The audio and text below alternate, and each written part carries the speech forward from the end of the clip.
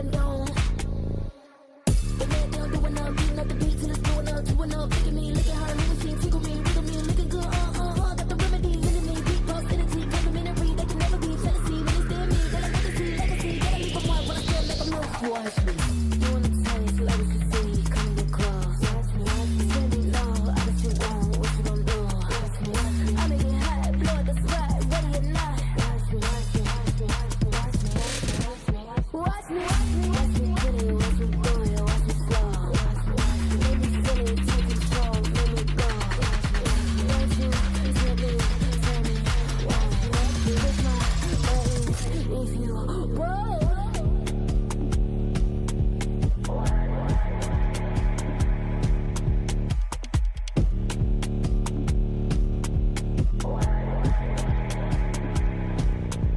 Watch me, watch me, better than me. Cocky, you like a fool. Watch me, who's better than me? Watch me, you like a fool.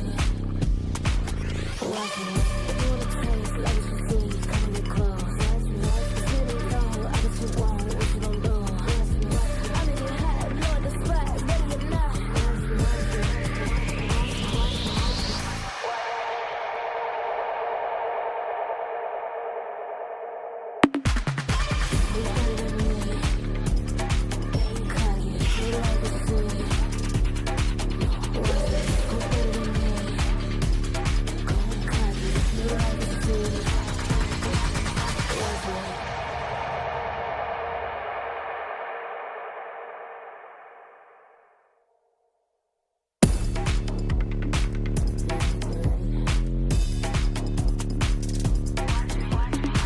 me.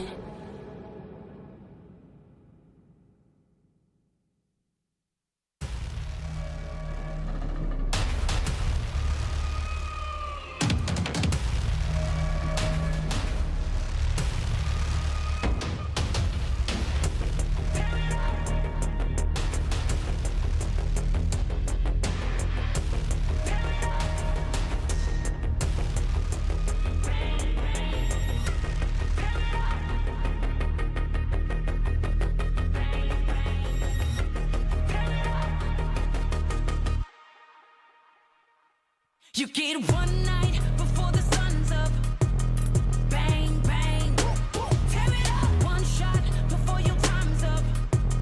Bang, bang, tear it up. You get one chance before you're out of luck. Bang, bang, tear it up. Tear it up. Bang, bang, tear it up.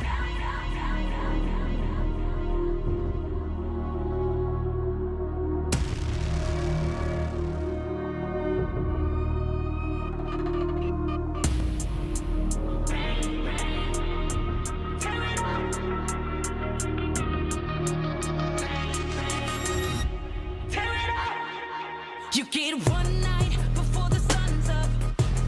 Bang, bang, tear it up. One shot before your time's up. Bang, bang, tear it up. You get one chance before you're out of luck. Bang, bang, tear it up. Tear it up. Bang, bang, tear it up. One army, we unbreakable. Won't ever beat us, we too strong. Take a stand, raise all of your fists high. This is the one. We're fighting for our lives. Won't let the odds run up on us. We fight until the sun comes up. Don't try us, we the one. Bang, bang. Bang, bang. Bang, bang.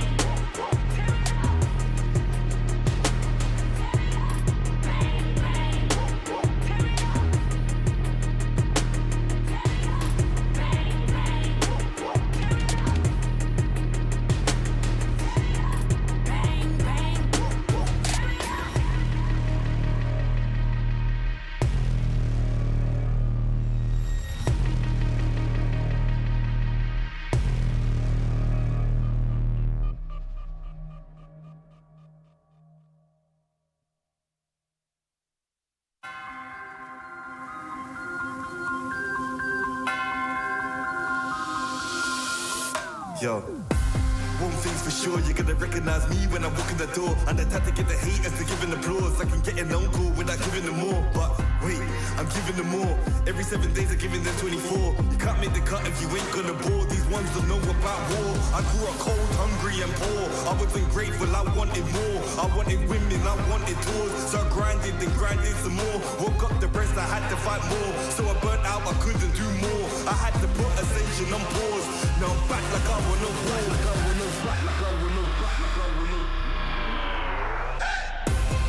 Winning again, I won't stop till I'm winning again. Winning again, I won't stop till I'm winning again. It's cold outside and I thought I couldn't do it again. Winning again, I won't stop till I'm winning again. I'm in my bag like loose change. Self-proclaimed hero like Bruce Wayne. Out the sight even if you bought new frames. All this talk about weight but got no gains. How you gonna do a sight with no aim? Marathon longevity is my lane. I get dark like under the duvet. And don't grow with a weak link like a broke chain. Self-ignorer when I was poorer. My struggle gave me a God flood of the Torah. I didn't stop me pleasuring somebody's daughter. My cup running forward to the spills of the saucer. Call me true to author. My battle plans rather terroristic torture. These hands can bend water. Boom boom exploring like Avatar Core.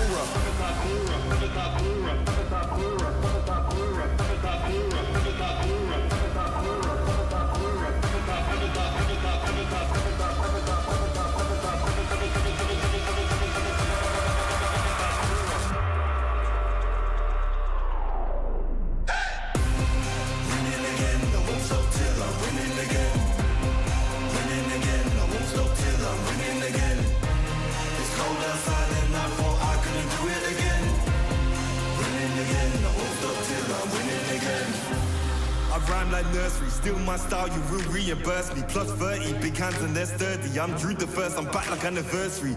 I came back worthy, like I swam in lava till it no longer burns me. I walked the desert for my ego's perjury, working for that zone where you can't outwork me. I'm a big man, but I ain't 32. I came to the front line with like 32. I'm a Rex, that's a shout out to 32. I'm a danger and I play 32. I'm just so 2032. Ahead of my time, so I'm hard like Brew. Flows the bomb like I shook the room. I stay lit like Christmas and hot like June.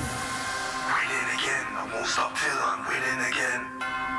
Winning again, I won't stop till I win. It's cold outside and I thought I couldn't do it again. Winning again, I won't stop till I'm winning again. Winning again, I won't stop till I'm winning again. Winning again, I won't stop till I'm winning again. It's cold outside and I thought I couldn't do it again. Winning again, I won't stop till I'm winning again.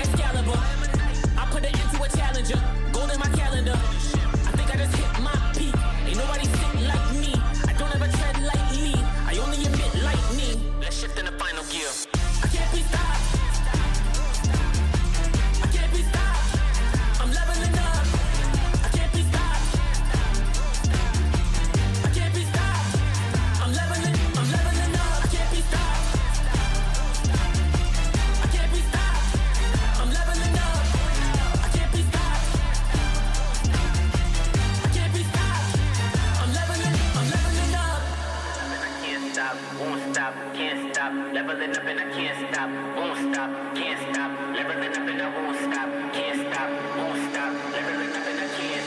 I'm leveling up and I won't. I can't be stopped. I can't be stopped. I'm leveling up. I can't be stopped. I can't be stopped. I'm leveling up. I can't be stopped. I can't be stopped. I'm leveling up. I can't be stopped. I can't be stopped. I'm leveling up.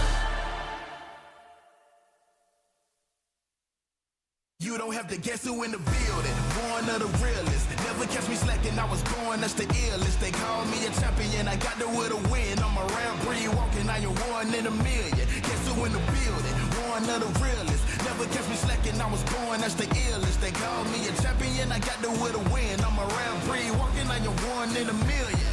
Yeah.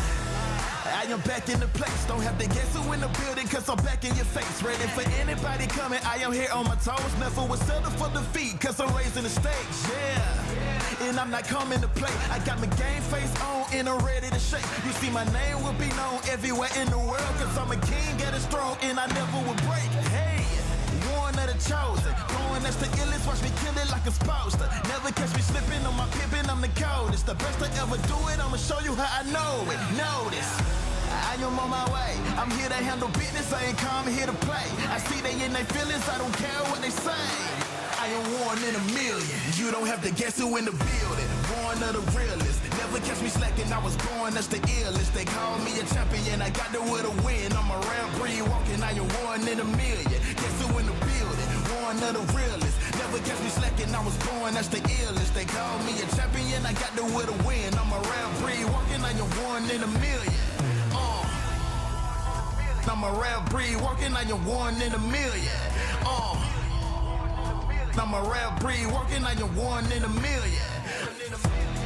And I'm at it again. I'm a bad man walking around and tell all your friends. And whoever wanna test me, I am standing my ground. As they come closer, I am focused as I smart with a grin. Yeah. Cause they know I'm a fool, and they know I'm that dude. I don't follow their rules, never bow to their principles, never choke when I move, never fold under pressure, never vouching to lose, yeah. I am on my way, I'm here to handle business, I ain't come here to play. I see they in their feelings, I don't care what they say. Cause I'm one in a million. You don't have to guess who in the building. Born of the realest. Never catch me slacking, I was born, that's the illest. They call me a champion, I got the will to win. I'm around breed walking, I am one in a million. Guess who in the building? Born of the realest. Never catch me slacking, I was born, that's the illest. They call me a champion, I got the will to win. I'm around breed walking, I am one in a million.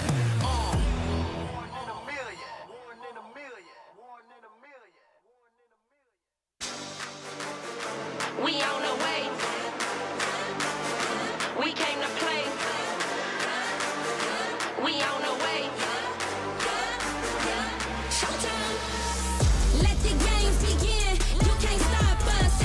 I came to win. You can't stop us. It's only us in the end. You can't stop us. We the best in the world, and that's a promise. Let the games begin. You can't stop us. I came to win. You can't stop us.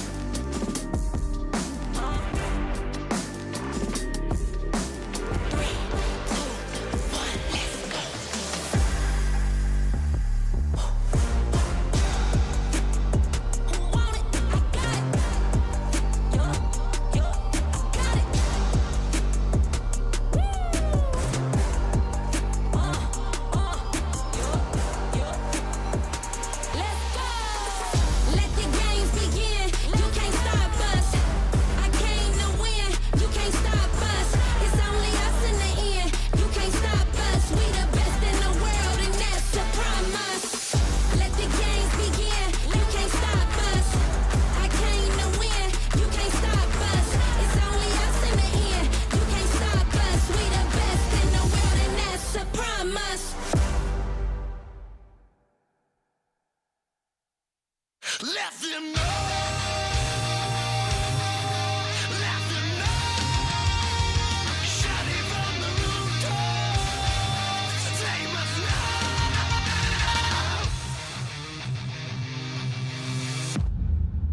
Let them know of the weak and the weathered.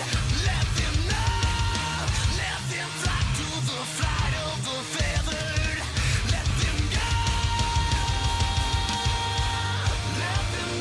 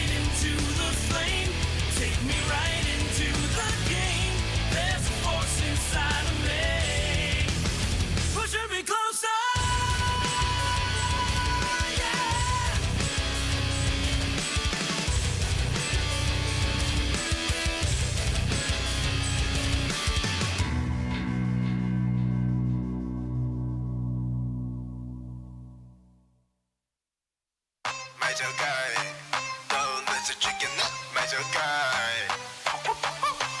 买就该，不能错过，买就该，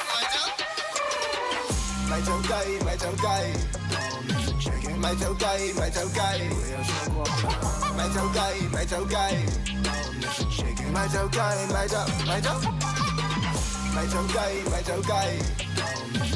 买就该，买就该，买就该，買就計，買就計，買就計，買就，把握機會買就計，機會咪出嚟，惡下睇漏眼仲喊都冇能為力，睇下邊個得戚，睇下邊個心息，偷雞唔成蝕把米被發現痕跡，成日發夢要點樣出色，其實努力有幾多得益，看風勢盡你係唔知醜嘅圖蹟，我當你努力唔抵，你衰咗冇得唔計。咁知，但係有人好運，有人無計。機會嚟啦，咪就雞；機會嚟啦，咪就雞。錯過咗，喊到無謂；錯過咗，喊到無謂。機會嚟啦，咪就雞；機會嚟啦，咪就雞。錯過咗，今日一世；錯過咗，今日一世。咪就雞，都能食 chicken 咪就雞，咪就雞，不能錯過。咪就雞，咪就雞。買就計，買就計，買就計，買就計，買就計，買就，買就，買就計，買就計，買就計，買就計，買就計，買就計，買就計，買就，買就。喂，你聽住，我就講個錯過嘅機遇，成嚿叉燒擺到埋口，跳到兩口，睇一睇就咬唔住，同你講句 sorry 咯，我對唔住，我想瞓第三，就份複習，個新聞住好過要出咗你對不對你輸，人生最寶貴一堂，公司唔係你學堂，簽咗份約將你捆綁，又唔出呢個節堂，乜嘢係好嘅時機？再諗一陣先，機會就不翼而飛。咪就雞，機會嚟啦咪就雞，錯過咗喊到無謂，錯過咗喊到無謂，機會嚟啦咪就雞，機會嚟啦咪就雞，錯過咗今日一世，錯過咗今日一世。咪就雞，都能食 chicken 咪就雞，咪就雞，不能錯過。咪就雞，咪就雞，咪就雞，咪就雞。買就計，買就計，買就計，買就，買就，買就計，買就計，買就計，買就計，買就計，買就計，買就計，買就，買就。She drop that chicken, take it all the way.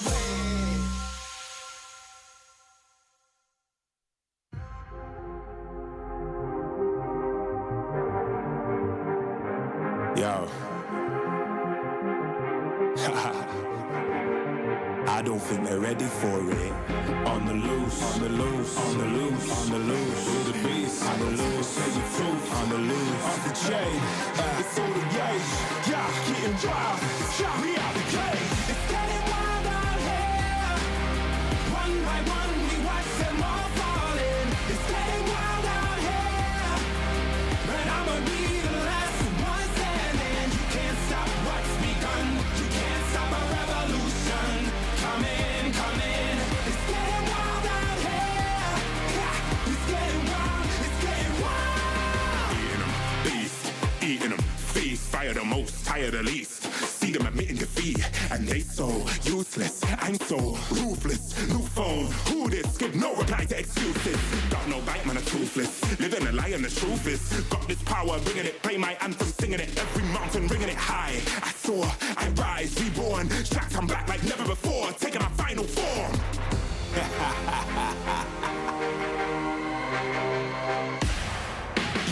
It's getting wild out here. One by one, we watch them all falling. It's getting wild out here. But I'ma be the last one standing. You can't stop what's begun.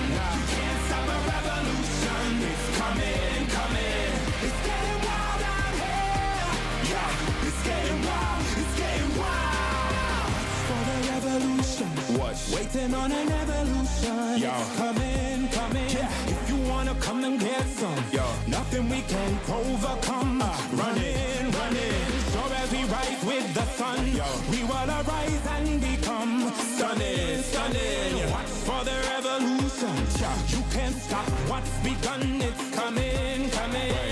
Wait. It's coming, coming. Wait. It's coming, coming. Just you wait. Just you wait. Yo. It's getting wild out here. It's getting wild. One by one, we watch them all falling. It's getting wild out here. And I'ma be the last one standing. You can't stop what's begun. You can't stop a revolution. Coming, coming. It's getting wild out here. It's getting wild. It's getting wild.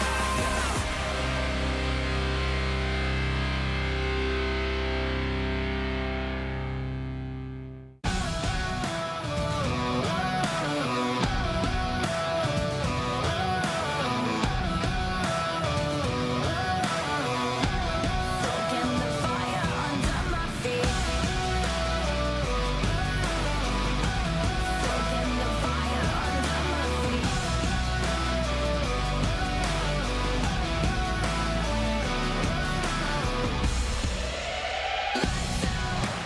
This is what we came for. What we got you can't handle. 'Cause we don't ever stand still. I'm ready for the gamble.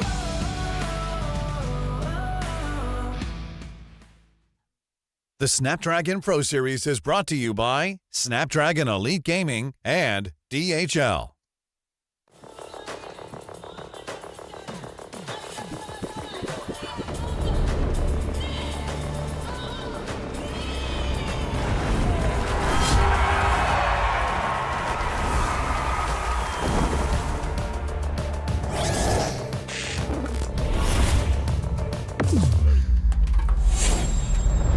Let the weak melt away. Killing spree. Car's easy. Let's take the kill back. Run time, baby.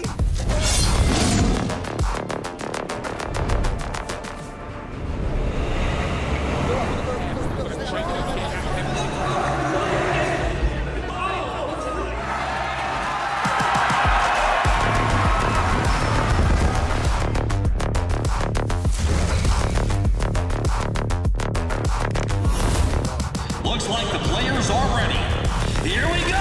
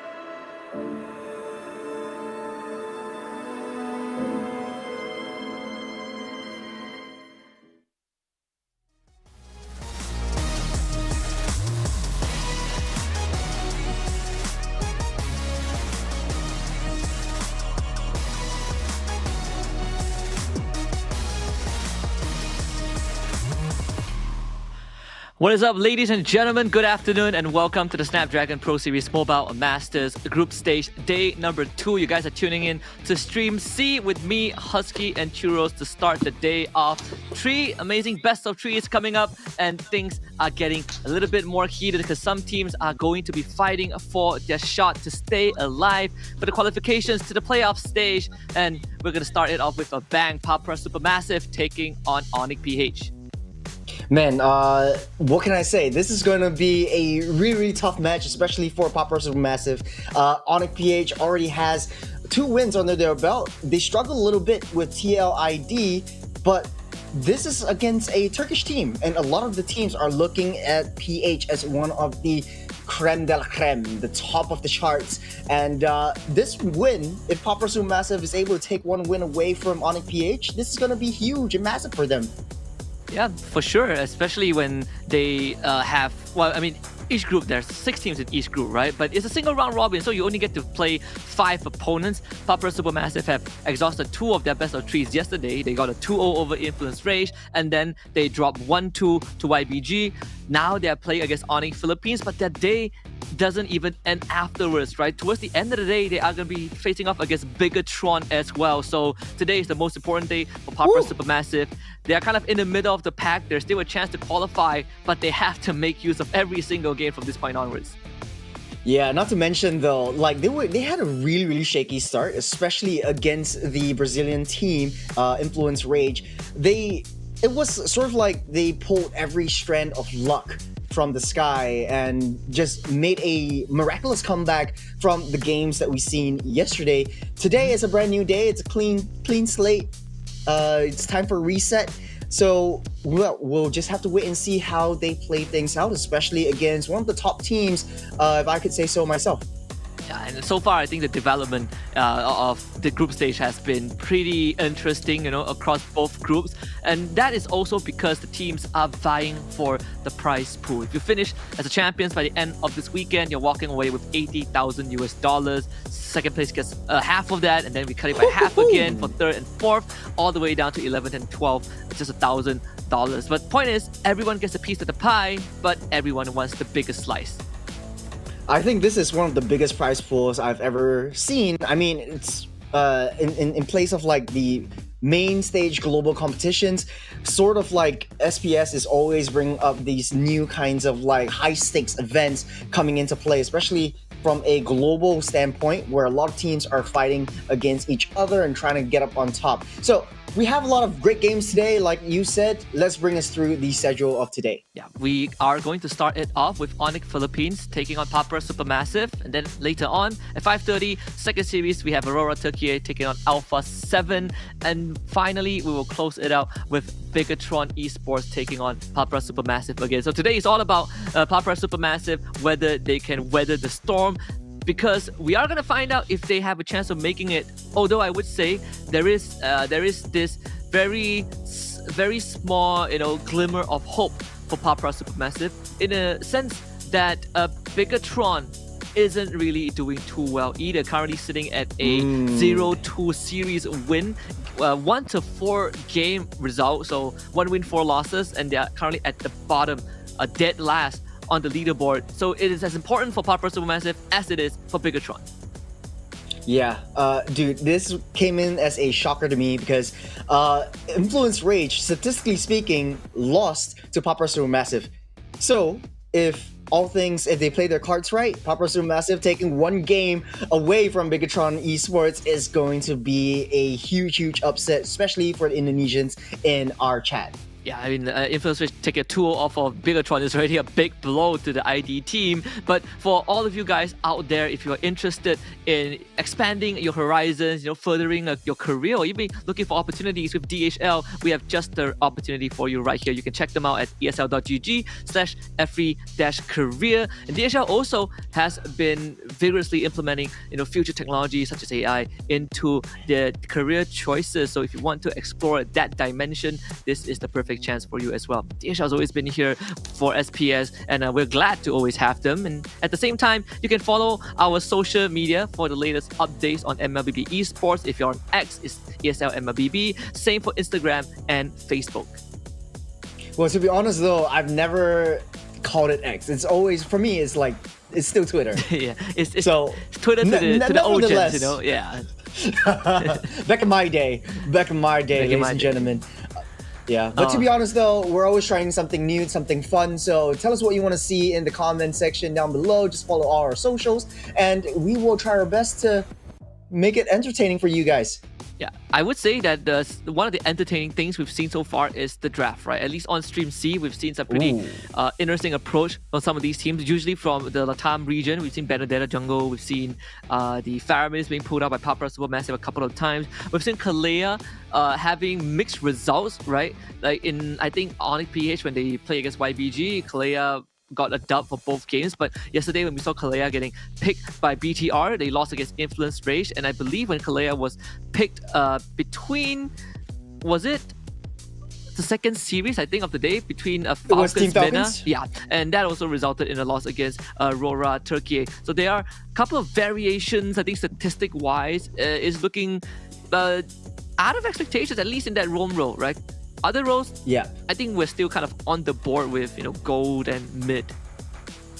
Yeah, honestly though, there's a lot of interesting things, but before that, let's go straight into looking at the Red Robots. BTR themselves not having a good first day so far, but hey, like we say, it's still day number 2. It's still in the midst of the group stage. They still have a chance to prove themselves. I think today they still have a couple of matches up their sleeves. The last game for today, especially in Stream C, will be against Papra Supermassive, which is statistically they might be able to take on this Turkish team and come up with a win. But then again, it's looking shaky for them for sure. Yeah, and hopefully they kind of bring it back, right? Because they have 5-star players on their team, and some of them even have international titles, like Eman and Light. They have they both, I think, bagged MSC 2022, I believe, in KL, Malaysia. And then you have Moreno, you have Annabelle, you have Luke, all of them star-studded talents, but so far haven't been able to find that groove, right? This was also the last team that qualified from Challenge Finals to Mobile Masters by taking out SRG in the group stage. So there's a lot of hope placed on them. I know Mirko definitely has been looking forward to this moment, but so far it hasn't been going the way that the Red Robots have wanted it to. Well, to be honest though, like, I love what you said, a lot of hopes, a lot of expectations, but with a lot of expectations comes with a lot of pressure, a lot of stress for them to perform. And having home ground advantage doesn't make it any easier. Because you have the Indonesian fans are gathering around the chat, gathering around the streams, and they're watching them and seeing how they perform. It really, really strikes a chord in their nerves. So for them to really come up today, it boils down to, like, get that reset, make sure that they're drafting well, they're executing everything well, minimal mistakes from this team. You have 5 all-star players with a lot of experience in international stages, so let's make this work. I think also it's a make or break today, right? Since we are on that topic, the 3 remaining series that Bigatron have not played yet.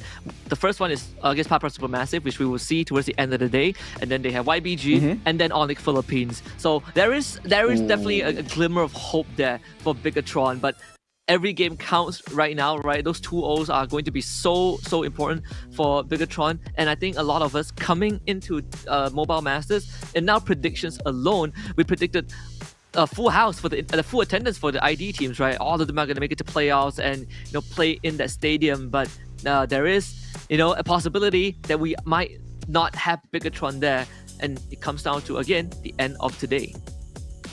Yeah, looking at this, I think for Bigatron esports, facing up against YBG and the Turkish team might not be much of an issue, but when it comes down to one of the top teams that we see on a PH, it's going to be tough. So if they take down 2 teams, they might be still in the standings in the top 3, but then from a head-to-head, they might have a lot of struggles there, especially between Papra Supermassive as well as Influence Rage. They're definitely gonna go head-to-head with them in the scoreboards. Yeah, I think that the tiebreaker is going to be the kicker there for BTR. We've seen how brutal the tiebreaker rules can be, right? And that's why we only have Aurora Turkey and not Aurora from the Philippines in this Mobile Masters. It's exactly because of just this very brutal, very decisive tiebreaker that we have implemented for SPS.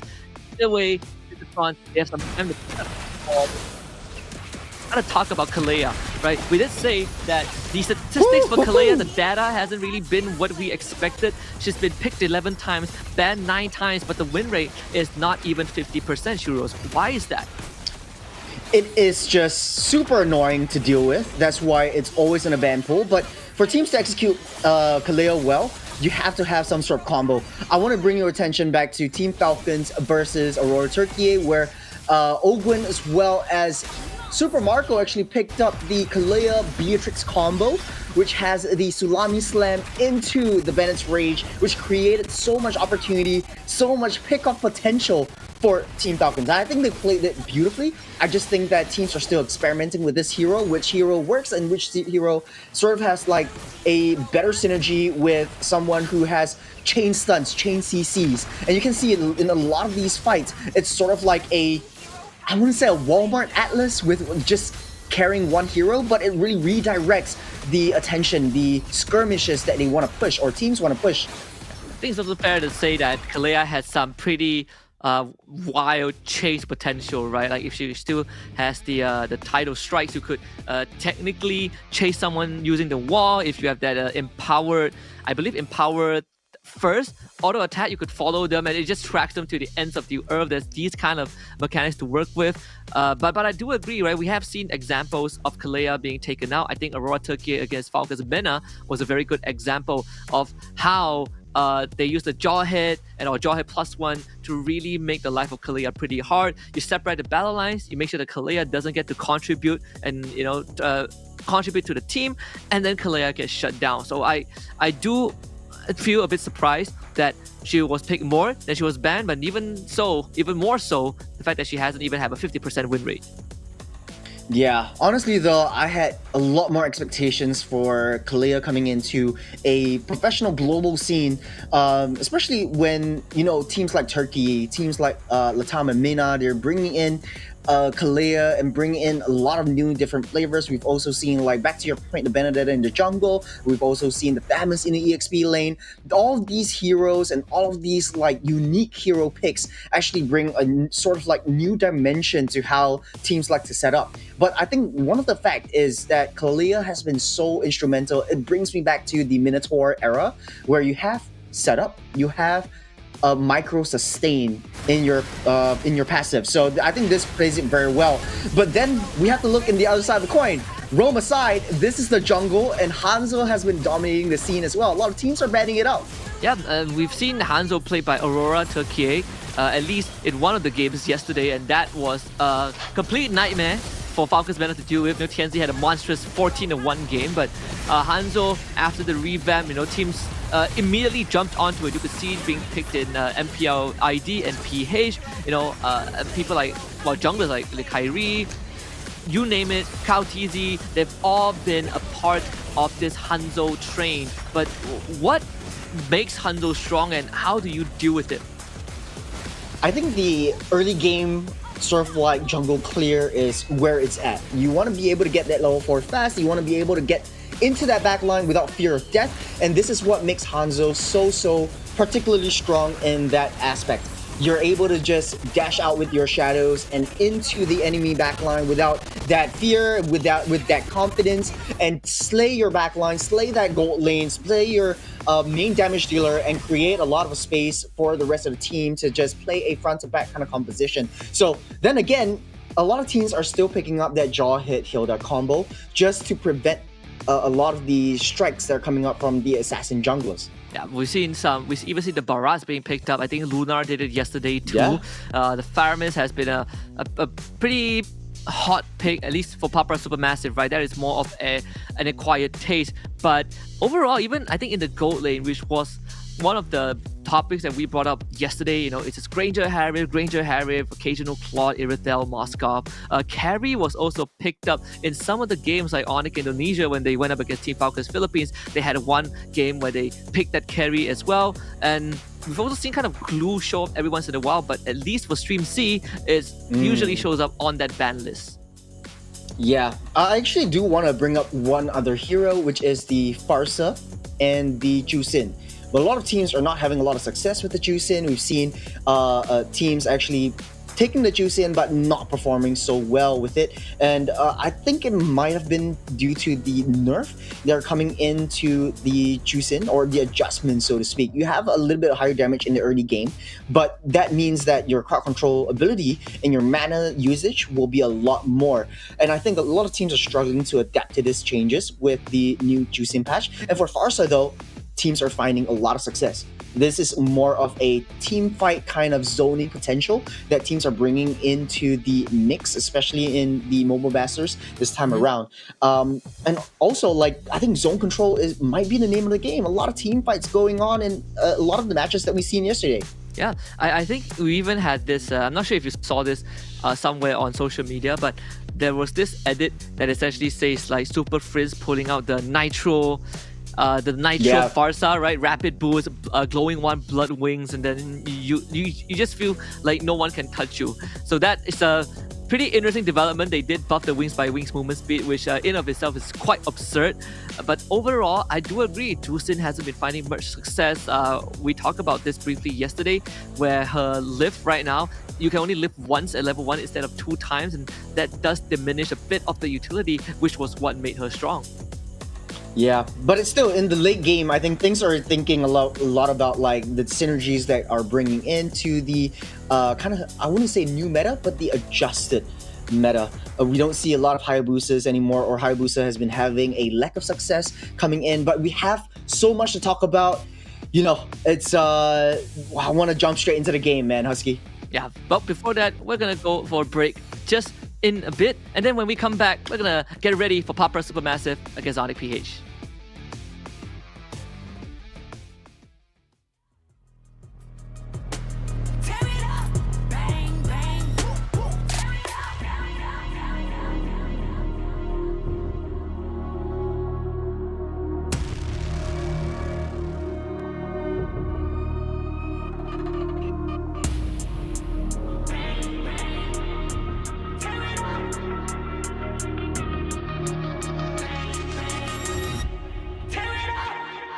You get one night before the sun's up. Bang, bang, tear it up. One shot before your time's up.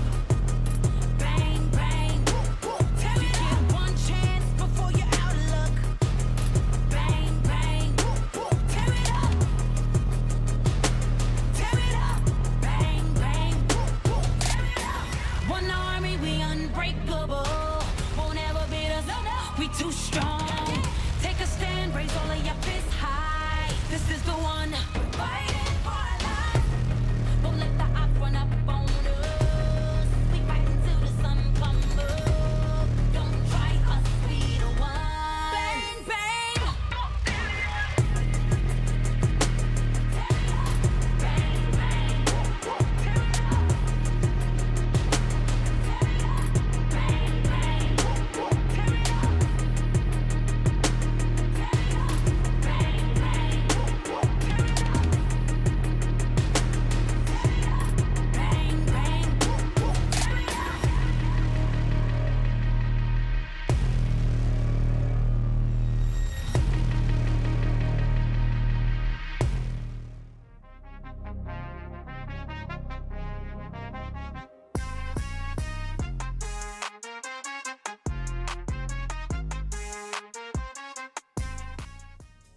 The players are getting ready for the first best of 3 off-stream C. This is the Snapdragon Pro Series Mobile Masters group stage. Day number 2 is Sasuke and Churros on the desk to kick it off. Papra Supermassive takes on ONIC Philippines in what is going to decide the fate of Papra Supermassive, potentially, and also extend ONIC Philippines' win streak. Well, to be honest though, let's talk about statistics real quick. I want to just bring up, I think some people missed the pre-show, but we talked about how ONIC versus TIID was 2-1. ONIC YBG, that's 2-0. ONIC has 2 wins on the board. Papra Supermassive 1 loss over to YBG. So both teams already faced up against YBG. ONIC had a clean sweep. Papra Supermassive struggled a little bit with YBG. Very, very close game, but still, it's a new day. I keep saying this, but it's a new day. Maybe Papra Supermassive has woken up on the right side of the bed, and ONIC has been facing some issues sleeping at night, and things might play out differently this time around, Husky. I mean, you were just telling me that ONIC had a power buff, right? King Kong dyed his hair back to black, and that was like the update that allowed ONIC not to just play better, in a joking manner, but at the same time, it was coincidentally the start of their wins back in MPLPH. So, you put 2 and 2 together. I don't know if that's a coincidence, but it definitely is working out so far for the Super family. And for Papara SuperMassive, I think what we've seen yesterday, they have some very good ideas. They have some very niche picks that is to their identity, and perhaps that's what it takes to surprise ONIC Philippines. One thing I do have to point out though is that Papara SuperMassive plays team fights like a boss, and they are goated in team fights. It's just that bring out these new flavors. Like I remember the Thamas being picked up in the EXP lane, paired up with the Badang, paired up with the Juicin, and everything just goes crazy with that. The thing is, they have to be able to watch their side lanes. Their picks, their drafts are always lacking that side lane support and side lane control, which is what ONIC PH is basically known for. If you want to play the micro skirmish game, that's where ONIC PH is going to utilize that fully, adapt to it, and play that side lane control, side lane push. And best be sure, we are going to see a lot of backdoor potentials in this game. Yeah, that's something that ONIC Philippines is very well versed in, right? Something that they are very comfortable in. You want to play that macro game, that's what made them such a tough team to play against in the entirety of 2024, at least the second half of 2024. But Papara SuperMassive, they have to somehow find a way to adjust those side lane controls, because that's one of the prime reasons that they fell to YBG in the first place. So I think against ONIC PH, they got to clean up their fundamentals a little bit, and hopefully it's going to be enough to give them the dub. Yeah, I do want to see lane-to-lane matchups though. Like, for example, Super Friends versus After Dark. This is going to be a very, very interesting matchup just because Super Friends has been touted as one of the best, if not the best mid lane in the game, in the show right now. And After Dark has been showing a lot of success, a lot of interesting plays. But let's look over at ONIC PH. You know them, you love them. It's Kirk on the EXP, King Kong with the black hair, Meta, and Super Friends in the mid side, Brusco in the roam, and Kelra in the gold lane. All of them, all 5 star-studded teams. If I were to choose a dream team, it will be these 5 gentlemen right here on the screen. Yeah, there's no way I could disagree with that, right? They all have their own titles, Kirk the Architect, King Kong the Beast, Super Friends the Monster Mage, Kelra Gold Standard, Filipino Savage, and Brusco the Bruiser. And then of course you have Coach Why Not also being the father figure, and also shout out to Coach Why Not. Congratulations, on the engagement, on the proposal live on MPL Philippines when they qualify for playoffs. So man is winning true and true out. But on the other side of the ring, we got Papara SuperMassive from Turkey, Gawasa XP, Moji in the jungle, After Dark mid, Bloodsphat roam, and Cell in the gold lane. I gotta point out that Moji, After Dark, and Xiao has been playing a heck of a game. Bloodsphat, though, had a lot of success in the Badang in the jungles, in the roam position, where he locked up 3 members with the fist crack and created so much opportunities for Papara SuperMassive. Whether or not he might be able to play that same game, that same performance, will show in ONIC PH this time around. Now, a lot of things that needs to be done, though. Like, who do you send to that side waves? And we bring that up a lot, but you're playing against a Filipino team who is masters at the macro controls. Yeah, and also ONIC Philippines is one of those teams that you give them an inch to take a mile. They said that when Papara SuperMassive faced off against YBG yesterday, we kind of described YBG as a team that at least teams from the Chinese region, they focus on the intricacies, right? That early game, we get a lead, we master the basics, and then we convert it into something bigger. Now you times that by tenfold. That's ONIC Philippines. They are so efficient in punishing little mistakes, and Papara SuperMassive have to be at their best for this best of 3.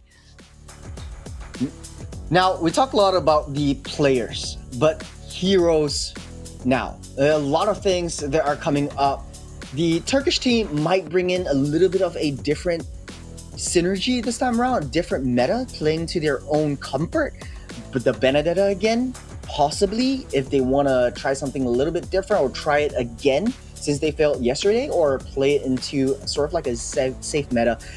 A lot of questions that I have for this one, but this is something that we don't have questions about. It's 2-0 clean sweep for ONIC Philippines. Yeah, and I was just looking at the statistics from yesterday's game, and I was trying to figure out what if any hero has been permanently banned. I think Loyi right now has one of the highest ban rates next to Fanny, and I think Loyi was only like picked like once or twice overall, and it's also one of the signature heroes for ONIC Philippines. But we can definitely expect to not see her unless Papa Supermassive takes a gamble.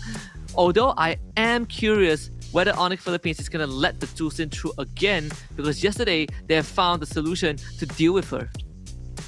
Yeah, I think this is one team that you can't sort of like target ban. If you want to take out Kiara, you think Kiara is a problem? Well, King Kong, Brusco, they're coming right back at you. You think King Kong's the problem? Well, Super Friends has got his back. So it's going to be a very tough team to ban. So the drafts are going to be interesting, especially coming out from Papa Supermassive. They have flexible hero pools, interesting picks. Will ONIC PH try something a little bit different this time if they know that, okay, we're miles ahead of Papa Supermassive and how they want to play? We can play something that they're not really comfortable with. Maybe that's the only way, right? Like either you bring out comfort picks that are unorthodox to ONIC PH, or you just pick what you felt like you practiced to the best of your abilities. You know, we are, heading into the ban phase in just a little bit.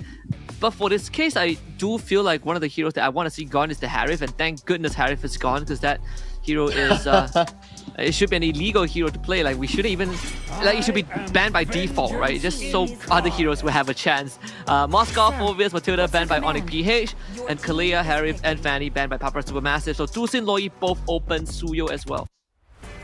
Yeah, you also have the Badang. If Brusco wants to pick that up, he could.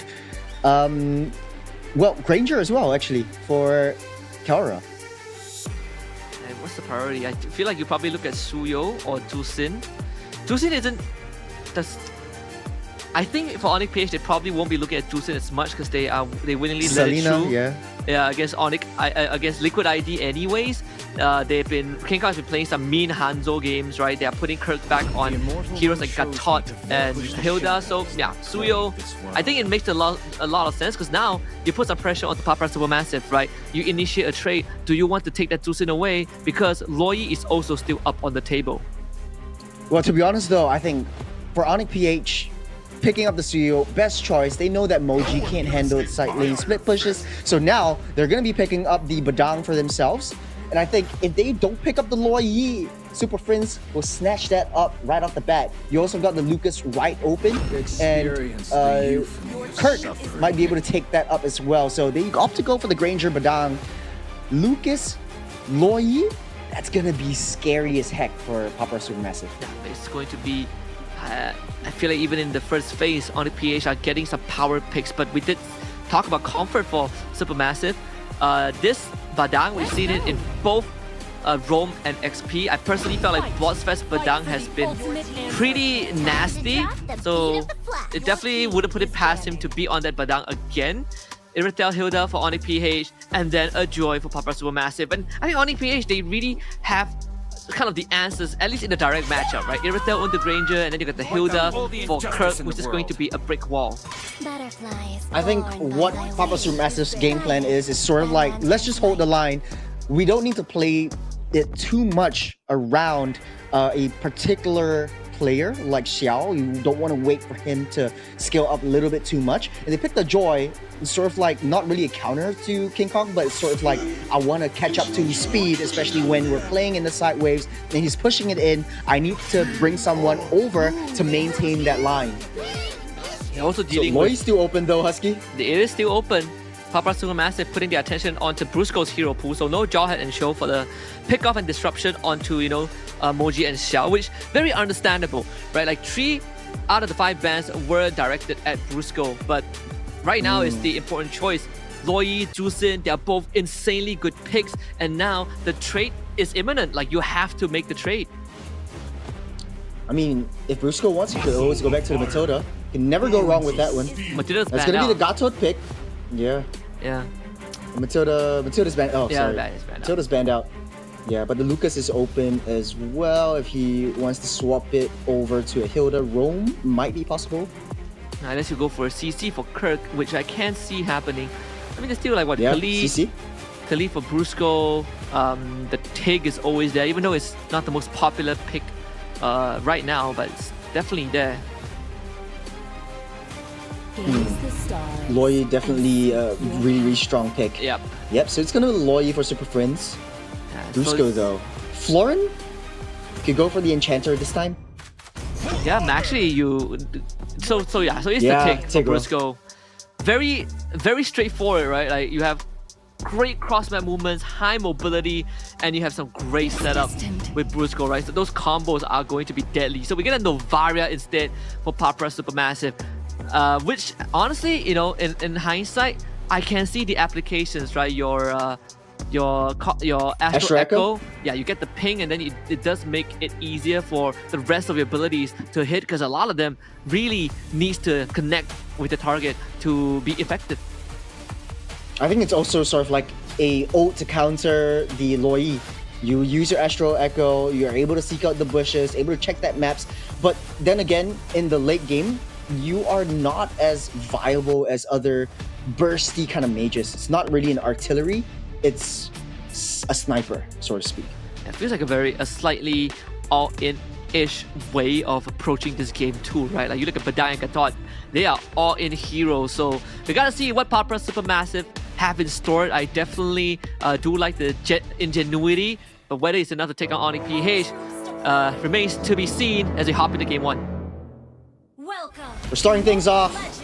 It's both jungles on the opposite side of the map. I do prefer the Suyu on King Kong, one of his signature picks. I think Papra Supermassive may have taken a big gamble here, giving King Kong one of his most comfortable heroes right off the bat in game number one. Not only that, even the Luo Yi to Super Friends, right? He was known for that Luo Yi. Although I would say that Moji's gonna have a faster start. Ooh. First blood already. Speak about fast start. That is right underneath the turret. After Dark can't get away from Super Friends. How already did at the that lethal. happen? I think Brusco just... Okay, Super Friends popped a flicker, so that might be a chase attempt. Yeah. Probably the duality reaction right into Brusco's damage. This is a nightmare because After Dark essentially just lost the lane. Ramping up the aggression really fast. King Kong trying to go for After Dark once again. No flicker, nowhere to run, nowhere to hide. It's 2 deaths for After Dark. The turtles haven't even spawned up yet. Oh man, I think that lane is pretty much over. They're gonna see Moji taking that lizard, which is a very small deal, you know. King Kong doesn't really care about that. The fact that like Novaria is in the spot right now, if you fall behind, you essentially just lose a lot of agency. Oh, here comes King Kong with a massive hit. Bloodspet right into the turret, gets taken out by King Kong. 3-0 in favor of ONIC PH. Horrible. Economy's rising. It's not even 2 minutes, Husky. After Dark might just go down again, forced to run away. I mean, that was I'm not really sure what the idea was from Bloodspet, you know. There's a tick in front of a tier 1. You can't do that taunt without expecting to get pushed under turret. So it was pretty much a free kill given over to ONIC PH. King Kong getting 2 of them. Of course, he's also rocking the killing spree, the new one, which makes him even stronger when he gets these chain takedowns going. You don't even need to get the kill. You just need to be within the 3-second window of the damage dealt. Well, here comes ONIC PH. They know what's up. They want to go for that purple buff. They're set of eyes set on Wasa. You got an implosion going on. Wasa goes down once again. And Kirk keeps Bloodspet busy. But Moji nowhere to be seen. Right off the map on the opposite side, taking down the purple buff from King Kong. King Kong's gonna go for the retribution on the purple buff. So both junglers swap the buffs. But I mean, under 3 minutes, Papra Supermassive forced into damage control mode. And now all eyes are going to be on Moji and Xiao. Because that mid lane, like After Dark, he's rendered useless, at least for the next 5 minutes. And unfortunately for Bloodspet, he's not even 40 yet. He's a full level behind Brusco. So, and not to mention, this matchup is already pretty brutal for the Gatot. And being behind makes it a lot worse. Yeah, 3 minutes on the clock. It's 2,000 gold lead in favor of ONIC PH. Kirk opening up that map, doesn't see Moji right there and then, but doesn't really matter because he's got his eyes set on that mid lane, trying to push in. So you see that tilting scales, and that's what I like about ONIC PH. Like, if they leave a lane empty, it's Kirk going over and try to manage that wave and try to maintain that lane priority. Also understanding that with the concussive blast, he just clears wave a lot faster than Wasa can. So to get that movement early, and now an invade into Papra Supermassive jungle. Ramping up the aggression. Does look like ONIC PH wants to get a little bit of vision, but the more time Papra Supermassive has 5 members protecting that orange buff, the better it is for ONIC PH as they're circulating around that map. Won't be able to steal it this time around as Papra Supermassive breathe some signs of life into their team. While all of that was happening, Kara actually was farming a little bit on that mid side, so you know they are winning top side. Oh, underneath that turret, pop that flicker. Xiao down low, will be hit. 1 hit, Kara takes him out. That is some crazy tower aggro. With King Kong using the iframes on both the Blade Surge and Qual the Evo, he keeps de-aggroing the turret.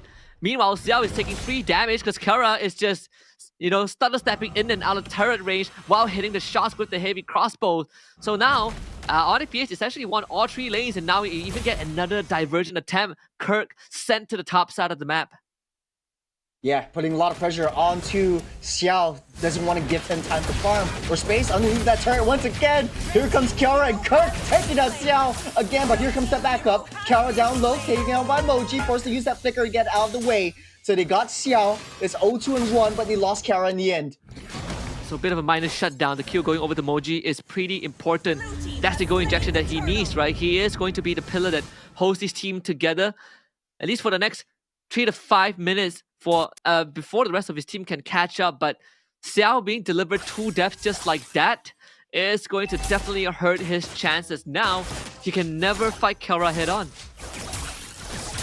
Sitting underneath the aggro, Kirk giving a little bit of vision onto Moji and wherever he is. Conceal play in the diversion.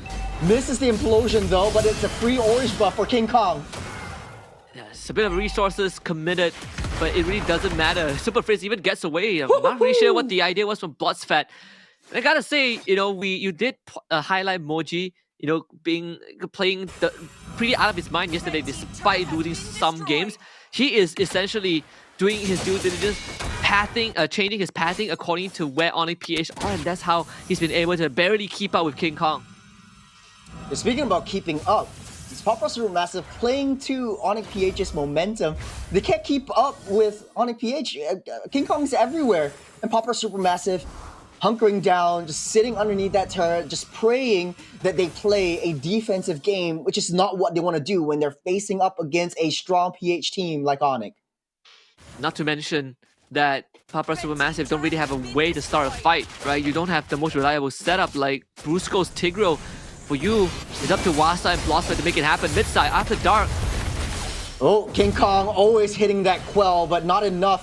And after dark, gets away safe. That's a diversion play. Kirk taken over to that top side to maintain, but it looks like they won't go any further. This is the discipline coming out from ONIC PH. Kirk managing to clear out the top wave too. Of course, King Kong smelling that someone might be in the bush. It's all about protecting Moji, right? He did get his purple buff, but ONIC Philippines, they're going to set up for the 3rd turtle on this top side. Yeah, aggression showing through. Moji's all alone though. Sees King Kong right there, and then you've got the retribution. King Kong steals it away. Now he's 2 levels ahead of Moji, who really doesn't have much more camps to farm, so King Kong goes onto the turtle without any contest. Papra Supermassive, it just kind of feels like yesterday. I think Team Falcons went against Aurora Turkey. We saw kind of the same response right now, but on Papra Supermassive instead, where 5 men are forced to play together way early on. Here comes Brusco. He's got Xiao getting that pushback, stopped up. Underneath the purple, it won't be enough to take anyone down. The backup came through a little bit too late for ONIC PH, and they lost Brusco in the end. ONIC PH understood that Brusco is bound to go down. They were not really in the position to fight, but they did get what they came for, right? The purple buff, at least, not the purple buff, at least the mid-tier 1 going down, and that's more than enough for ONIC PH. You want to open up the map, you want to get more control for your team. I still think it's a net positive for the Super Fam. Yeah, for ONIC PH though, you got Kara with a huge power spike. The Malefic gun already bought up. Pop Supermassive again on the back foot. There's a lot of damage onto Xiao with just 2 strikes and the physical damage reduction. Man, he's just testing that damage, but Kara is coming online faster than we can say. Holy crap. Not only that, this Malefic gun makes it harder for Pop Supermassive to even get on top of Kara, right? Like Badang, Joy, Gatot, they all need to be close range. And speaking about Joy, he is forced away. Moji doesn't have anywhere to play with. AOG will miss its mark. Kara down low will be able to escape. Went a little bit too deep, forcing Papa Supermassive out. It's all in the script. It might be going again. Is Wasa taken care of by Kirk? They'll touch and they go. It's ONIC PH just taking what they can. It's the discipline from a top-tier world-class team. It's a bloody game 1.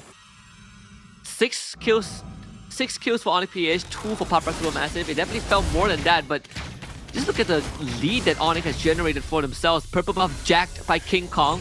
A 6.5k goal advantage. Xiao forced to go for a dire hit Roam Blessing. And that's how dire things are. Encourage Blessing for After Dark. Really scraping the bottom of the barrel at this point. And this Lord, there's no way to contest this. Papa Supermassive would just have to take it up the back. And hopefully defend this Lord Siege without losing an inhibitor and skill. Call it respect, call it fear, but here comes Kara underneath the turret. Moji takes a little bit too much damage. As Kara taking the turret aggro, will be able to get out safe, but AOG will land on 2. You got the fist crack onto 2 as well. Papa Supermassive takes down Super Friends. They find 1, but they have to deal with the Lord that's coming up in a couple seconds. Either way, it's good stuff. Super Friends, he can easily respawn in the next 14 seconds and then just use the diversion to join his team if need be. Bushko wasn't in the right position to provide the counter engage with that Flicker Implosion, and ONIC PH, they made the decisive call to just back off, right? There's no need to commit to the fight. They're so far ahead. It's only a matter of time before they find a win. Okay, Kong with the Quell. Implosion on the back line. Here comes Kara. The cavalry is here. Xiao healing back up as King Kong tries to take him out with the Zephyr. He will. King Kong defending, tries to go in for Wasa once again. It's a double kill for King Kong. This guy is just a madman. You can't get into his face. King Kong, the beast from Philippines. Smooth movements and 2 swift assassinations onto Xiao and Wasa. Lord's gonna crash bottom. It should be cleared out by that Novaria at least. So no inhibitors will go down on the side of Papa Supermassive in this first Lord attempt. They're gonna lose their holy shoes. But blessing in disguise, I suppose. Bottom might be sieged again. Astro Echo and a bit of defense is enough. Kirk taking a little bit too much. He will go down by Xiao. So that's good defense from Papa Supermassive, buying them a little bit of time for them to at least equalize ONIC PH. But how do you equalize a 9,000 gold lead? Yeah, 9,000 gold lead indeed.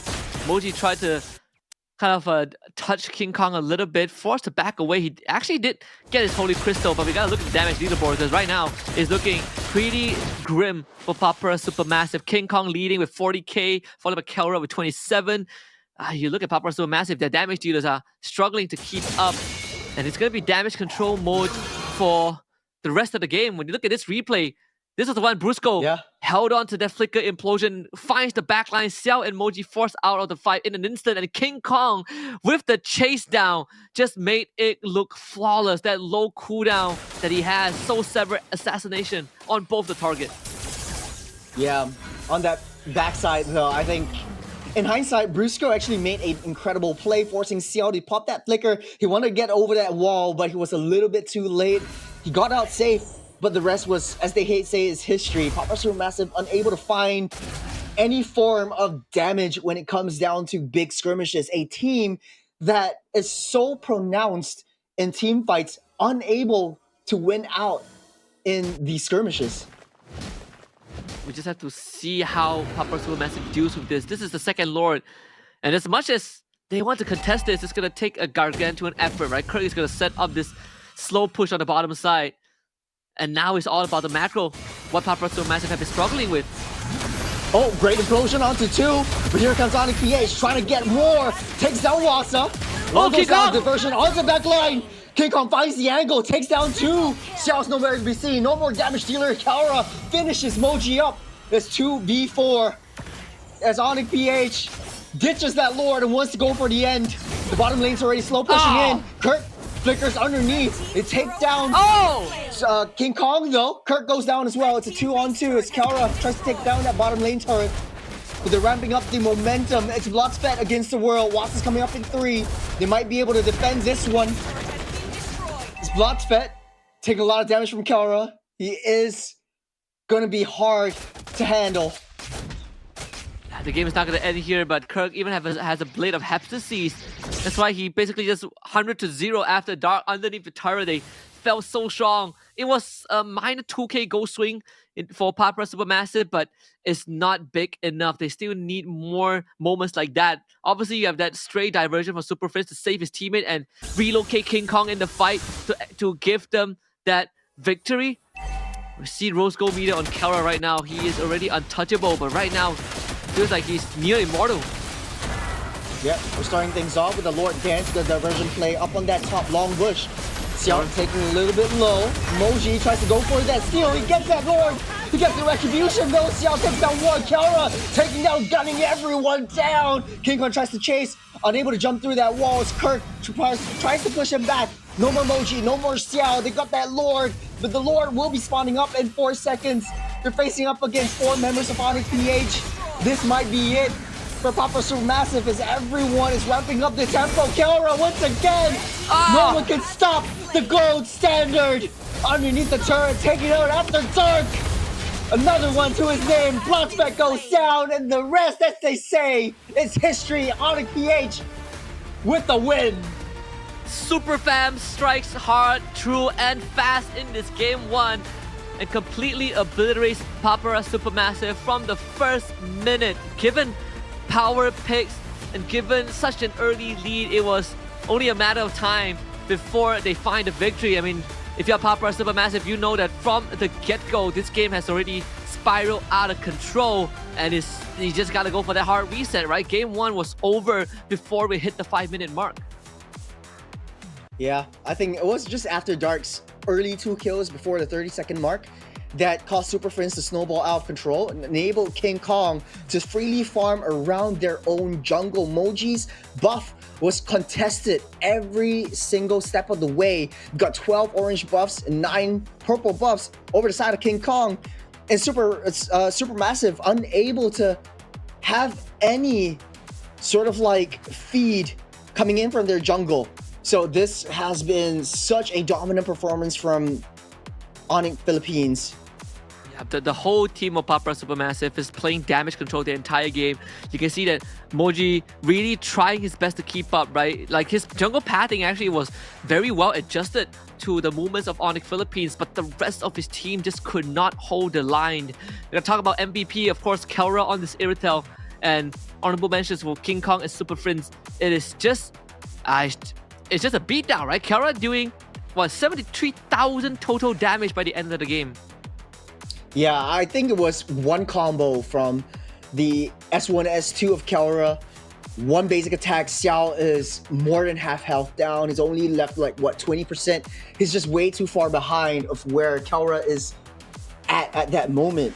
And it's all to do with King Kong and Super Friends' dominance in terms of like, they are always at the jungles. Moji needs to be helped whenever he's getting his jungle buffs. After Dark Wasa pulled away from the lanes to help Xiao, and once that is open, that's when ONIC Philippines is making their move. They're taking down Xiao and just destroying him underneath his own turret. Yeah, very tough game, right? Like, they were so far ahead that even Kirk went for the Blade of Heptases, and we saw that solo queue onto After Dark in that late game. So congratulations, ONIC Philippines, this win. I think everyone expected it from the start.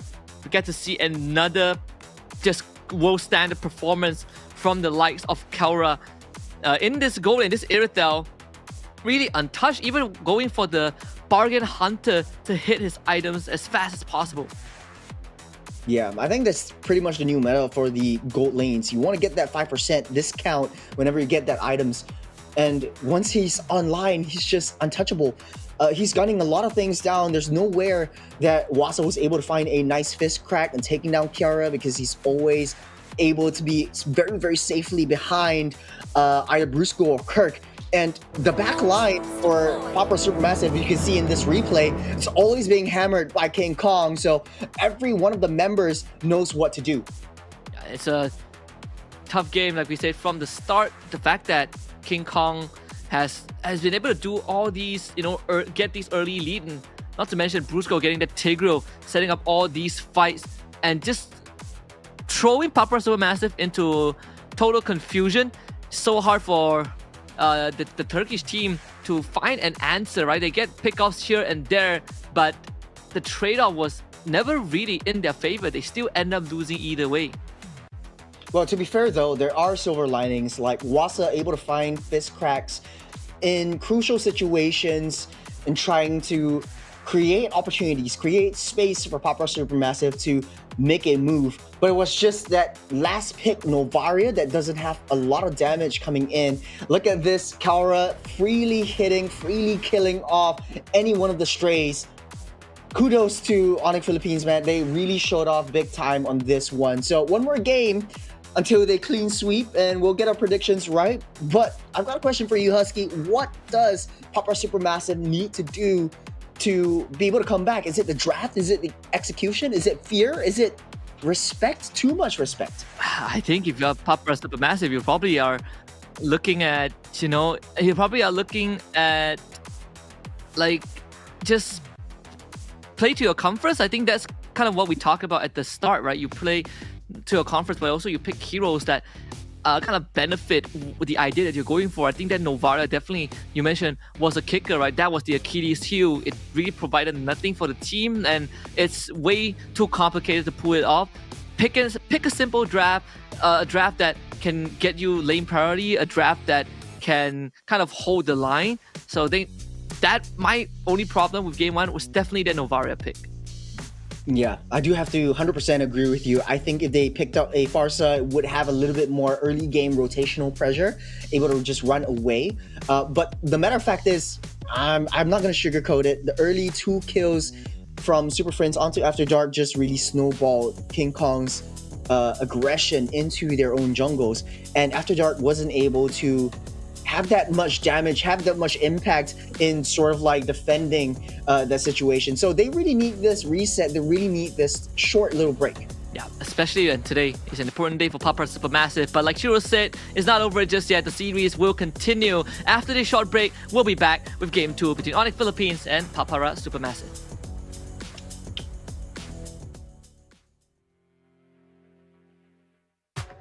Ain't nobody in my lane. Me and you, we ain't even playing the same game. Take my own credit, no need to drop names. Drop the weight, clean slate, I'm insane. It's giving insanity on a melody. More flow than a manatee. Levels that I reach, man, I defy gravity. Heart so strong like it runs in the family. I've got the haters out of breath. Ain't talking about then and when I got them distressed. Giving palpitation when I say it with my chest. Do the calculation, it's time to invest. Acquiesce that I am the empress. Going so sick, someone call the vet. I just can't be tamed, that I'm the Loch Ness. So blessed, they can't comprehend. I turn a skeptic to believer. I am a leader, resurrected like it's Easter. If you step to me, you'll get the misdemeanor. They can't defeat her, they can't connect the reader. Can't decline, don't worry, I'll be fine. Cause all I see is ups in the line. Did I plan this? Is this by design? Come reflect, my light can't be denied. Come correct, cause this moment is mine. It's mine. Tell me you're feeling up. Tell me you're feeling up. Do it like nobody does. Sipping that haterade, right to the finish line. Tell me you're feeling up. Tell me you're feeling up. Do it like nobody does. Sipping that haterade, right to the finish line.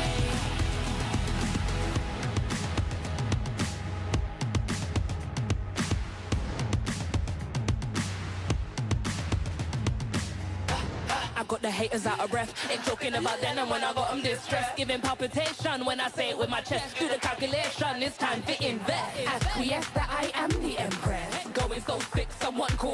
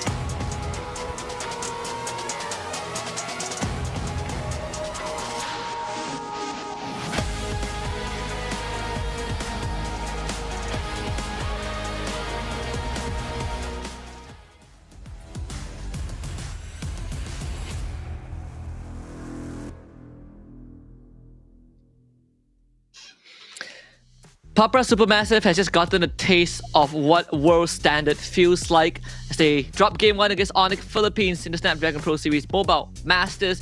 Group stage, day number 2, you're tuning into Stream C with me, Husky, alongside Churros. But there's still a chance for Papra Supermassive to give us the Turkish delight and give us a taste of what they can actually do in the upcoming game 2.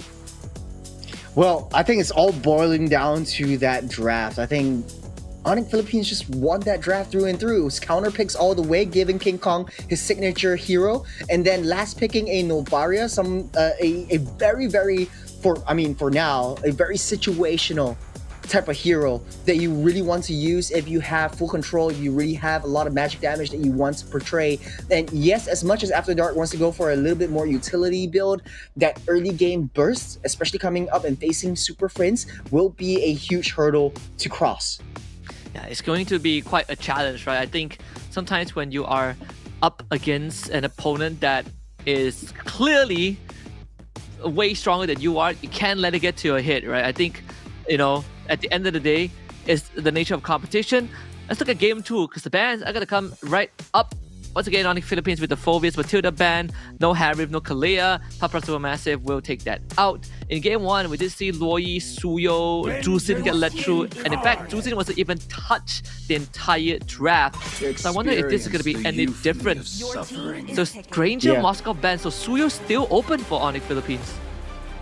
Yeah, they're also first pick again this time around. I think Papra Supermassive really liked that second pick, but they're actually going for a Fanny. Uh-oh. We're in for a treat. We are. Well, Papra Supermassive did beat a Fanny yesterday, YBG's Fanny. But I don't know, man. King Kong's Fanny is pretty different. Yeah, very different. But right now, you've got the Jawhead, you've got the Hilda in your possession, unless you want to go for the Suyo this time around before you can ban it. But it will be Lucas this time. So they're playing it to their strengths. This is the really thick and juicy team fight composition that they're used to playing. They really have one enchanter as well. Maybe even a Florin or a Florin might work for Papra Supermassive. But for ONIC Philippines, they're going for the Valentina. They really wanted to try to disrupt. If Papra Supermassive picks up the Farsa, Super Friends is able to counter that one. Kiara might very well pick up the Irthal once again. I think it is a viable option, or he wants to try something a little bit different. Badang, maybe? Badang can be too.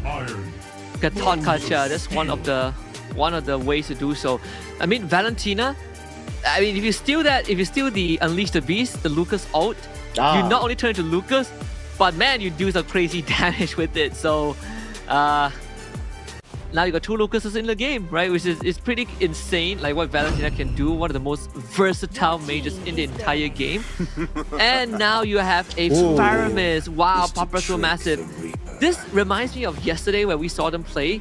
It's a all-in dive comp, but I don't know, man. I feel like this is like a Hail Mary for Papra Supermassive, and it's not going the way they wanted it to be because they are not covering their bases with the bans. Yeah, speaking of all in, they're banning out Kara's hero left, right, and center. No more Beatrix, no more Granger, no more Harith, no more Moskov. And that might be an Irithel ban as well, or someone that can disrupt a teamfight composition. Maybe a Melissa could be possible as well. They want to ban that out. But man, Papra Supermassive showing a lot of respect over to Kara. If that's the case, Papra Supermassive is going to take the Claude away, right? Like, they only make sense because you're banning out so many gold laners. There really isn't much good ones left. Unless ONIC PH shows us their M6 tribute once more. You go back to the Layla, which would be hilarious, right? Which would be kind of a blast from the past. Time to take the field. Well, maybe Layla or Ixia. Okay, they read you. Might want to go for the Bruno this time around. Take out the Claude. Just take out the Claude away from Kara. Kara could be left with either a Natan or even the Ixia or Melissa might work as well. You got a lot of like large scale sort of like AoE damages. Oh, actually. Wait. So Valentina Loi. It's a Kirk Valentina. There's a Claude. It's a Kirk Valentina. It's an XP Valentina. It's XP Valentina. Dang. Oh yeah, we've seen this Okay. before. MPLPH, dude. I remember, like, this is such a rare trick because every time it shows up in MPLPH, it's and it's pretty darn good against the Lucas, right? Because Lucas can't dive you. Yeah. He can't fight you because you keep terrifying him, and then you steal his ultimate and you can fight him back. So this is definitely a I've been curveball that I losing think for too long. SuperMassive have not seen. So they're gonna get the carry as a last resort. There really isn't much choice left in the tank anyways. I think Moji's gonna be gunning this Lucas in the jungle though. So it's gonna be Kirk against Wasa in the EXP side, and Wasa's gonna be using the Hilda. So man, Valentina EXP might work, less mobility, less rotational speed, but you're able to hold your ground, hold your lane a little bit better. Yeah, and I do want to see how this is gonna pan out, because now you essentially just free up an extra. You actually have a lot more utility now that I think about it. Just because the Valentina is in the XP lane, you have Voyi, but at the same time you get good value ultimates. I definitely am siding with ONIC Philippines draft, right? It's a completely different flavor from game one, and an even more fast-paced one thanks to King Kong's Fanny. Yeah, I do have to agree with you, but ladies and gentlemen, this is game 2. ONIC Philippines 1 game away from solidifying that clean sweep against Pop SuperMassive and getting yet another win across the board. But will Pop SuperMassive, with their signature team fight dive heavy composition, but hold on a second, Brusco's already there though. Oh no. Moji, in his final mother, will he be able to take that purple buff up? We didn't see the buff. Oh no! No, this is oh no! Oh no! All the resources gone. King Kong already got that orange buff. Burned out that flicker as well. Bloodspet. A little bit too early though. Oh, what a read by King Kong. He knew that Jawhead is going to start leashing. He gets a free buff and first blood mid. Just like game 1, it has already started collapsing, Churros. Man, Husky, I got a feeling that both of us are going to be play-by-playing the entire game, and there's still not going to be a lot of color though. But look at that, Bloodspet got his eyes on Super Prince, gets that iframe away with the flicker. Popped available resources, but keeps himself safe. As Kirk versus Wasa down the EXP side, the Valentina EXP keeping Hilda at bay. Call it fear, call it intimidation. That's not a lot of respect that Kirk is giving Wasa though. And not only that, right? Like Hilda, same problem as Lucas. You can't go into Valentina, and Valentina's passive gives her the extra XP if you are same level or higher than her. So Kirk's gonna always be ahead of Wasa, and Wasa, that Vengeance is not gonna do anything in lane. Not against Kirk, who has Brave Smite to keep himself sustained throughout all of that. So it's a disaster. I think Pop SuperMassive, they overlook a lot of these small details that they usually don't get to face up on. For example, you letting a Fanny go and forgetting to keep your jungle safe. Oh, you got Kirk already level 4 underneath the turtle den. As Wasa gets terrified, needs to get out of there. He wants Moji's ult. King Kong taking the turtle. Diversion play. They don't know where it's going, but it's the top side though. Xiao down low. Here comes King Kong. Air slash takes him out midair. Oh man. There was a bit of a funny moment. Super Freeze steals Moji's ultimate, but couldn't leap into the diversion in time. But it's not that it really mattered, right? They still took care of Zell top side. Almost a 2k gold lead. And Pop SuperMassive, like when you run a Hilda, the first thing you want to do is you want to be able to get out of lane and help your side lanes, but not against this Valentina. Like Wasa is stuck in lane. He is getting the Hilda treatment from a Valentina. I don't know how Wasa's losing that EXP side. Like, you could maybe whittle down Kirk a little bit, try to push him back in the EXP lane, but it's just Kirk rotating around, and he's got that Brave Smite as well, so he heals back up whenever he hits his skills. So that gives him a little bit more sustain coming in. It's King Kong, tries his best, taking down, tries to go for Moji. He's already a level ahead. I think Kirk is just doing a very good job of strong arming, or stiff arming this Hilda. Every time Hilda walks up, nope, you don't get anything. Top side, diversion. On a Xiao. That's the AOG, tries to defend Xiao, but Xiao unable to run underneath the turret. That's 5-man collapse. King Kong underneath. Tries to go for more. but will back off. They'll take down that T1 top side as Kirk down low, getting pulled underneath that turret. He's got the Unleash the Beast. He's holding that on for now as ONIC Philippines continue to surge and build that snowball. If Papa SuperMassive don't find a way to stem the bleeding, this game could be over by the third turtle. I feel like it could be even earlier, right? Like, King Kong, he should be able to get away from that. Purple is coming back up. Papa SuperMassive won't be able to get to the turtle in any way. And look at Wasa, like, he finally leaves the lane, but now he is stuck. He might as well be a roam Hilda at this point. Yeah, it's like double roams for Papa SuperMassive. They're trying to play as a team. It's not even a 5-minute mark. And leaving that lane will be pretty disastrous because once you open up that top side, bottom side, then your major river objectives like the turtle, the lords, will not be contestable for Papa SuperMassive. ONIC PH starting up that turtle in that den. Papa SuperMassive trying to maintain the side lane pushes that are coming through. King Kong already in position, seeking out Xiao in that tri-bush. Knows where he is right now, but in the mid-side zone, Super Prince finally gets taken down by After Dark. Brusco a little bit too late as Papa SuperMassive tries to buy some time for himself with that nether round. Moji almost taken down. The damage from King Kong was just disgusting. Husky down the bottom side. Xiao Kurt's gonna kill him. almost getting taken down. Unleash the Beast. Kurt tries to go in, flicker out of the way in the nick of time. Lost Fed tries to push him back in. Kurt dashes out of the way. Wasa comes in as well. Little bit extra line of defense, but Kirk, oh man. Man. They're everywhere. ONIC PH is everywhere, Husky. A silver lining. The Blossfed did set up a kill on the Super Prince with the flicker ejected just now. So that is something, right? First kill for Papa SuperMassive. They save Cell and everyone else. Diversion though again. Gonna send Claw to the top side.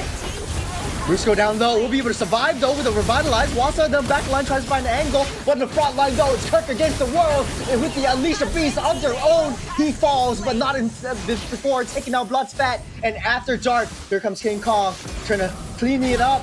Moji down low. Kaoro picked that one up as well. Here comes After Dark back from his fresh respawn. But not enough, a little bit too late with that nether realm. As Papa SuperMassive, they're crumbling like flies, dropping down low. Super Friends, the damage once again, keeping Papa SuperMassive at bay. And ONIC Philippines, slowly but surely turning that snowball into an avalanche. This game might just be over, honestly.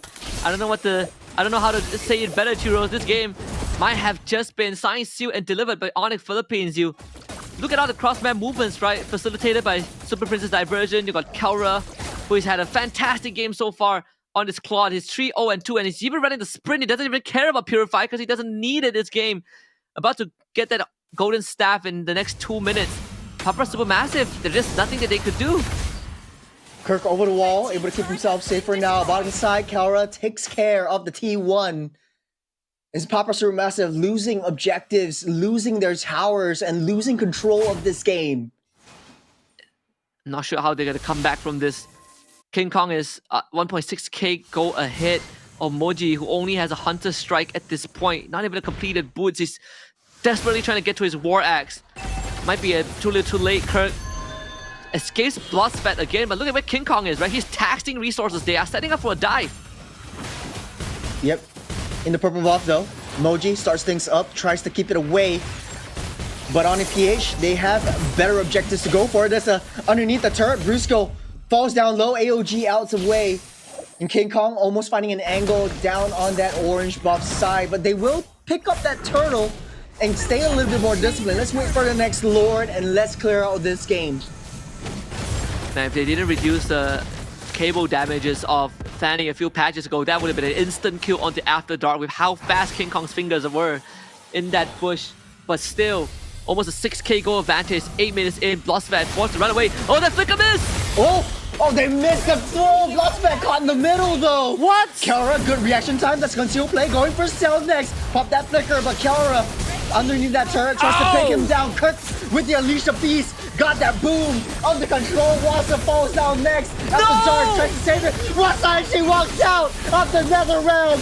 Moji tries to take what he can with the Unleash the Beast, but Kaura's damage is just too much to handle. ONIC throws lightning from the skies as they show dominance in game number 2. Oh, the Thunder Heralds. Kirk, true to his name, a true architect, steals Unleash the Beast. Just blast down Xiao with the shockwave, and Boston gets solo queue up top. He's coming back for King one. Kong's not finished yet. That's man. a mistake. That's a mistake from King Kong.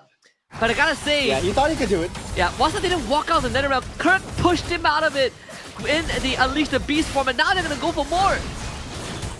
Because the reactions, AOG from themselves. Bruce actually hits down too. Kirk goes for more. Moji down low, taken down by Kirk once again with a double kill. Man, pure and utter domination. No other way to put this. One of the top teams of the world, Philippines, are showing up big time. This is brutal. This game has already ended before you even know it. Like it ended faster than you could say Papra Supermassive, because there's no way back into this game. There legitimately is no way unless ONIC Philippines decides to fountain dive and wipe themselves up and out, and even then Papra Supermassive will still have to struggle to get back into this. Xiao hasn't even gotten his Holy Trinity yet. Moji, he is completely nullified, and after dark he just can't do enough as this Faramir, because you have a counterfeited Lucas in the form of Kirk, who is pushing your teammates away, and not only that, they are just blowing up your Netherrealm shields way too fast. You generally don't want to use it that early on, but ONIC Philippines is forcing Papra Supermassive to expend resources just to stay alive.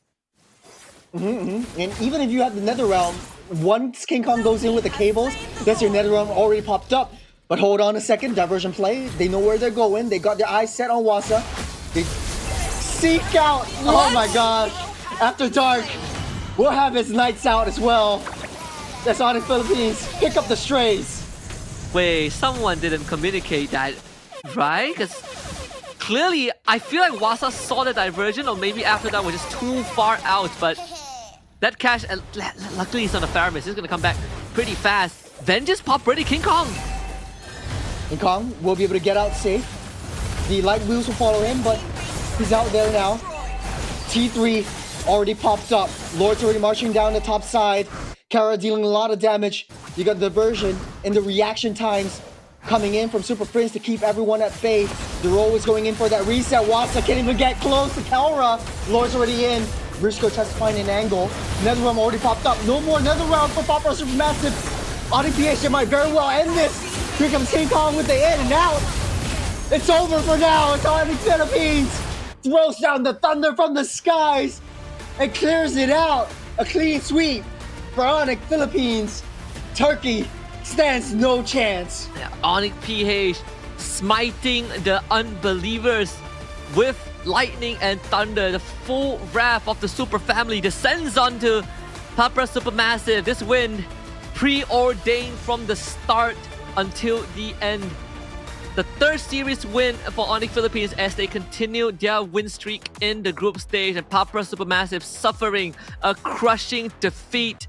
Second series loss, currently 1-2 in the group stage, and their day has just begun. They still got one more against Bigatron later on. It's going to be a tough one to recover from, but this is another masterclass from ONIC Philippines. Sure dominance, pure unadulterated dominance.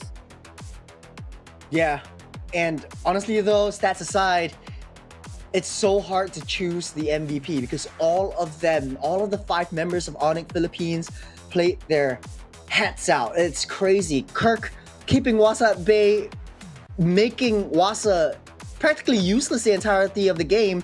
King Kong right from that get-go in that orange buff, taking away useful resources from Moji, and then he just delaying Moji from snowballing in. Super Prince finding crucial diversions and easy pickoffs, bringing the 5 members of the team, and Brusco having no deaths in the game, getting in, getting out with the AOG, saving his teammates, making the right setups. Man, this is just crazy. I mean, even if you're Cell right now, you can't even be mad at that game, right? Because that game was so hard for him. His side laners have no pressure at all.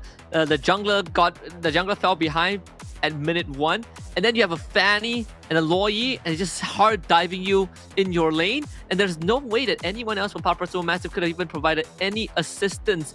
So this game once more, it's just ONIC Philippines having the draft and obviously throwing in a curveball with the Kirk Valentina.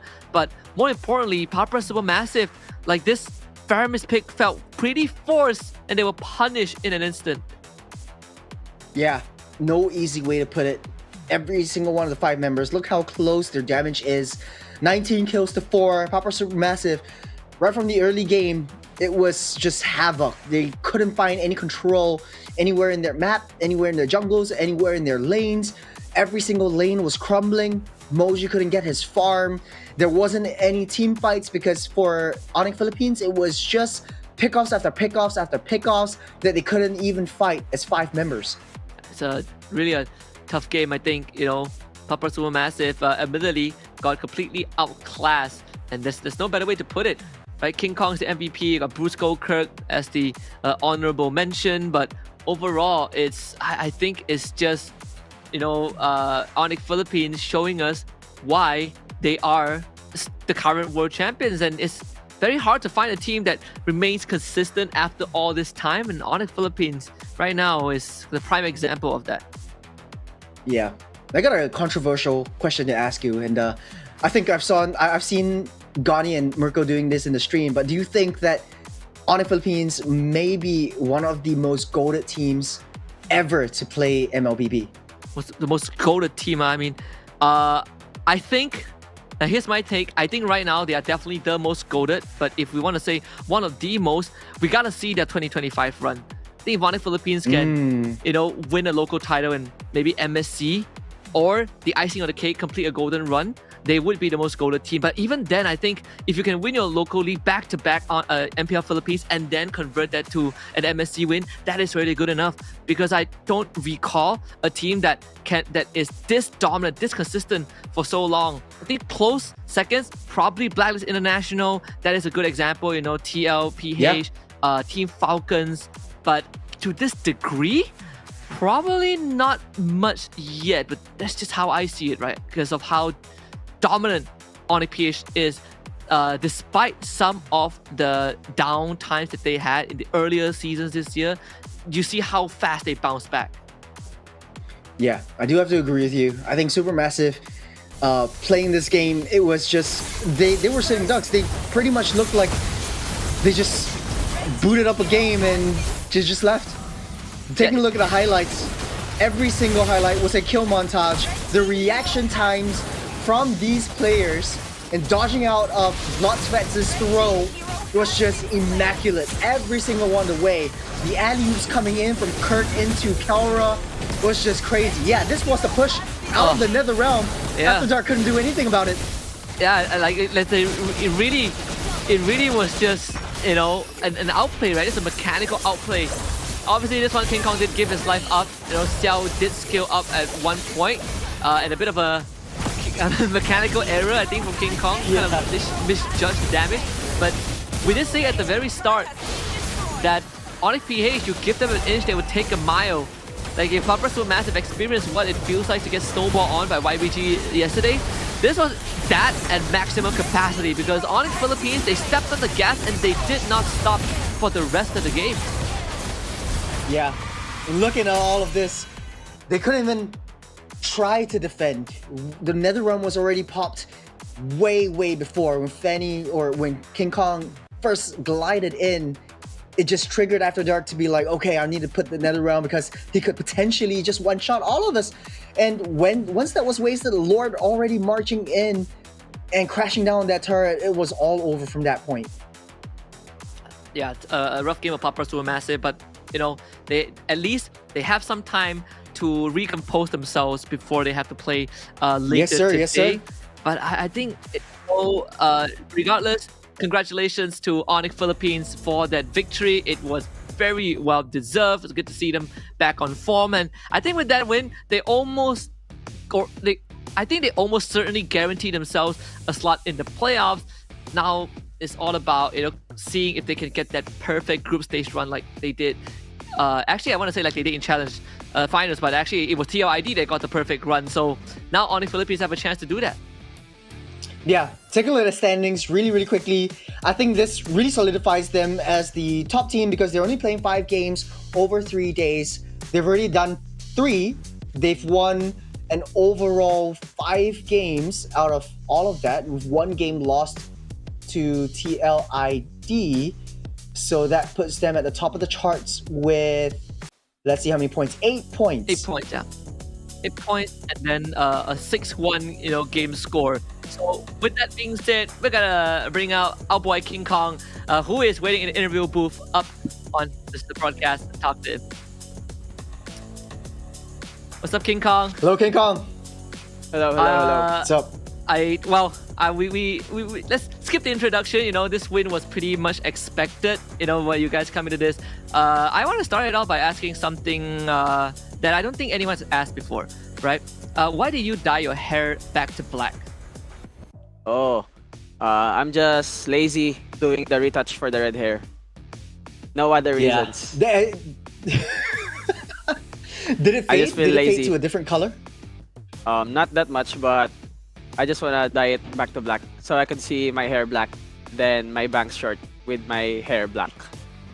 Well, to be honest, I think we can all agree that you look better in black hair. Yeah. Okay. Thank you.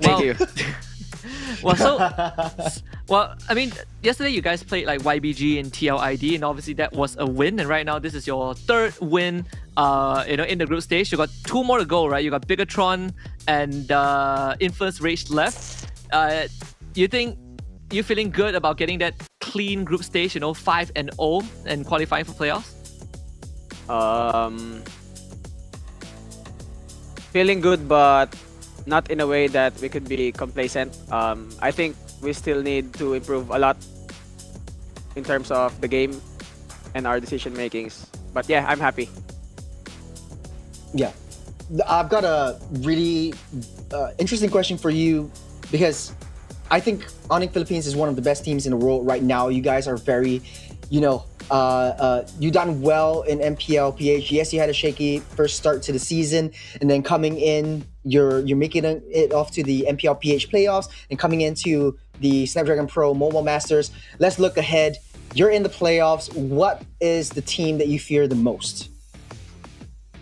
I think every single team has a threat to us since almost all of the teams already adapted to the current meta, and I think every team knows how to play the game very well as of now.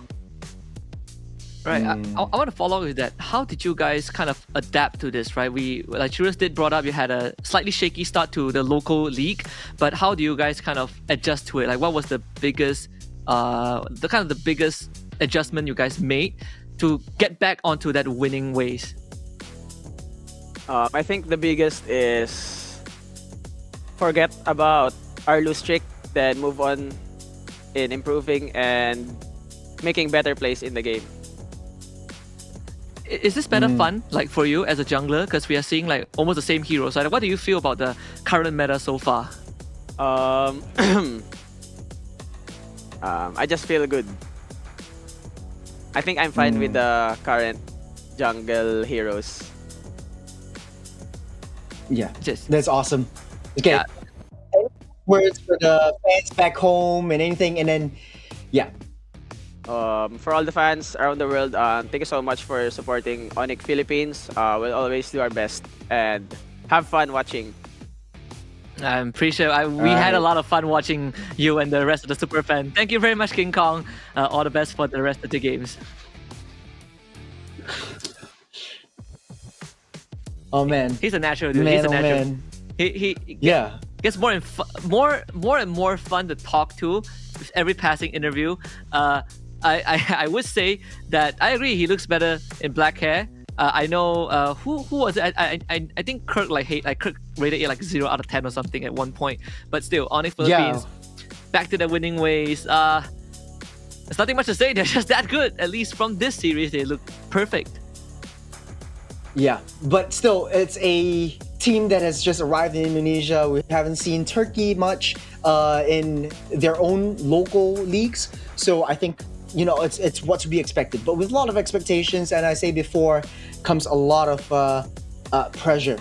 for ONIC Philippines to perform, especially at the highest level. Yesterday, they really showed us a masterclass against TRID as well. Yes, they lost one game, but they really came back and showed that they're disciplined, they're adaptable, and they really need to get that reset. It's so hard for esports players to get that reset coming into the game after a loss. Yeah, especially when the stakes are so high, right? Like the prize pool, I think champion prize pool for Mobile Masters is essentially more than what you get by winning a domestic league, and it's happening in the middle of your league as well. So I think, you know, with all that pressure, sometimes you need the things around you to take the edge off, and we have what essentially is the official chair of ESL that is put to the test and proven by players. Let me introduce you to Antros, built by humans, backed by science, where comfort meets competitive edge. And you can check out more about them on antros.com, because this chair is not just a chair you sit on and do your daily things. It actually benefits your sitting postures. For example,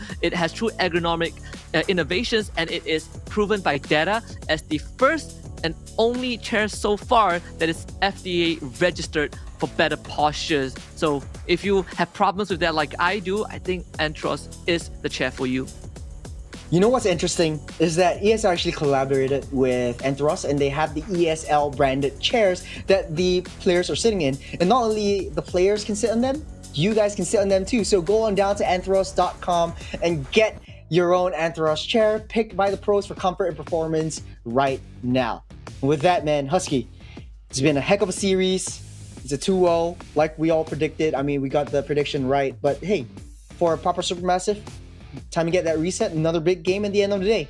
Yeah, they got plenty of time to do that reset. So yeah, I think the game towards the end of the day is the most important one, because right now they are tied with BTR on their scoreboard, right? So that last game is going to break that tie and decide who can make it to the playoffs. But we also want to quickly remind you that you can win a $100 gift card by taking a survey at esl.gg/survey, or just scan the QR code. We would like to know your thoughts on everything that has happened so far. So take some time, do the survey, and you might be a lucky winner of a gift card that is worth $100. 100 USD, so that's like 400 ringgits? 400 plus ringgit, yeah, 400 plus ringgit, you know, however currency you want to put it, but just know that sometimes you can do things and win something by doing that. For now, we are gonna do some winning on our own, because we're gonna take a break, and when we come back, it is going to be the second series of the day, Aurora Turkey against Alpha 7 Esports. Stay tuned for that.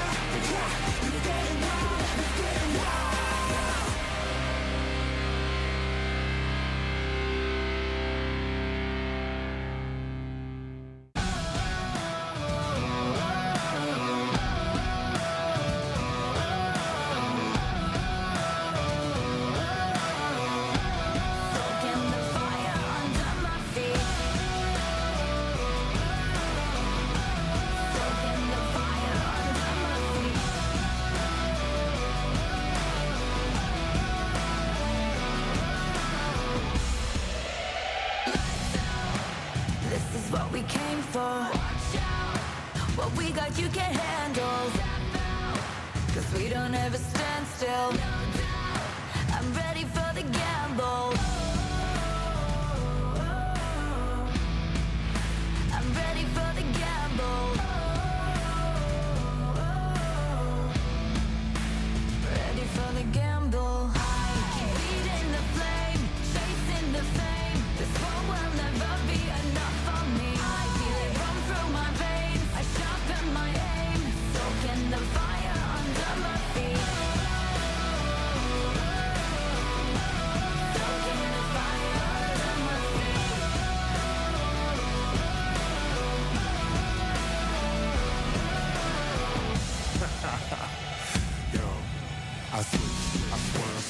how I have the nerve. Leaving the heat on the track, too hot and I'm lighting the match now. Blasting off our rocket, grab the mic just to drop it. My Fahrenheit is shocking, amazed, dazed by the sense of grade. Come now, don't be phased, follow the trail I blaze. First place, no second to waste. Pyromaniac, fanning the flames, burn the brightest they've ever seen. Give an arm of that third degree on the kerosene, and I smoke them out. Fire away, counting down. 2, 1, ready for the gamble.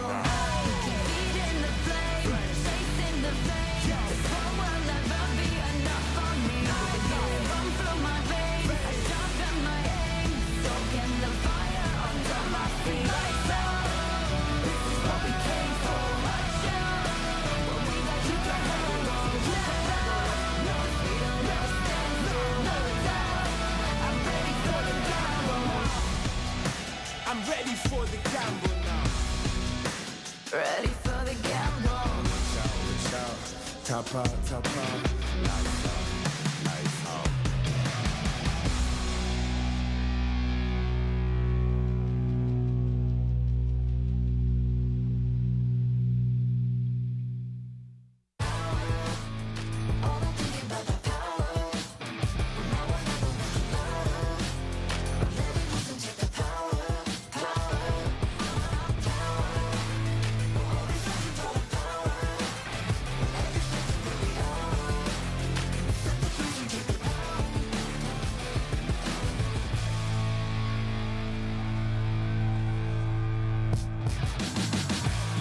I'm moving automatic. See the top spot, but I move right past it. You're not number one, man, you thought you had it. I got what I want, now it's more than average. We are the masters. Now we back on the roll, headed back to the throne, cause we back what we on. Now we here to set the tone, got the spirit, got the soul, never question the power. Yeah, we showing you the power.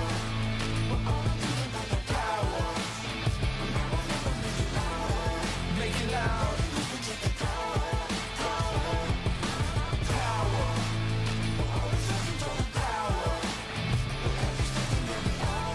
Don't waste a minute.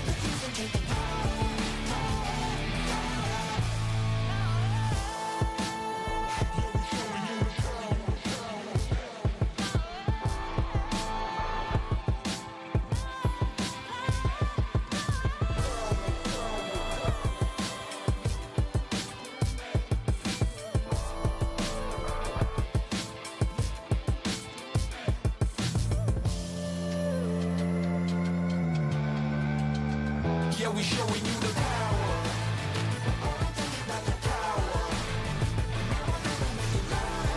Make it loud.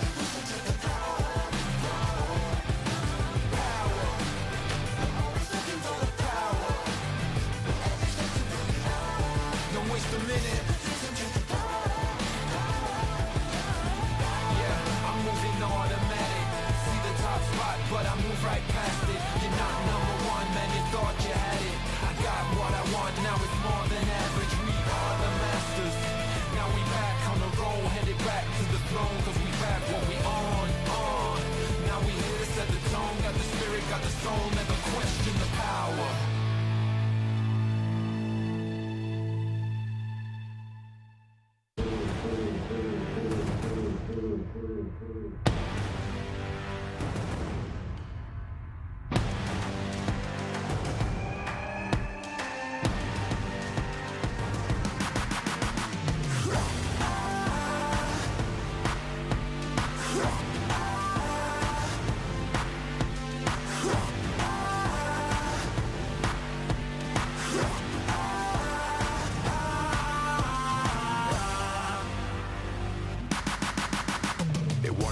We go farther, they working hard, we're working smarter. Where they're gonna go, we go harder. Hit every swing, roam like a king. Every dream in your head getting bigger and bigger. Isn't it time we start pulling the trigger? Shoot for the clouds, let there be no doubt. We're flowing without any drought. Baddest the baddest, just call me rolling. Playing with folks for the serotonin. Placing your bets, yeah, we're going all in. It's somebody calling my destiny. Betting on me, you don't wanna be my enemy. Wait and see, lay on the waist. Taking the victory, not just a taste. Laying on fire, we're storming the gates. You don't wanna be my enemy, wait and see, lay on the waist, taking a victory, not just a taste, laying on flat and we're storming the gates, laying on flat and we're storming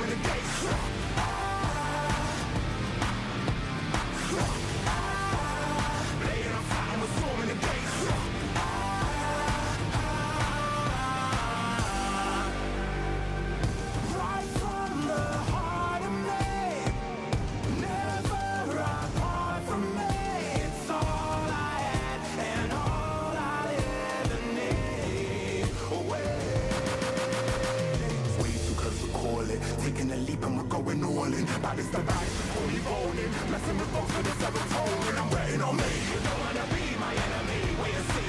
Lay on the waist, taking a victory, not just a taste. Laying on flat and we're storming the gates.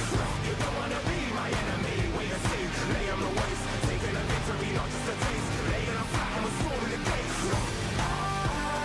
Laying on flat and we're storming the gates. Laying on flat and we're storming the gates. You don't wanna be my enemy, wait and see.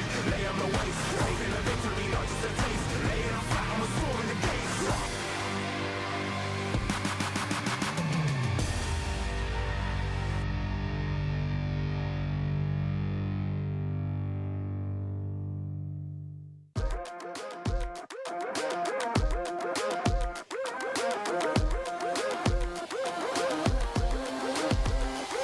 I believe it, I can see it. If it's in my sights, I achieve it.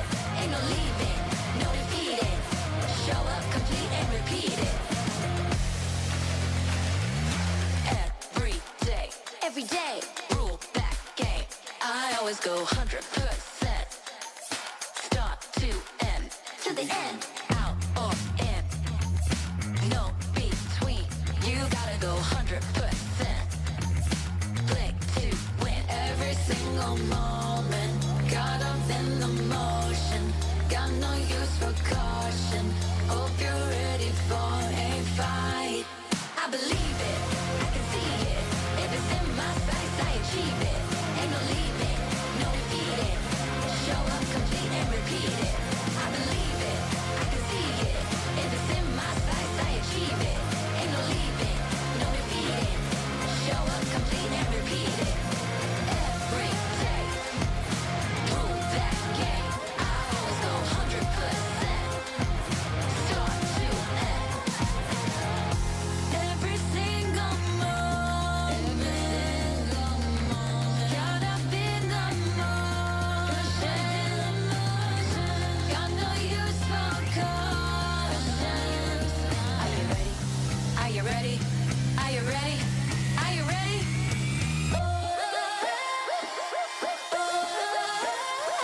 I believe it, I can see it. If it's in my sights, I achieve it. Ain't no leaving, no defeating. Show up, complete and repeat it.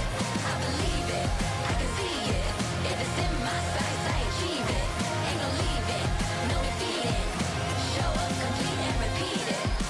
Every day, rule that game. I always go 100%. Start to end. Every day, rule that game. I always go 100%. Start to end. Show up, complete and repeat it.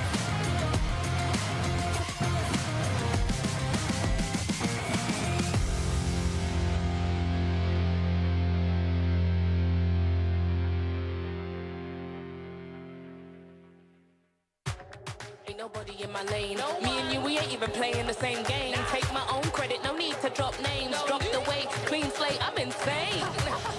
It's giving insanity on a melody. More flow than a manatee. Levels that I reach, man, I defy gravity. Heart so strong like it runs in the family.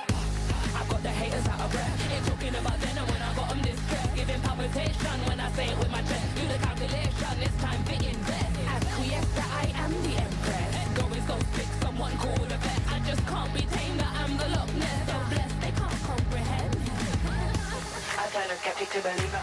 I am a leader resurrected like it's Easter. If you step to me, you'll get the misdemeanor. They can't defeat her, they can't connect the reader. Card decline, don't worry, I'll be fine. Cause all I see is up in the line. Did I plan this? Is this by design? Come reflect, my light can't be denied. Come correct, cause this moment is mine. It's mine. Tell me you're feeling the. Tell me you're feeling the. Do it like nobody does. Sipping that haterade, right to the finish line.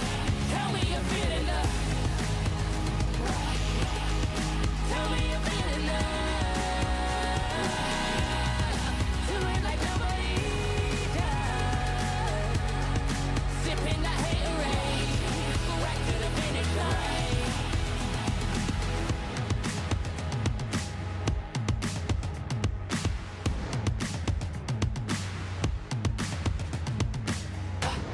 got the haters out of breath. Ain't talking about then and when I got them distressed. Giving palpitation when I say it with my chest. Do the calculation, it's time to invest. Acquiesce that I am the empress. Going so sick, someone call with a vet. I just can't be tamed, that I'm the Loch Ness. So blessed, they can't come. Tell me you're feeling enough. Tell me you're feeling enough. Do it like nobody does. Sipping that haterade, right to the finish line. Tell me you're feeling enough.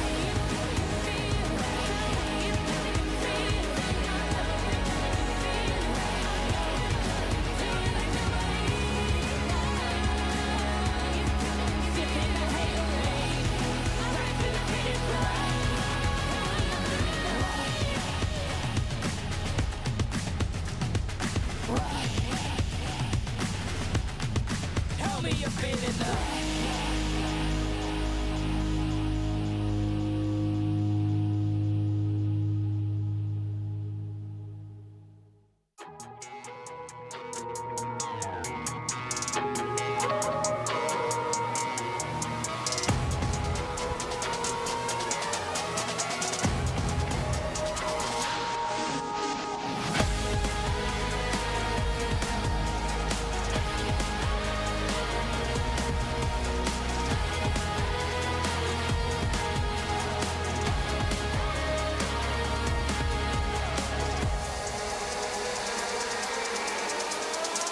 Way to the top, I never stop. It's coming ready or not. Do you have what you say you got? Go till you drop. Going till we hit the spotlight. Gonna shine bright. Anything I like. Put it on the line. I've been taking chances all my life. I've been patiently waiting, and we're gonna take it like that. You can't stop what we began. It's the one.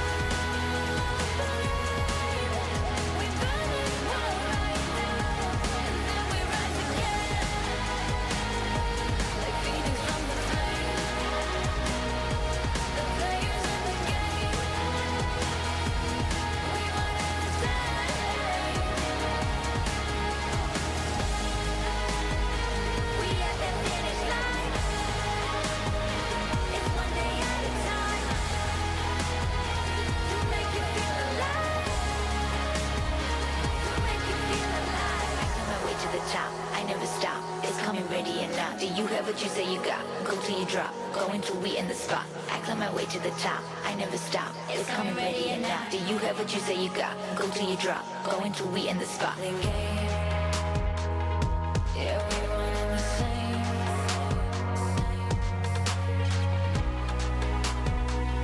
I've been patiently waiting, and we're gonna take it like that. You can't stop what we began. There's no one alive. We promise we'll rise down, and then we rise again, like phoenix from the sun. The players in the game, we want to say.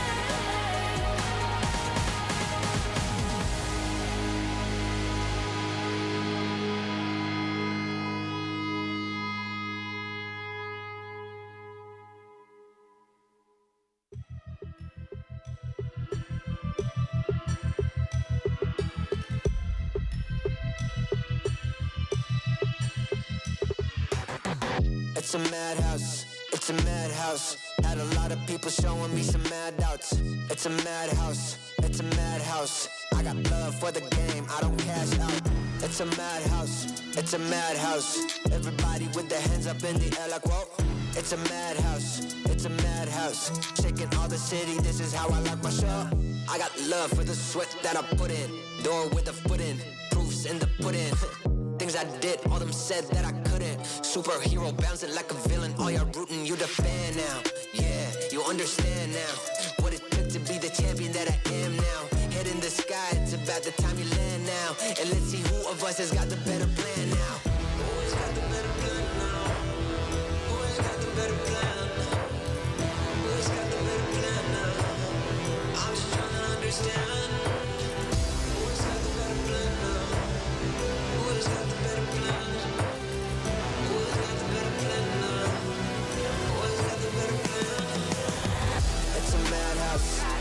madhouse.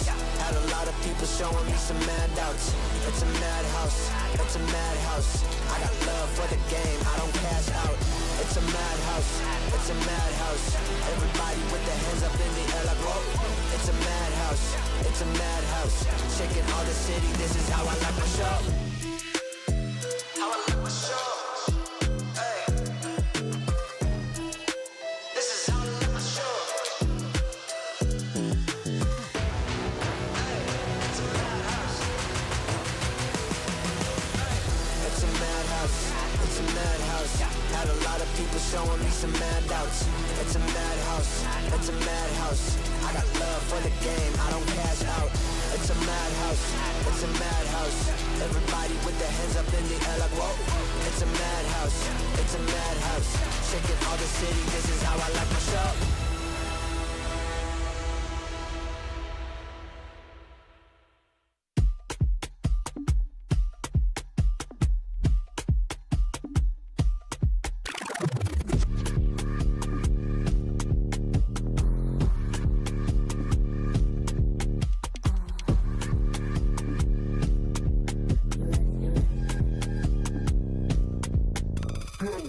Watch me go, you can't touch this, just peep my flow. Simon said, put it all on the floor. All heads turn when I walk through the door. They know I'm hot, better yet ice cold. Heart full of chrome, you can tell when it's on. They can't stop me when I get in my zone. I don't even answer when they call on my phone. Baby, myself, I ain't make no wrongs. Play with me, I don't condone. I'm way too up, but I'm so far gone. Play with me, I don't condone.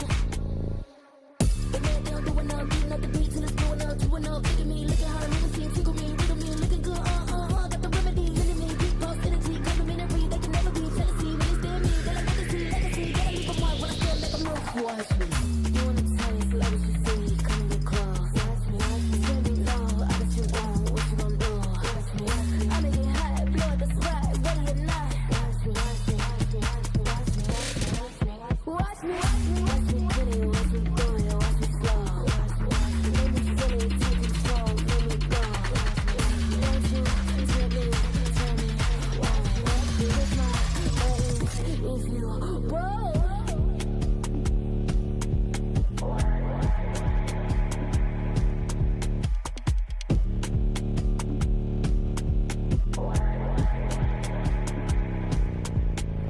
Watch me, better than me. Cocky, you like it free. Watch me, better than me. Watch me, you like it free. Watch me, you wanna taste like what you see. Come get close. Watch me, tell me low, I bet you won't, what you gon' do. Watch me, I make it hot, blow up the spot, ready or not. Watch me, watch me,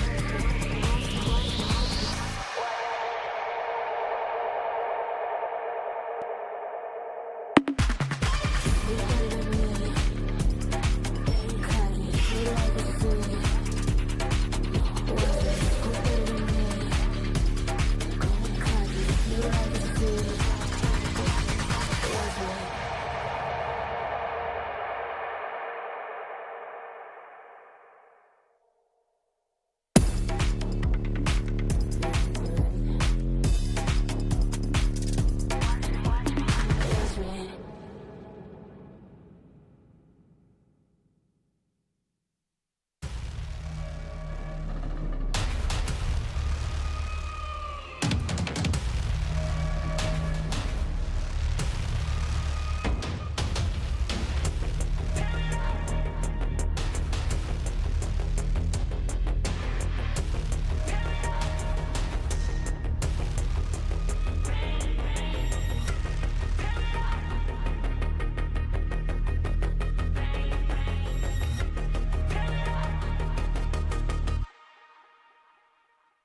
You get one night before the sun's up. Bang, bang. Tear it up. One shot before your time's up. Bang, bang. Tear it up. You get one chance before you're out of luck. Bang, bang. Tear it up. Tear it up. Bang, bang. Tear it up.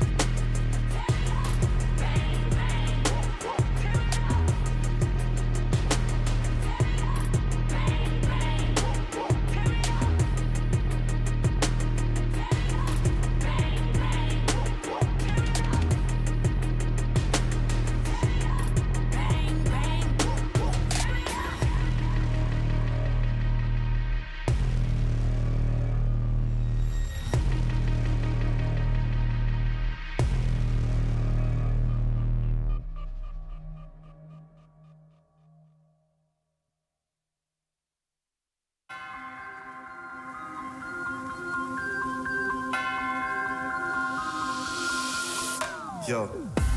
One thing's for sure, you're gonna recognize me when I walk in the door. And I had to get the haters to give an applause. I can get an encore without giving them more. But wait, I'm giving them more. Every 7 days I'm giving them 24. You can't make the cut if you ain't gonna bore. These ones don't know about war. I grew up cold, hungry and poor. I wasn't grateful, I wanted more. I wanted women, I wanted tours. So I grinded and grinded some more. Woke up depressed, I had to fight more. So I burnt out, I couldn't do more. I had to put Ascension on pause. Now I'm back like I want no war.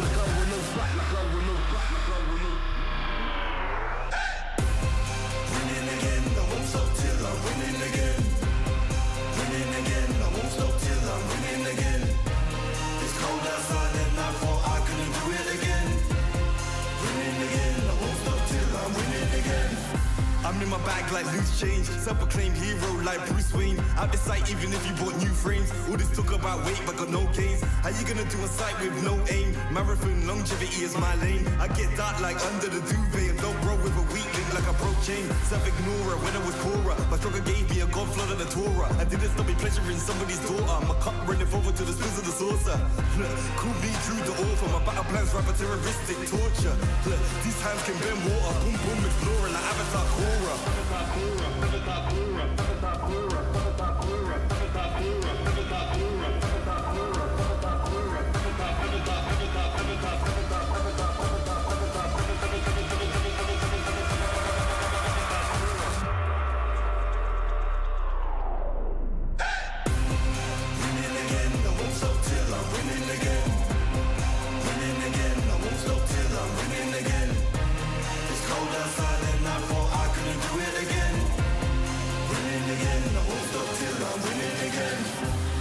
Rhyme like nursery, still my style, you will reimburse me. Plus 30, big hands and they're sturdy. I'm Drew the first, I'm back like anniversary. I came back worthy, like I swam in lava till it no longer burns me. I walked the desert for my ego's perjury, working for that zone where you can't outwork me. I'm a big man, but I ain't 32. I came to the front line with like 32. I'm a Rex, that's a shout out to 32. I'm a danger and I play 32. I'm just so 20, 32. Ahead of my time, so I'm hard like Brew. Flows the bomb like I shook the room. I stay lit like Christmas and hot like June. Winning again, I won't stop till I'm winning again. Winning again, I won't stop till I win. It's cold outside and I thought I couldn't do it again. Winning again, I won't stop till I'm winning again. Winning again, I won't stop till I'm winning again. Winning again, I won't stop till I'm winning again. It's cold outside and I thought I couldn't do it again. Winning again, I won't stop till I'm winning again.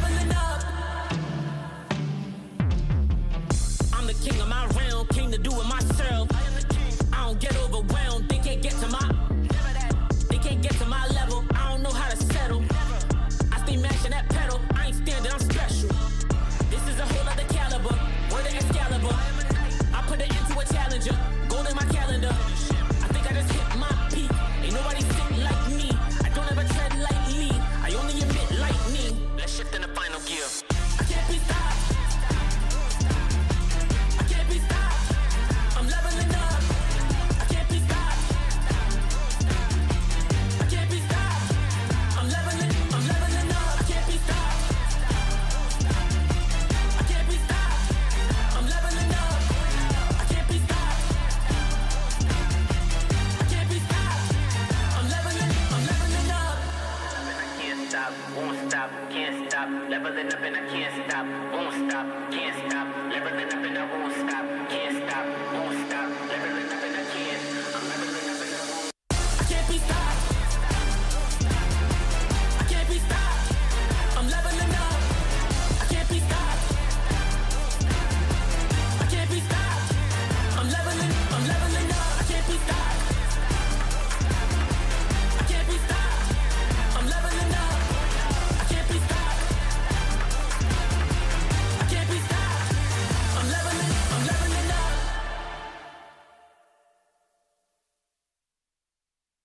have to guess who in the building. Born of the realest. Never catch me slacking, I was born, that's the illest. They call me a champion, I got the will to win. I'm a rare breed walking, I am one in a million. Guess who in the building? Born of the realest. Never catch me slacking, I was born, that's the illest. They call me a champion, I got the will to win. I'm a rare breed walking, I am one in a million. Yeah.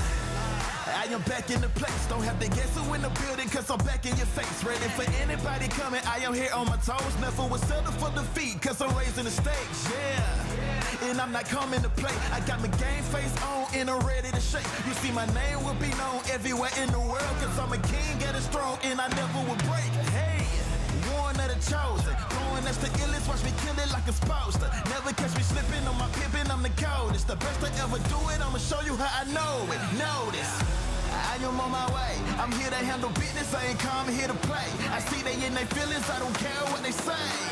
I am one in a million, you don't have to guess who in the building. Born of the realest, never catch me slacking, I was born, that's the illest. They call me a champion, I got the will to win. I'm a rare breed walking, I am one in a million. Guess who in the building? Born of the realest, never catch me slacking, I was born, that's the illest. They call me a champion, I got the will to win. I'm a rare breed walking, I am one in a million. I'm a rare breed walking, I am one in a million. I'm a rare breed walking, I am one in a million. And I'm at it again. I'm a bad man walking around and tell all your friends. And whoever wanna test me, I am standing my ground. As they come closer, I am focused as I smart with a grin. Yeah. Cause they know I'm a fool, and they know I'm that dude. I don't follow their rules, never bow to their principles, never choke when I move, never fold under pressure, never vouching to lose, yeah. I am on my way, I'm here to handle business, I ain't come here to play. I see they in their feelings, I don't care what they say. Cause I'm one in a million. You don't have to guess who in the building. Born of the realest, never catch me slacking, I was born, that's the illest. They call me a champion, I got the will to win. I'm a rare breed walking, I am one in a million. Guess who in the building? Born of the realest, never catch me slacking, I was born, that's the illest. They call me a champion, I got the will to win. I'm a rare breed walking, I am one in a million.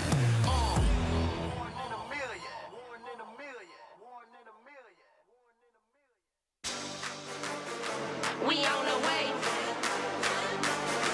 We came to play. We on the way. Showtime. Let the games begin. You can't stop us. I came to win. You can't stop us. It's only us in the end. You can't stop us. We the best in the world.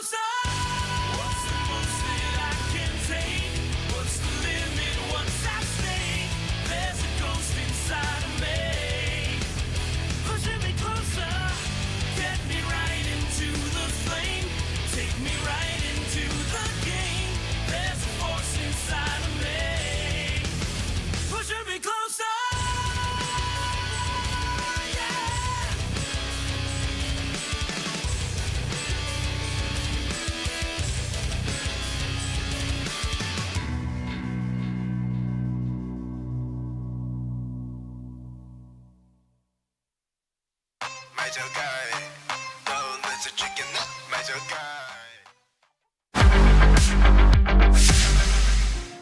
guys, gue Fabian dari tim Liquid Indonesia, role gue jungler. Hari ini gue bakal ngajarin kalian bermain Suyo. Kalau buat emblemnya, gue kalau main Suyo biasanya pakai Trill kalau nggak Swift ya. Kalau yang 2 sama 3-nya nih sebenarnya bisa killing spree juga, kalau nggak Impurage. Cuma biasanya kalau buat farming mungkin Impurage biar lebih cepet aja sih. Terus kalau yang talent satunya nih bebas sih sebenarnya, bisa Swift bisa Trill juga. Jadi ya lebih enak Swift sih sebenarnya, tapi ya udahlah kita coba Swift aja lah. Ya paling kalau buat level 1 yang gini kita ambil skill 2 ya, karena biar cepet farmingnya. Terus biasanya kalau gua sendiri start mana buffnya sebenarnya tergantung turtle. Kalau misalnya turtle-nya di bawah ya udah gue start bawah, kalau turtle start atas gue di atas. Terus kalau farming, kalau dari gue sendiri sih langsung retry aja sih biar cepet aja. Terus juga main Suyo gini skill 2-nya bisa di hold, bisa di tap juga, jadi bebas. Habis merah gini ya ke biru aja sih, kayak farming biasa aja sih ya. Terus kalau misalnya udah 2 buff gini ya kalian habisin jungle kecil aja. Terus kalau misalnya ada kutu ini Lito, ambil aja. Terus ada orang ya udah kita kill. Terus kalau masih menit 1 gini mungkin ya farming doang sih. Kalau misalnya ada orang yang buat di geng kayak di XP lane, kalau nggak di gold lane gitu, mungkin ya bisa digas. Cuma tergantung pattern kalian. Kalau misalnya pattern kalian ke atas ya udah ke atas aja gitu. Jadi nggak usah mondar-mandir. Terus juga jangan lupa kalau misalnya ada jungle musuh, kalian coba invite aja sih, biar lumayan kan XP sama gold. Yang turtle udah mau respon guys. Jadi kita ya stay turtle aja sih. Karena Suyo tuh ibaratnya kayak hero yang lumayan kuat megang objektif ya. Jadi ya buat pegang turtle, pegang lord gitu lumayan ada advantage-nya sih. Udah kalau misalnya udah dapet turtle gini, kalian tinggal farming lagi. Terus kalian bisa geng mid, geng atas, geng bawah sih, bebas. Jadi kesimpulan main Suyo ini menurut gua, ini hero buat di jungler sangat overpower karena dia mempunyai banyak advantage ya, kayak ibaratnya bisa sustain di early game-nya, ada damage gitu-gitu kan. Jadi ya cocok lah dipakai buat solo rank, entah itu party gitu, cocok banget sih. Ya paling dari gue itu aja sih kalau buat pro tips bermain Suyo ya. Kalian jangan lupa buat dukung tim Liquid Indonesia di SPS Mobile Master ini supaya juara guys. Thank you.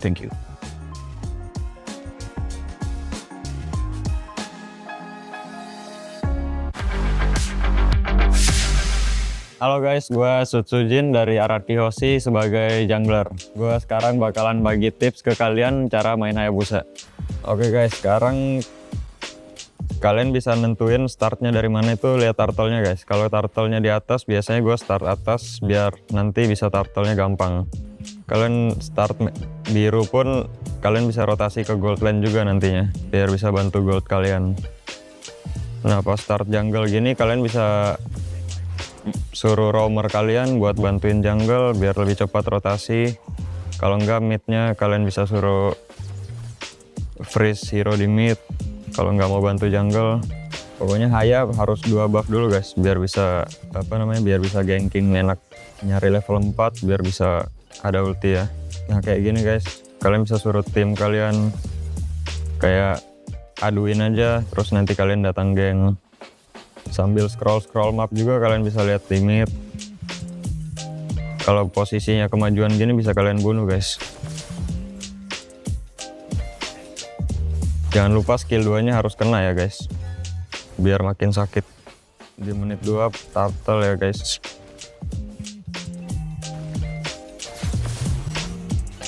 Kayak gini musuhnya out of posisi, bunuh lagi.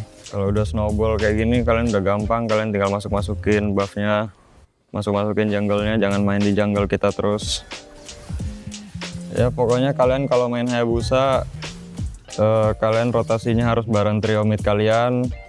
Terus juga kalian harus ganking kiri kanan, lihat yang mana bisa di kill. Terus sama maksimalin skill 2-nya sih biar shadow-nya itu harus kena guys kalau mau main Hayabusa. Soalnya stack pasifnya itu penting banget biar bisa ultinya tambah sakit. Udah sih gitu doang guys. Oke guys, itu dia tip dari gua untuk main Hayabusa.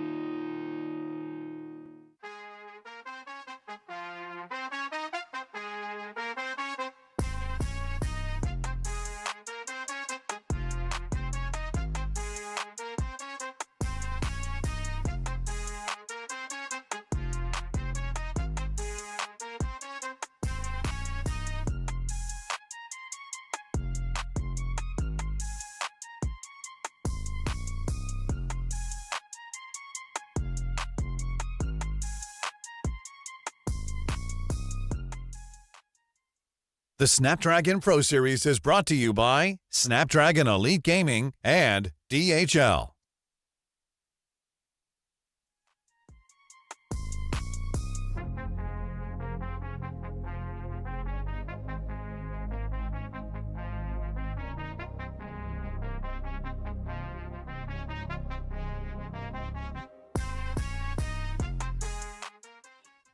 The Jakarta Sun doing overtime, and so are the teams. Welcome to day 2 of the group stage of the Snapdragon Pro Mobile Masters. Day 1 was chaos in the best way, upset surprises and highlight reels for days. But today, it's a fresh start, clean slate, everyone's locked in and ready to go. It's your boys Churros, and alongside me, it's Gani. Bringing you all the action from Stream C. It's Gani, the Gonsters. If you missed this in the first series, ONIC PH gave us a dominant victory over Aurora SuperMassive from Turkey with a 2-0 sweep. Now the second series of today, it's Turkey versus Brazil once again. Aurora versus A7. The Gonsters, tell me, how are you feeling today? I watched a bit, right, from the first match. It was a lopsided victory, I gotta say, draft-wise and execution-wise. Now, though, right, we see a Turkish team going up against a Brazilian team. I feel like it's going to be much more even. And A7 Esports, they got experience in an international, some of them at least. So I'm expecting them to give a challenge here for Aurora. Yeah. Honestly, though, let's break down the stats. I do agree with everything you say, but some of the viewers might not. Aurora versus Falcon yesterday, 0-2. Lost to Falcon with a clean sweep. Aurora versus Falcons, MENA, that's a 2-0 in favor of Aurora, so 1 win for them. A7 versus ONIC ID, that's 0-2. Lost to ONIC ID, and A7 also lost to RRQ Hoshi, so no luck there with the Indonesian teams. Still 0 wins on the board. So this time around, facing up against the Turkish team, they might be able to find themselves in a better spot. So if you're going into this game and you're the Brazilian team, 0 wins on the board, you're facing up one of the better teams in the region, especially after a dominant performance as Ofetnar in M6. How do you approach this? Again, I think right now, Alpha 7, sure, they can focus on their opponents, right? Their patterns and whatnot, but I feel like they need to focus on themselves because Aurora, I mean, you know, they got experience, they got the mechanics with Lunar, TNZ, Rosa, Apex 47, and Mr. Sigiboom. Yeah, you know them, you love them. We'll take a look at some of the highlights that they did yesterday, but it was a bitter end of the day when they faced up against Falcons. So let's take a look at when they faced up against the Falcons counterparts from MENA. Pretty good performance from all of them, actually. To be honest, I thought they would have been able to put up a better performance and better execution against Falcons, but they just succumbed to the Falcons' strength from Philippines. So after all of that, they should have a good reset coming into the game and facing against the Brazilian team. Look at how fast their sort of like, you know, the engage is, especially from the opportunities brought them by Apex 47. Yeah, I mean, we saw a lot of precision, right, from Aurora in this match. And we didn't get to see a lot of precision from them against Team Falcon. So if they want to win going up against A7 here, I think they need to bring that precision, that decisive execution. And on paper, they're the better team. But again, in the land of dawn, anything can happen. Better words can't be said. And take a look at the other end of the spectrum. The Brazilian teams flying around 16 hours down to Jakarta. It's A7, Takashi and EXP laying Kingzilla, an ode to King Kong this time around. In the jungle, Syndra on the mid side, Banguin in the roam, and Gusta Lagusta, you know him, you love him, in the gold lane. This is a team who's locked in and ready to go. It's a new day. They're facing up against Aurora. Very scary team. Again, we mentioned how they are technically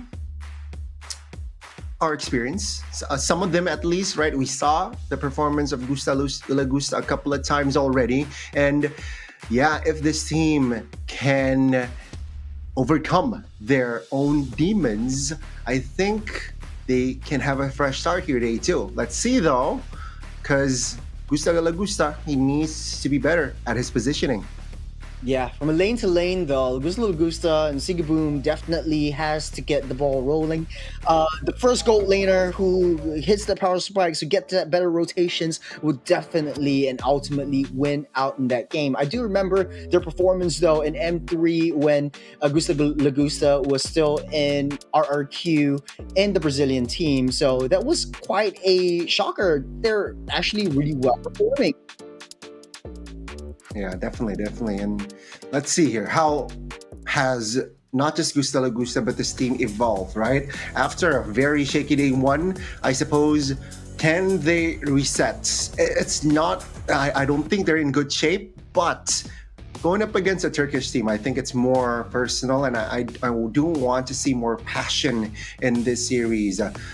Even though on paper, again, Aurora, they are looking strong. Only losing against, I guess, Team Falcons, who are on paper the better team. Yeah, I mean, look at it from a bigger picture point of view. This, on a head-to-head, will be super important if A7 wants to stay afloat in their road to the playoffs that's happening after the group stages, right? For Aurora, though, this game would solidify their spot as one of the top 3s. It's going to be an easier route for them if they take one game off of that. So for all of us right here on the desk, it's going to be 2-0 in favor of Aurora. I think it's pretty much the same. Let me see what Husky actually predicted for this one. I think it's going to be similar. He went for Aurora 2-0 as well. Oh man, okay, so it's same across the board, and I think it's rightly so, right, Gani?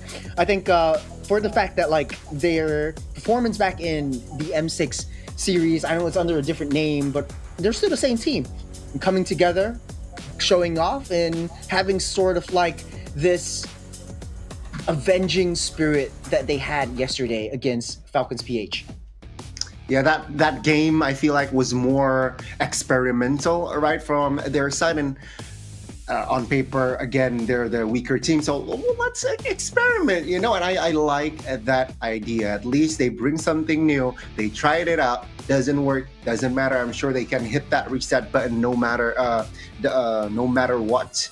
And now it's a new day against a new team, Alpha 7 Esports. Let's see what they will bring to the table. We'll jump off in the draft really quickly, but speaking of bringing something new, I think for Aurora Turkey, they really showed and proven themselves that they can play anything that they're comfortable with. They have large hero pools that I think A7 needs to be able to be wary of. On the other hand, for A7, not knowing too much about this team, they have to be able to read the draft very properly. We talked a lot about execution, but down in the draft, is there anything, Gani, that stands out to you from either side? You know what? I think now seeing, especially from Aurora, right? Because A7, I think it's just more towards execution rather than the drafts. But for Aurora, I think they can play around more in this match. I think they can bring the Lucas jungle alongside the support, or perhaps we might see another Selena from Rosa. So they need, or A7 needs to be aware of that. I like that you bring that up because, like, for yesterday's game against Team Falcons, once they brought up that Selena, it was Team Falcons who understood how that Selena likes to play around. You like to be able to place that ward, try to deny some of the Loi's diversions. But then again, it was all in paper. The execution from the Selena wasn't up to par. Yes, he was doing the Lord's work in that. Yes, it was the jungle, TNZ, who was just on that Fanny, trying to maintain the wave priority, split lane priority, but it was up to no good. So starting off with that draft, Aurora right off the bat banning out the Matilda, and like I said, Alpha 7 doesn't want to deal with TNZ's Fanny. Yeah, good research, right? I mean, that game, even though Aurora didn't get the dub, but that Fanny was doing work. Like you mentioned, Churros, and seems like Alpha 7A, let's not let this Fanny go again. Aurora now with the Jawhead Fan. Very interesting considering that Apex 47 yesterday was able to deliver on that Jawhead. So it seems like Aurora, they will approach this game to a different style. Now Alpha 7 with their last ban. Will they ban perhaps the Lui? Definitely either Loi or just focus on TNZ's jungle. You got the Suyo or the Joy. They should be able to ban out one of them, but it will be the Loi like you predicted, Ghani. So Aurora Turkey might be able to snap pick the Suyo up. I think that is one of the most highly prioritized. And as Fabian said, it is so overpowered. I think he saw that clip, right? I mean, oh my god, Flava Fave said that Suyo is OP. Let's pick it up first while we can. And Alpha 7 with this though, they got the negotiation is, I feel like, okay, Joy can be picked up at third, so they can prioritize perhaps if they want to take it away, the Selena, and also perhaps they can rock the EX, open things up like the high-lows perhaps early. I don't mind that. Honestly though, I think maybe the Badang might work well. Kalea is on the tables as well if they want to snap pick that one up. I think it plays pretty decently against the Suyo. At least you can try to catch that Suyo off guard once he comes in. I think that is a possibility as well. Kalea, Harith, right? The Granger is also still Granger. Granger, right? Granger Danger will be picked up by A7 alongside, like you said, Kalea. How do you deal with this Kalea? I think it's annoying, yes, but you do need some form of very early game burst damage, because once you have Kalea just making that combos count, and yesterday it was a really different pairing in terms of that gold lane. It was Falcons picking up the Beatrix alongside the Kalea, but right now with the Granger in the early game might not have too much damage. So they're focusing on towards the mid and late as well. Aurora though, this Hilda gives me somehow, I don't know, this Hilda gives me a 50-50 vibes, but you know, again, in the EXP, it's a strong, gives you a strong hero, strong presence as well, and perhaps the rotation is what they're looking for, mobility, and Aurora, definitely with the Suyo and the Hilda, yeah, they want to play it fast-paced. It really tells me like Aurora wants zonal control. I think it wouldn't surprise me if they pick up the Farsa next. So if Alpha 7 wants to give up that Farsa, wants to pick up something else, then Rosa might be able to snap pick Farsa up. Or pick up a Sicilian or a, yeah, there will be the Sicilian, ban out the Farsa, denying Rosa of any of his comfort heroes. So might be, like you said, the Selena or the Farsa being banned out by Alpha 7. And for Aurora Turkey, they might be able to look at the EXP lane, which could be either a CC or a Gato or even the Badang. Possible? Yeah, very much possible. Like you said, the Farsa here limited by Alpha 7. And now though, Aurora, they will try to perhaps limit the jungler as well, right? And I feel like Lucas is an answer to both. It can be flexed to the XP, can be flexed to that jungle position as well. And Aurora, they will take haste on towards the ban. Alpha 7, I feel like they should commit on towards another mid laner ban here. So out of the 5, potentially we have 4 mid laner bans from the side of Alpha 7. Could ban out the Valentina. It will be a sort of like a comfortable ban. Then you're forcing Rosa onto something a little bit different because you don't want to be able to risk that ban on a Selena because you can face up against that. But they choose to ban out the Tigro instead. They are fearing Apex 47 setups because yesterday, once you give him any form of setup whatsoever, he makes that count. Yeah, and we know just how comfortable Apex 47 is on that TIG, and very spot on, right? Very spot on ban there. I think they want themselves to have an option to go for the flicker instead of the purify, and going up against a TIG, mostly you go purify, right? And let's see though, Aurora with their last ban, will they commit to another potential jungler ban? Joy is still on the board, or perhaps they have something to counter that Joy. Instead, they go for the Hanzo. So yeah, they're letting the Joy go. I think they have ways to counter the Joy because once Alpha 7 picks up that Joy, it will be Aurora picking up a Badang for themselves. Maybe it will be disruptive to the Joy. Just lock her in place. I remember that one game, I think it was Influence Rage who got that Joy, scaling through the early game, snowballing through the mid game, but that late game, a crucial mistake because Joy really needs to be in your face. And I think Aurora's counting on that. Definitely. Then let's see here. Will Alpha 7, I guess, be ignorant? And yeah, let's just pick up the Joy because they're that confident in rocking and executing the Joy. Or will they pick up another hero? They need someone that can sandbag, right? And that will not be a hero that has a lot of HP though. They opt for another crowd control hero. That is the Badang, like you mentioned.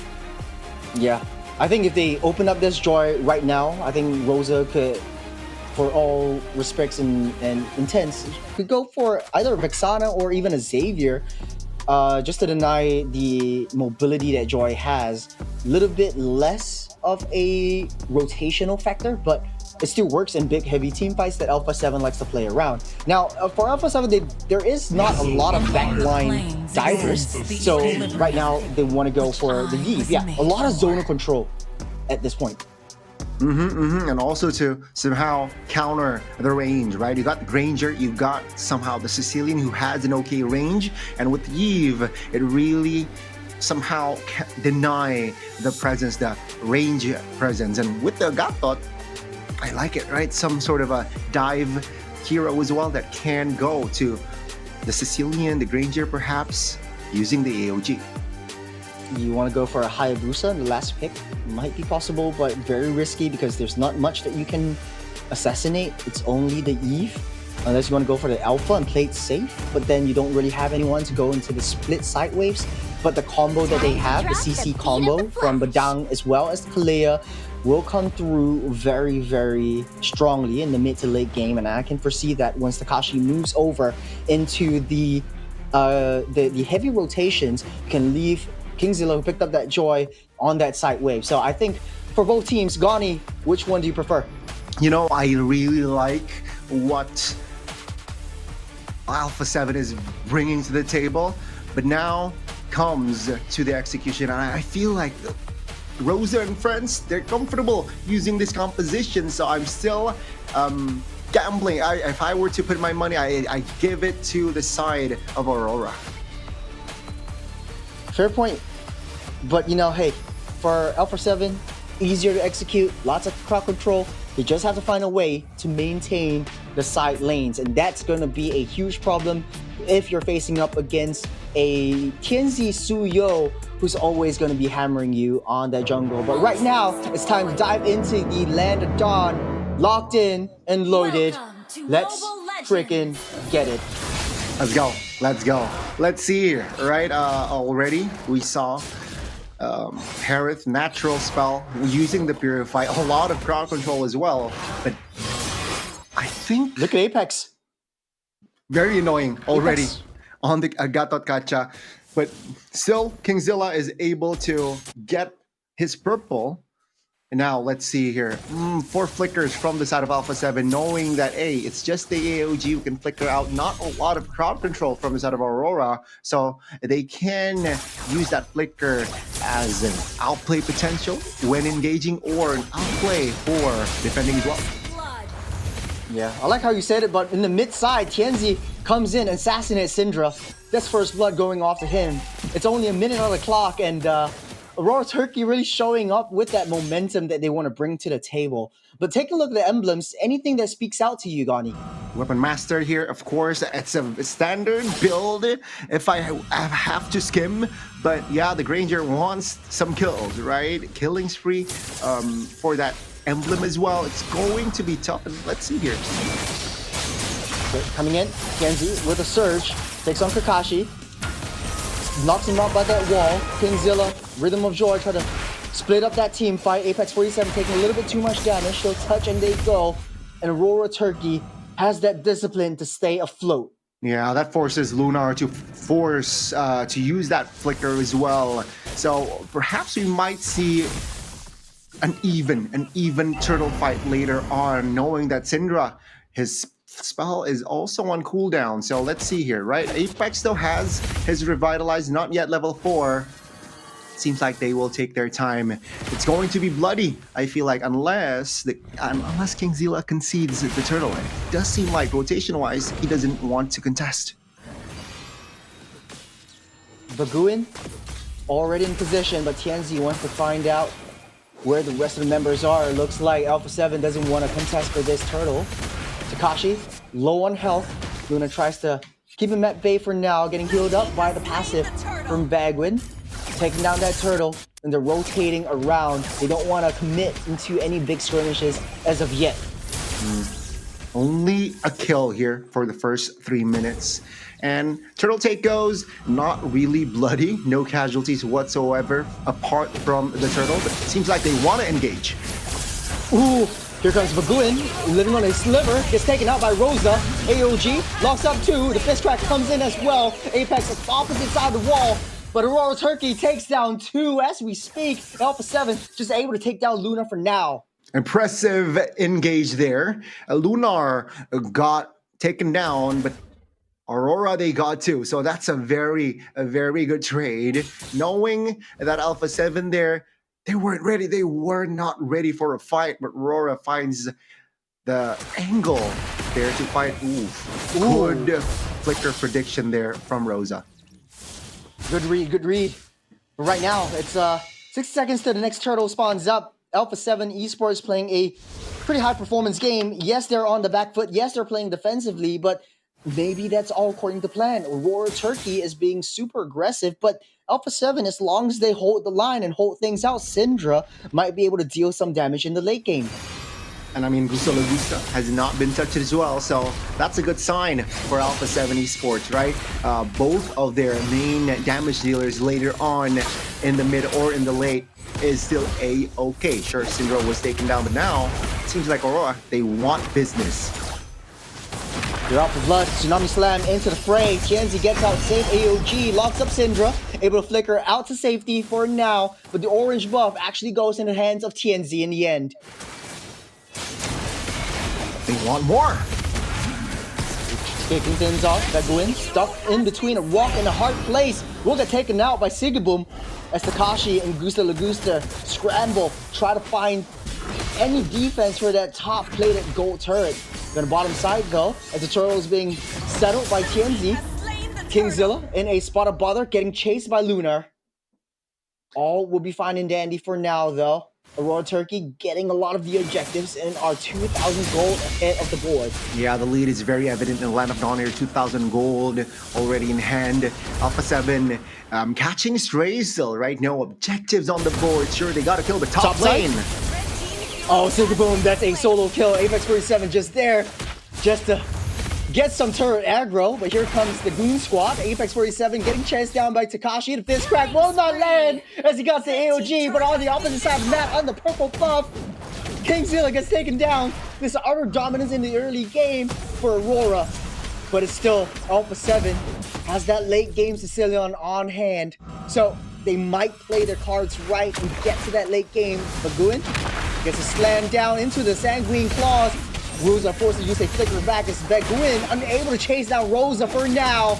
to get out safe. The 6-1 in the scoreline as Aurora's gold lead is constantly snowballing to 4,000. Yeah, a minute ago it was 2. Now they doubled their economy here. Alpha 7 Esports, they need to just be careful, all right? Stay composed, not taking too much fights. They have to know here that they're behind on objectives, on gold, and on rotation. So Aurora here, splendid execution. They know just where to press the right buttons, and for now, perhaps the mid now, they might force on towards a fight as well, knowing that Lunar is, yeah, he can join in towards the mid later on soon.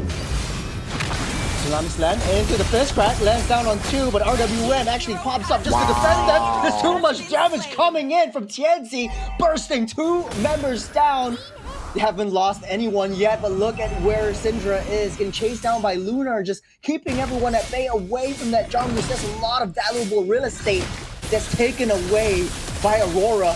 Here comes Sigiboom, dealing a lot of damage. He wants to find Syndra, taking a little bit too much, able to back off, and Lunar there as a rock wall to body block that shots coming in from Gusta. They got their eyes set on that T1 mid. Here comes Kingzilla, tries to find something, anything at all. The fist crack will land, but they flicker out safety as they only pick up Rosa. It's a good discount, but their T1 mid is currently sitting below half health. They want more. Again, Tsunami slams into that fist crack. That's a lot of damage coming in. Gusta Lagusta trying to find it, leading the charge, taking down yet another one. There's Lunar Sigboom getting taken down. Valuable charges there. Apex 47 AOG. But here comes Tianzi, tries to block any damage coming into that.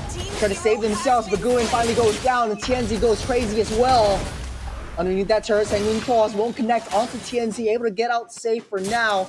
They're taking out 2 core members of Aurora, and Alpha 7 breathing some signs of life into their team fights.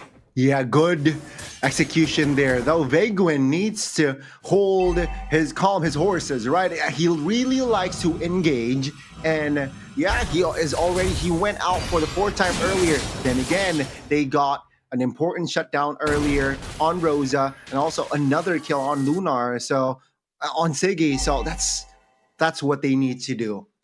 Choosing the right battles. It was 5K earlier, just trims to almost 4. It's still, though, Aurora just holding the map. The map right now is 60-40, 65-35 for Aurora. Oh, on the bottom side, though, Tianzi getting caught by 3 members. Might not be able to escape, but here comes Apex 47 with the AOG, blocking them off. The L play, counterplay from Tianzi coming in. Aurora Turkey just counterplaying Alpha 7 Esports. There is just nothing that they could do. There's not enough damage as of now. The Lord is spawning up. Gusta Lagusta does have the Sky Piercer, but at this point, you're 1-1 and 2. Is it worth it, Gani? Of course not, man. Of course not. And now Aurora, knowing that 2 members were just spawned, so now they have more control. Map-wise, Aurora, 6,000 gold lead. They got the Lord, and Alpha 7, they need to play Turtle now. Literally from the first minute, Aurora is just sitting in A7's jungle. There's nowhere they can run, nowhere they can hide. Every bush is taken up. And Aurora Turkey just expanding that gold, and they look like they have this game in their backs. The Lord marching down the bottom side. What is the play for A7? Again, Alpha 7, all they need to do is just give stacks to Syndra and also give minions on towards Gusta Lagusta, right? Because now, this is the mid game, entering almost the late game. What they need to do is just farm, and don't fight unless the opportunity presents itself, like Aurora overextending, Aurora blundering. But yeah, Alpha 7 cannot just engage with Veguin, because we saw a lot of times that Veguin engages, Alpha 7 paid the price. Lord initiates that boom. No more turret defense from that T3 bot side. But A7 really needs to be able to handle that side lane split pushes. Who do they send to target that? Kingzilla? But he's so far behind of Tianzi right now. There was a 3,000 gold lead that Tianzi had when the items were shown. And right now, Alpha 7 is just back on that defense. defensively, do they have a shot? They do have the Kalia and the Badang, but is it enough? For now, it's not, right? Almost a 5-digit gold lead from the side of Aurora, 8,000 gold. And yeah, damage is very minimal from the side of Alpha 7. Taking a look at the items here, right? Okay. Oh. Ranger has the Malefic, but as you said, right? POD already secured for TNZ. And take a look at the items for Harith. He has the Holy Crystal. The Power Spike is there. The first Power Spike for Harith is there. And the Yves, not too shabby, has the Wishing Lantern. So Vigwin Takashi, who is building semi-tank, still is able to somehow feel the damage coming from Rosa. Yeah, that's a 4,000 gold lead by TNZ right now. And A7 still back on that defense. Minions pushing down the bottom side. Aurora Turkey just holding and proxying the waves, waiting for that next lord to come up. A7 will not be able to contest for this. Yeah. Aurora actually giving a taste of what they felt yesterday against Falcons onto A7. Yeah, for now, Alpha 7, they can't do much, right? Okay, Gusta Lagusta opted for that Sea Halberd to somehow provide damage on towards Apex 47, Lunar, and perhaps a shielding of Sigibum. So that's a very wise choice. Now let's see here, with the Wishing Lantern in hand as well for Syndra, can they make something after the Lord? Because technically right now, again, yeah, like we mentioned, Alpha 7, what they can do is just turtle in their base, give as much minions as possible towards Syndra or Gusta Lagusta, and yeah, just pray. Because right now, Aurora, 10,000 gold lead, all they need to do as well is not overextend, don't overcommit. If they don't, it's just a clean game from the side of Aurora. I do have to agree with you. I know it is looking bleak for A7, and King Scylla actually on that Lord take. He popped that Retribution, and it's all according to plan as Apex 47 just denies that engage, a sweet engage or steal onto that Lord. So it's really macro-paced game coming in. Baguin all alone though is sucked in by 4. The Tsunami Slam over the wall, but Apex 47 might be able to survive this one. Turret down low, might not be able to run away as Gusta Lagusta takes that one out. RWM, last ditch effort to keep himself alive as the Sanguine Claws dealing a lot of damage. The Bat Slam, that impact from Syndra is starting to hurt. Man, oh man. Still in the charge though. Yeah, I mean, for now it's okay, right? Churros, A7, they managed to defend their inner turrets, right? Their base turrets here. All 3 still standing. They only have to pay with Vaguin. Like we mentioned as well, Vaguin needs to, I guess, take it slow, right? Sure, thankfully only he was taken down there. But now, Alpha 7 Esports, with 80 seconds on the clock for that next Lord, I think they can have enough firepower to perhaps contest. Or perhaps they might sit this one out again. I do have to agree with you. They can afford to take a reactive team fight instead of going for the full aggression, because Gusta Lagusta does have enough damage to slowly whittle them down, but it's all up to Vaguin and Takashi. And yes, I do have to agree with you again. 1, 6, and 4 for Vaguin not having good performance on this Kalia. It's basically like flipping a coin at this point. You pick up the Kalia, you do have a lot of nice little engages, but whether or not your teammates can back you up in terms of that damage is yet to be seen. So Vaguin getting caught up here. Let's look at a replay real quick. Nice little throw over the wall. But Apex 47 waited a little bit too long for that dash out of the way. A little desperate there from Vaguin. But technically, they don't have to get that desperate just yet, right? So again, what they need to do is just stabilize here. It does seem like they might look for an angle to contest this next Lord, which is coming below 10 seconds. If not, then I guess they have 3 turrets. So I guess they can just fully defend and bank on Sicilian and Gusta Lagusta to clear. But let's see. Aurora, though, they're taking it slow, knowing Lunar is still topside. Ooh! Baguin with the conceal and the flicker, Winner! Tsunami Slam into their face, but the RWM stalks them in their tracks, and Sticky Boom dealing a lot of damage, taking the charge. Takashi, the fist crack and the barrage will not keep them outside, as Gusta Lagusta eventually takes down Apex 47, but that's a discount. They lost Baguin, but that was such a great engage. It was just that follow-up from A7. I guess they were not expecting that as well. Damage coming in from Rosa was way too much. Lords get taken down by Tienzi. The lanes are pushing in, and A7 back on that defense yet again. Yeah, it's somehow they predicted that engage, right? Once Luna showed topside, Aurora, they were ready that Alpha 7 is going to jump on them. That winner crown really stops that engage, and though Apex 47 somehow paid the price as well. It's a roamer for roamer, but Aurora still, they get the Lord. They can, with their firepower right now, 9,000 gold lead, going 10K very soon. I think they do have enough firepower to just close this game out. Alpha 7, they need to play their cards right, because technically they have enough firepower as well to defend if Gusta Lagusta and Syndra is in prime position. So 17 minutes on the clock so far. Kingzilla almost getting spotted out there by Tienzi. Takashi really hitting the nice little fist cracks, but it's not enough time for Gusta Lagusta to just follow up and deal that barrage of damage. It's so difficult also for Kingzilla to play that split push game because Luna's always on them. The AOG locks up 3. Here comes Tienzi from that back line, taking out 2. He finds that angle. Immortality all popped up. Luna trying to body block, trying to keep Tienzi alive, but here comes Takashi. Locks all of them on the wall. Tienzi barely surviving. Winter Crown bought a little bit too late, but it's Gusta Lagusta against Sigaboom and Apex 47. 1 versus 2 as the waves pushing in. This might be it, Gotti.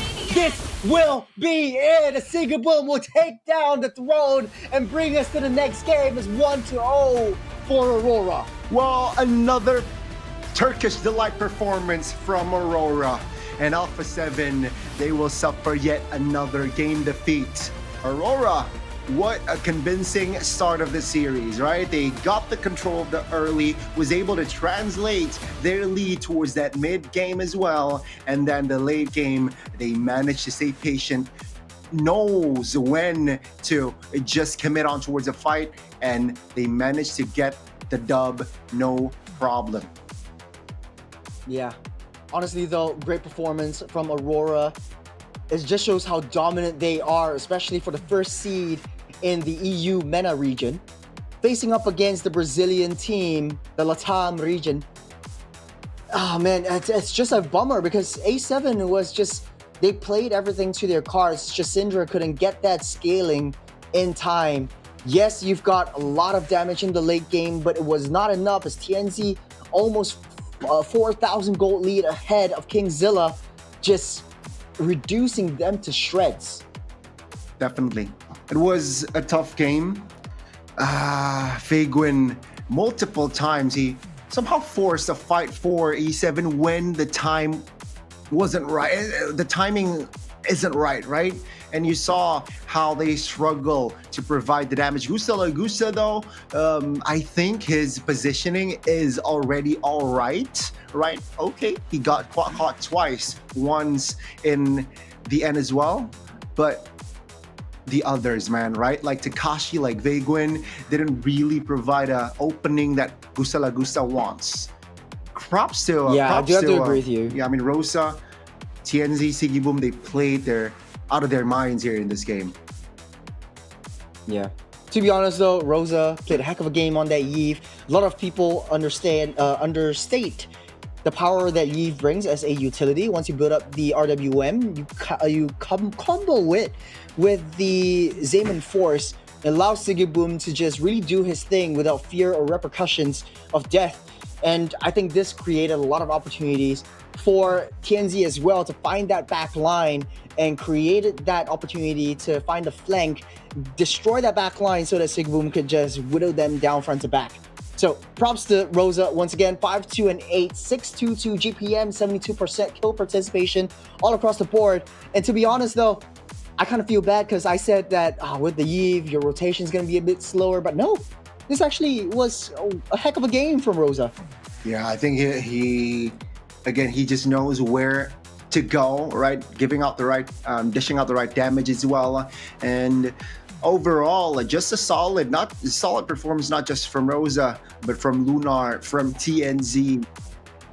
It was an impressive win from the side of Aurora Turkey, and this was the highlight, right? From the get-go, it was Alpha 7 just struggling to find the right connection, even though they have more crowd control. Yeah, and look at a lot of these combos that come out. Like even if Rosa got caught or Lunar gets caught, the healing factor is just way too much. And yes, they got some very beautiful kills, but it's all disrupted when TNZ and Apex 47 comes in, tries to push the back line away from the main tanks of the game, and just leaving Syndra alone. Syndra couldn't get any kills at all in the middle of this game. Look at this. This was the play of TNZ's lifetime right there. Surviving 3 members, getting that iframes to get out of the way, and Rosa coming in with RWM to seal up the deal. Impressive calculation there from TNZ and also friends. And yeah, it's just Alpha 7. The replays are just Alpha 7 here, just finding minimal trades, which led to just objectives, neutral objectives, turrets for Aurora to be freely picked up, and this was the final defense. Yeah, unfortunately though, Gusta Lagusta, as much as he tried to play a little bit more passively, Sigaboom was just way too far ahead of him. And I think I heard a Maniac. That last kill by Sigaboom just gave us the first Maniac of today for Stream C. So I think that was pretty well done. Very well done indeed. And yeah, congratulations, Aurora. Their job is far from done though. It's just 1-0. And let's see, right? Both teams, how they adjust going into the second game. That Granger, will they actually prioritize the Harith now, all right, from the side of Alpha 7 if the opportunity is there? Let's see, because technically I value more the Harith more than the Granger. Yeah, to be honest though, I mean, like you said, like I was asking you which draft you favor, and you said, oh hey, actually A7 does have a decent draft. Do have a lot of combos coming in, but it took too long for Syndra to scale up. And with that, it just enabled TNZ to snowball through, especially since, like I always say, giving a jungle their signature heroes, it's gonna be tough for you, especially in the early game. But hey, you know, these teams need a reset, they need a break, and so do we. We'll be back at you right after this short break. We'll see you soon.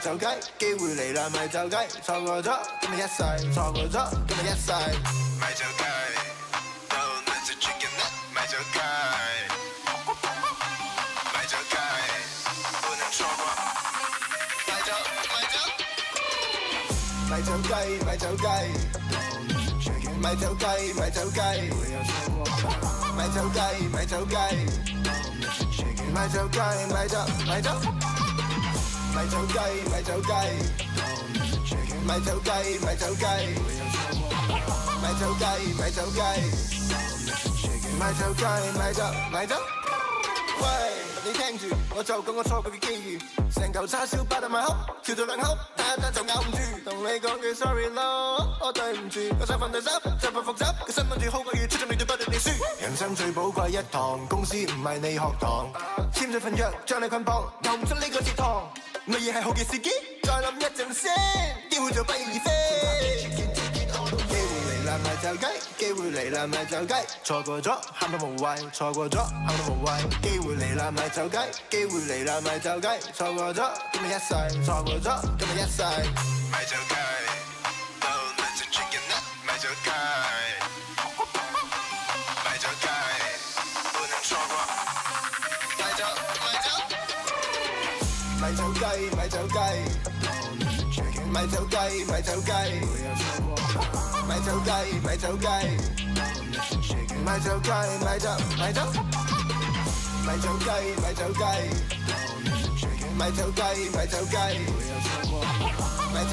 말자가이 말자가이 말자가이 말자가이 She brought that chicken ticket all the way.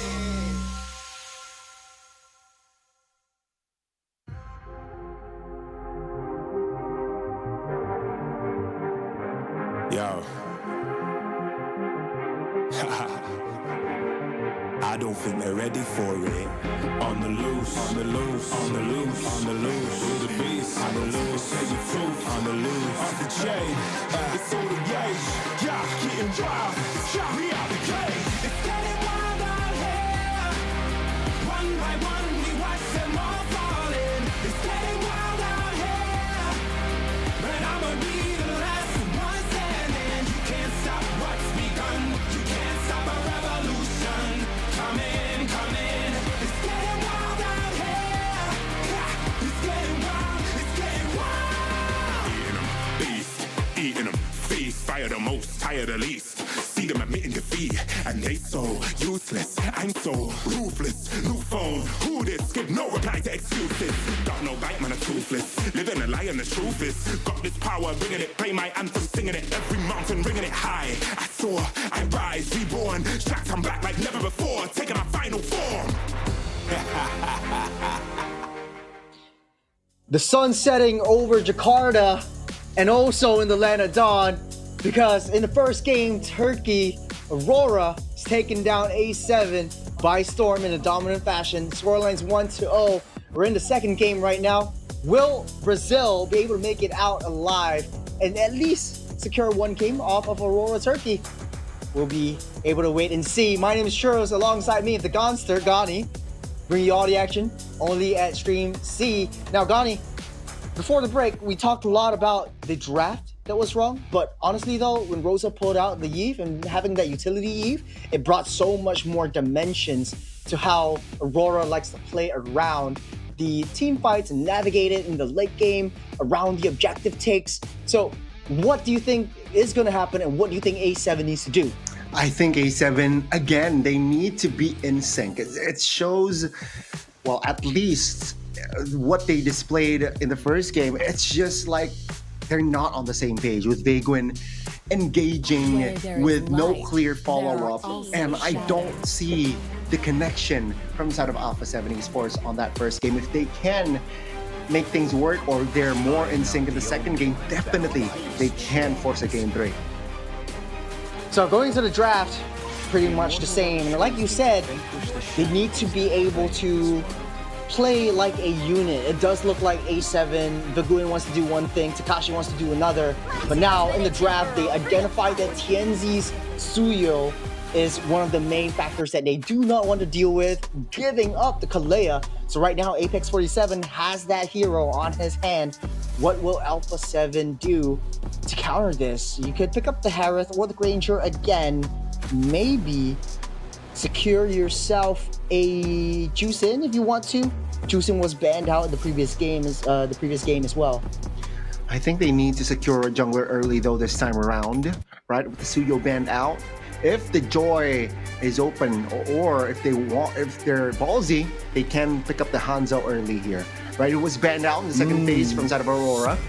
Sure, no clear targets just yet though, but right, if Kingzilla is that confident, I think they can pick it up like early. Though Alpha 7 instead, they went for the Hilda and as well as the Harith. So the double H combo here picked up by Alpha 7.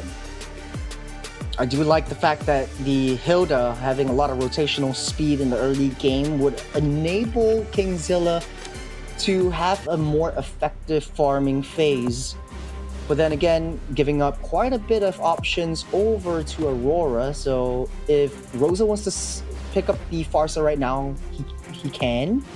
Unless you want to go for the Badang Ranger right now. Badang Ranger makes sense, right? It will be, I guess, Sifcharu, right? Kalea, Badang over to Aurora this time around if they do commit on towards that Badang. But let's see. Aurora, they will lock in a jungler, I believe. The Moskov and the Hanzo. Right? It's going to be very, very interesting because technically Hanzo and the Moskov, they have global presence, right? You can assassinate multiple members, if not one, with the Hanzo and while the Moskov is doing work on the far lane and just jump with the SOD to give you a surprise attack. Yeah, this is looking really scary, especially for Gusta Lagusta, where the Hanzo is able to just get into that gold lane, all willy-nilly, get into that back line and take out your main damage dealer of the team. So Alpha 7, if they want to play their cards right, or they want to play it to a more zonal control kind of synergy, might be able to pick up something like a Hylos or even the Yves themselves as well. They'll create a lot of opportunity for them, but they want to pick up that Hayabusa first to deny Hanzo of any unwanted killings. Yeah, with the Hayabusa, not bad clearing speed as well, and also, of course, mobility, which can somehow equalize, right? With the mobility that Hanzo provides, I guess Hayabusa can sneak into the backlines and wait for the Hanzo to be back to his body, and then Hayabusa can do the execution. But let's see though, right? Second phase of the drafting is up and running. Alpha 7 Esports, they might want to limit the mid laners here, but it seems like the Hylos, right? You mentioned the Hylos earlier for Alpha 7. It seems like Alpha 7 Esports, they're not going for that approach. Interesting. Gato Gacha is still open, so Aurora might pick that up as well. So it will be the Juicy Ming Band out by Aurora. I think they're all lacking the same heroes, the XP and the mid lane, or in the case of Alpha 7, the roam. So Turkey might be able to ban out the roams that might disrupt them, so the Badang is quite impactful. The Tig as well, that one out as well. Tigro. I think the Tig here is also a possibility if Alpha 7 let it go. I think Aurora can capitalize on that Tig pick, right? They need some sort of a crowd control, and Tig can definitely provide that department. Sicilian though will be the answer for Alpha 7, so somewhat limiting Rose's hero. But if they do want to go crazy here, Aurora, I think they can go for the Yves again with the Tig. Yves might be a really good synergy with the Kalea, but I would say... Oh, Kalea is already at Rome. Yeah, Kalea is already at Rome. So the Cho will be banned out. So no Cho for Baguin. This leaves Badang open. You want to try that one again. It might be possible. Instead of the EXP side, you swap out the Hilda to the EXP and then get the Badang to go roam if you're A7. Would be possible. You have the Hilda to disrupt the Hanzo as well. And then once you have the Badang clearing out that waves alongside the mid lane, there will be a much faster approach into the jungle. Yeah, I think... Yeah, you're right. Alpha 7 Esports, they have the burst with the Harith. It seems like they will go for the Badang, like you mentioned, like you predicted. So there you go. That's the crowd control that they're lacking as well. Doesn't really perform well. It wasn't really displayed well though. Now it will go to the hands of Vaguin, seems like. Aurora. Mid lanes. Yves might work. Xavier on a long shot might work. Farsa to just create a lot of space into against the the Tsunami Slam might work Hayabusa as well. though. Lucas is open. Lucas. Ooh, okay. Lucas is crazy against Hayabusa and the Harith as well. And then Lucas Yi is just crazy. Valentina goes in just to get that. Lucas, you're right, Lucas. This is Lucas. Oh, they won the Gato. Oh my goodness. So they went for the Valentina to get that Iron Fist Crack, and potentially a Shaman Force if Rosa's being cheeky, but the Gato Kacha again. If it ain't broke, don't fix it. Seems like in the first game it was useful for Apex 47 at least. Now it will go to the hands of Lunar. Alpha 7 Esports now with their last pick mid laner. I don't mind the Vex or the Aurora, I guess. I think Aurora might be a little bit better. At least it gives you a second life against the Hanzo, but you want a mid laner to be a little bit more mobile. That's why I think Rosa takes away the Valentina. So now, like you said, the Vexana will be picked up right here. But there's so much targets, big red targets on this Vexana. If you're a TNZ right now, you must be smiling. Let's see. All right, down to execution, ladies and gentlemen. 1-0 for Aurora. And will Vagun and friends be able to recover and force a game 3? Yeah. As the draft is locked in, we're going into the potentially last game of the second series of today. Will Brazil in A7 take away one game from the Turkish Delight? Aurora, one game to get that clean sweep will be so pivotal to their roster, especially in their standings right now. After that tragic loss yesterday against Team Falcons, we're locked in and ready to go. Let's jump into the Land of Dawn as we kick off game number 2. Gani, man, for this Hanzo, what other dimensions are being brought to the table? Of course, side lane pressure. They have Hanzo and the Moskov. And yeah, just surprise engages, right? With the Shadow coming in. All of the members from the side of Alpha 7, they need to be able to just back their friends up. Especially after level 4, especially after level 8. Now let's see here. A little aggression here from the side of Alpha 7. There's a lot of aggression coming in. Rosa forced to use that flicker out of the way as Takashi and Vaguin proxy that wave and start the ball rolling. Coming into the jungles, getting terrified. There's a fist crack onto it. Takashi going real low as Apex 47 comes in with the slam. Vaguin also forced to use a flicker out of the way, but he used the Tornado Eye coming in. It's a 1-to-1. Vaguin just left a little bit. One more hit and Apex 47 won't be able to get it. This time around, it lets this one go as Syndra is there to back up. As Takashi wants to come in just a little bit, but won't be able to as TNZ picks that one up. He's got his level 4 already. So the aggression will be starting in. What a bummer though for Apex 47. Just one more hit, unable to just finish that job.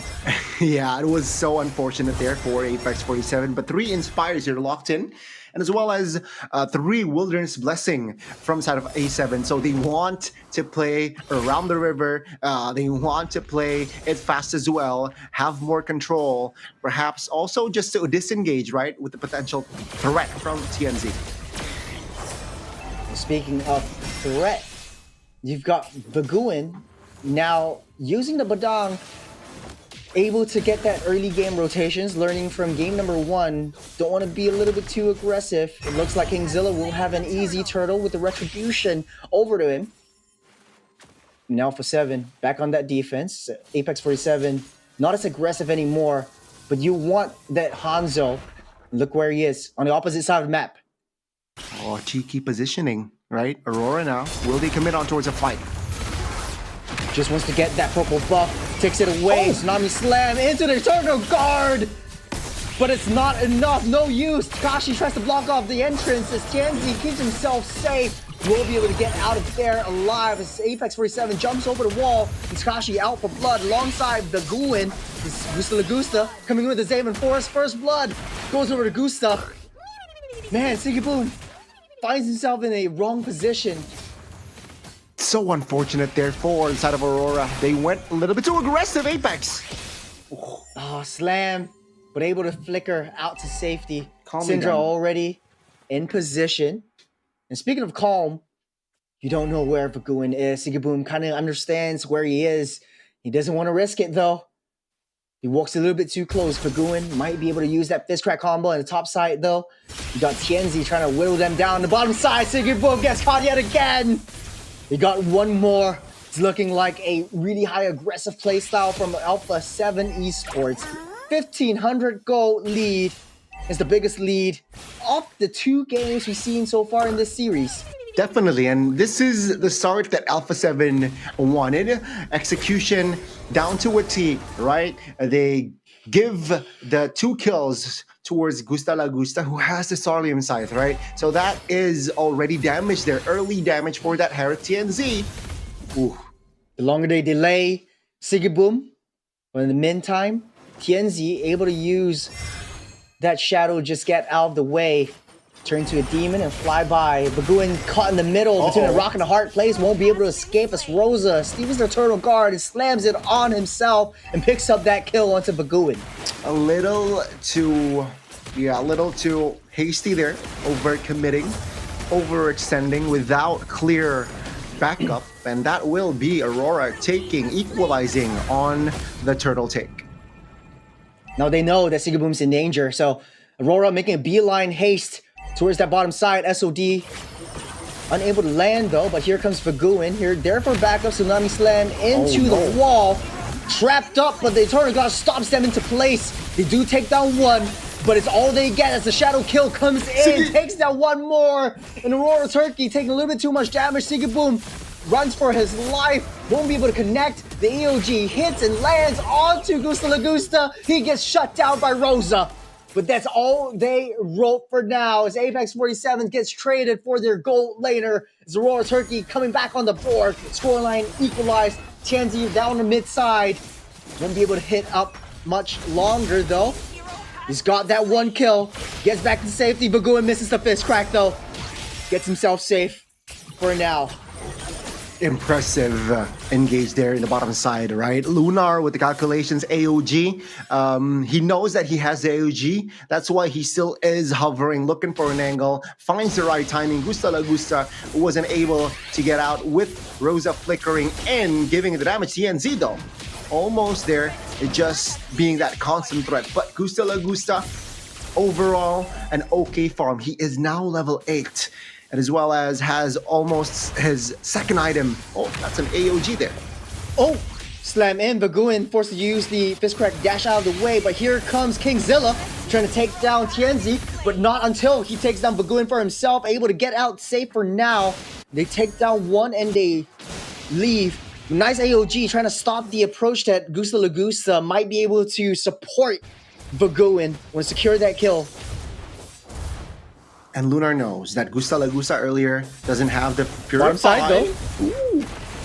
Oh, into it though. Apex 47 a little bit too far, a little bit too late as Gusta Lagusta finds the real body of Tianzi, waits for it to show, and takes him down. This Gusta Lagusta having an excellent performance in the second game, 4-1-0. All the kills from A7 are on this Harith. This Apex 47 jumps over the wrong side of the wall, but forced out the Fist Barrage from Vaguin. Yeah, this is Now this A7. This is Alpha 7 understanding the power, right? Their power right now. Gusta Lagusta on the Herith is so good. But keep in mind here, Aurora, they're no pushovers as well. Sigiboom is doing work. He knows that he's behind. That's why we have yet to see action from Sigiboom. He was taken down twice. So right now, his main focus is just get as much as farm as possible, knowing that the farm lane is up and available. That is where he is going to be at for most of the part. And yeah, just wait for the 3 power spikes, right? Then perhaps we might see impactful action from the side of Sigiboom. Gusta Lagusta, he needs to control his tempo. He is ahead of farm, the bottom side, Kingzilla. Tianzi keeps himself safe for now. Able to pop that iframes away from the shadow kill. Enough for him to get away, but this Hanzo is not having too much of an impact so far in the mid stage of the game. It's 8 minutes on the clock. The scales have tipped once again, favoring A7 with a 700 gold lead. Lord spawning up in 40 seconds.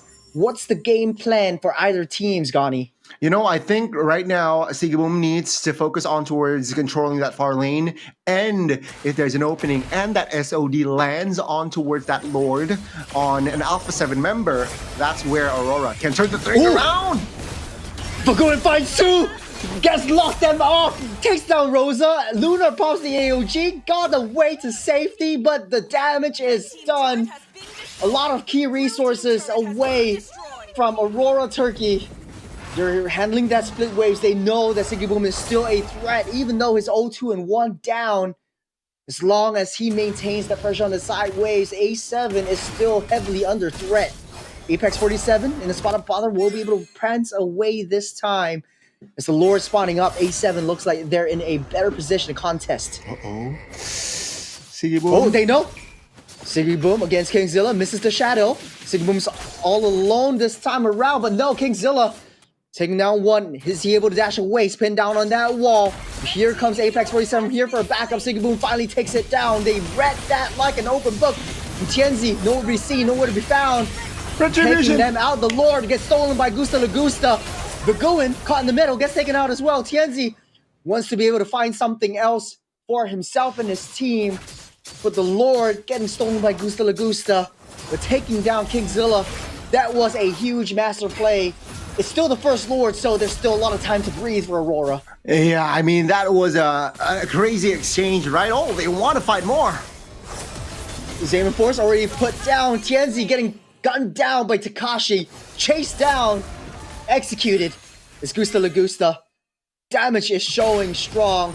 Hitting like a truck as of this point. 7-7 is the scoreline. 1,700 gold over to A7. No more Tienzi. Lord marching on the top side.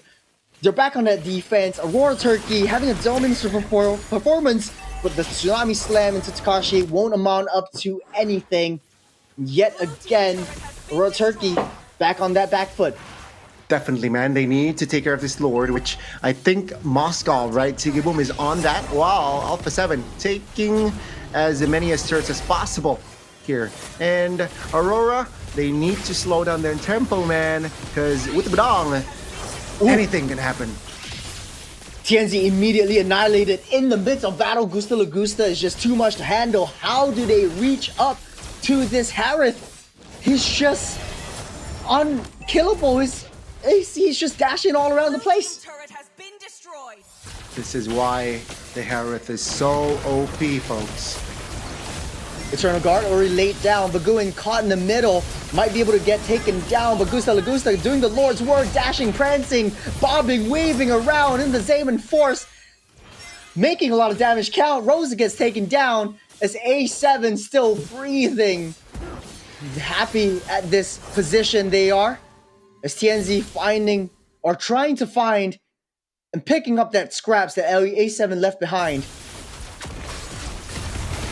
Tsunami Slam onto Apex 47. It's not over yet as Gusta Lagusta takes another one down. 6-1 and 2 for this Harith. As Tienzi tries to find Syndra, unable to hit this mark and gets away to safety. Baguin takes down 2, locks 2 up, able to get that down as Rosa spawns back up in the midst of time. And Gusta Lagusta dashes over wall to safety. Luna trying to go for that chase. AOG, SOD lands onto Gusta Lagusta, finally finding that Harith. Huge find for Aurora Turkey as Tienzi tries to clean it up on IO2, taking down Takashi in the process as well. A7 extended a little bit too much, a little bit too long as 3 members fall from the hands of Aurora Turkey. 10 seconds to the next Lord spawns up. I can't believe that this team fight lasted this long. Gani, what just happened right there? The gamble paid off. The calculations were on point from the side of Aurora, right? With the SOD and AOG and Gusta Lagusta is a little bit late to disengage. They want to fight more. It's snuck up this 4-man fist crack. Tsunami slam right in the midst of that Lord. But who will get it? TNC standing off that retribution. Baguin's all alone. King still is nowhere to be found. But here comes Gusta Lagusta. Zimmerman Force already popped up. Apex 47 healing as much as he can. No more flicker for Baguin. Unable to chase. They can't take what they can. And Aurora finding that Lord. All 5 members up and well and alive as Alpha 7 loses their lead, seeping down to equalize that scoreline. It's Aurora back up on top. And ladies and gentlemen, this is just minute number 13. We get to see a lot of action. Both teams trading punches, both teams trading blows, and this was the engage right from Aurora. They low-key gambled with calculation there, looking for a Sigiboom play. They find it, right? They find Sigiboom, and thus they got the Lord in a dramatic fashion as well. All 3 lanes pushing in. Takashi taking a little bit too much damage from TNZ, unable to find the real body of Hanzo. As Baguin tries to block of all possible engages. The bottom side already pushed in by Sigiboom. Damage is done. Lord is taken down. But hey, T2 secured. That's a good sign for Aurora Turkey.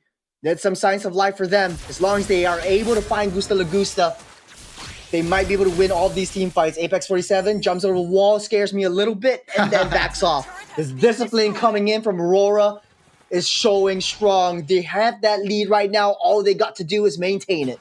Yep, slowly but surely as well, right? Aurora, they can't be too complacent here. It seems like Sigiboom is already online with the items. The power spike is definitely there. But you got to remember, Harith late game is nasty. And Alpha 7, they know it right now. They're playing it patiently as well. All they need to do is protect Gusta Lagusta, and they're A-okay.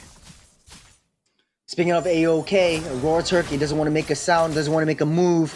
And Luna, able to dash over the wall to safety for now. Syndra finds out where Apex 47 is. It's going to be a tricky situation, especially if you're Aurora Turkey, because as a team fight unit, A7 still stands stronger. And look at Syndra though, 0-4, unable to get a kill as of yet. Apex 47 caught in there. Tsunami slam into the midst of battle. Takashi goes low. Takashi falls, immortality pop. You got the fist crack down on the bottom side. TNZ falls as well. That's a huge opening for A7 to make a big play right here. 30 seconds till TNZ pops back up, but 20 seconds till the Lord spawns up. A7 could make quick work and blitz this Lord down. Putting back up. Man, Gotti, this is just push and pull all the way through. Definitely, man. Both teams taking jabs here and there, but they got to remember here, Aurora, even though they're a man down, Sigiboom has a potential outplay, and all spells are up here for side of Aurora. So, yeah, Alpha 7, okay. So with this, right, I thought Aurora, they might want to delay the Lord take, but no, they will not take any risks. They will just let the Lord go. And Alpha 7 will happily take that Lord. Just a free one. You know, a lot of teams, they honestly struggle with the side lane pressure that arises. This is 16 minutes on the clock, but let's take a look at the itemizations. It still looks like Rosa is still on top, but the rest of the members of A7 have the lead in this game. For a dominant performance in game number 1, I did not expect how close this game 2 is, Gani. Very much so, right? Well said, but remember here, Sigiboom has that malefic gun, so that range, it increases. Let's see though the defense from the side of Aurora. Can Alpha 7 really force a game through with the Lord marching bottom side? Might be possible though. Gusta Lagusta taking a lot of damage from that Eternal Guard alone. Remember, Rosa also steals that passive that Vexana has, so once that minions explode, that's the damage that Gusta Lagusta receives. Lord already broke through the defenses. Coming in strong. Lord taken care of. The Zaman Force already built up on. They might be able to take down another one. Eternal Guard laid down as A7. They take what they can and they go. It's better luck next time. Aurora, successful defense. Wow, and if you saw earlier, Apex 47 collected a fleeting time, which allows a decrease, right? Oh, they want to engage now.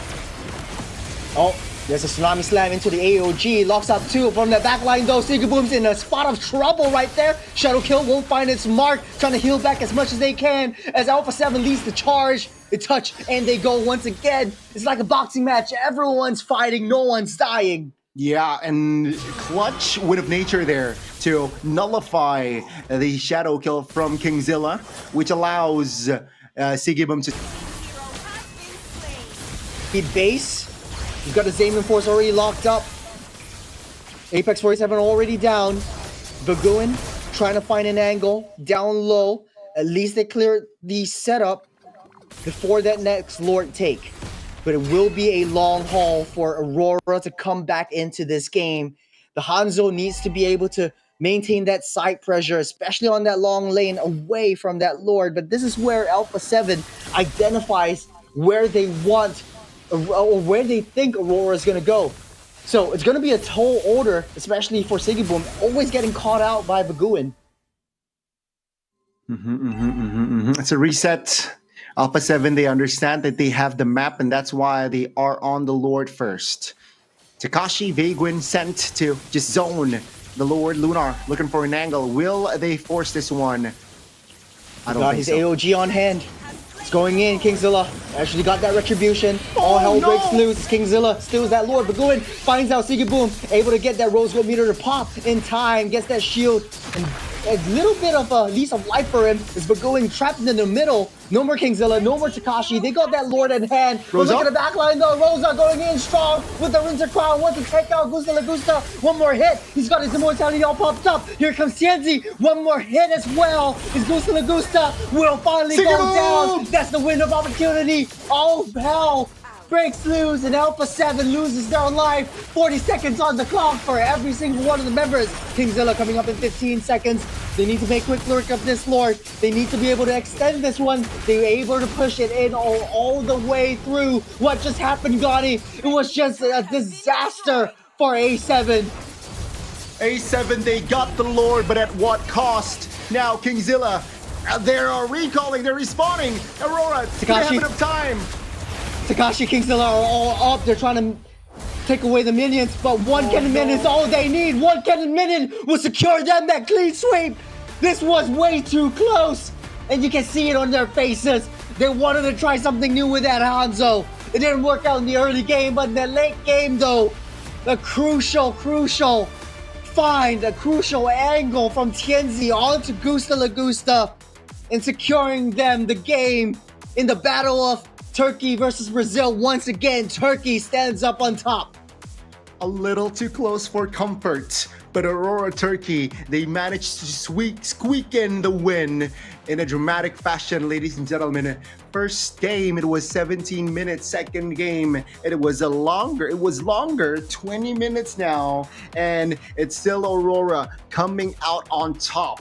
Right? They lost the Lord, but they got 5 members of Alpha 7, which breaks their momentum, and it was just them overwhelming Alpha 7, got the base, and got the job done. Man, as much as Sigiboom was killed 2 times in the early game, in the late game, he really showed up. Definitely, man. As much as like he's always the main target by Baguin, wasn't able to get that backup that he needed just because Tienzi is right there blocking off the entrance for that main damage to come in to the fray. And that last kill onto Gusta Lagusta was just so valuable.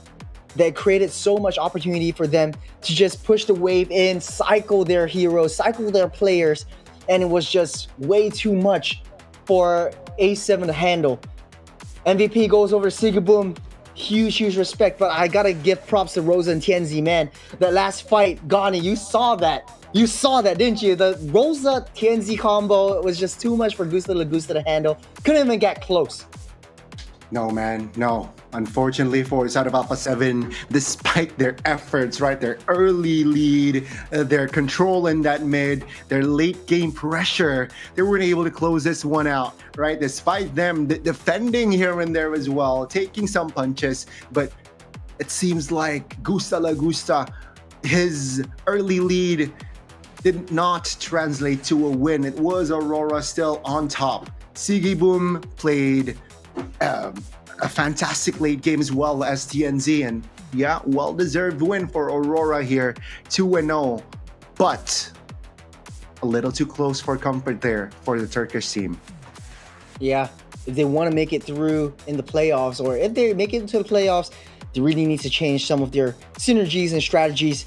They can't afford these kinds of, tricky situations anymore, the thin lines, the thin tight ropes that they're walking on anymore. We're going to be watching the replay, but take a look at Boom's MVP stats.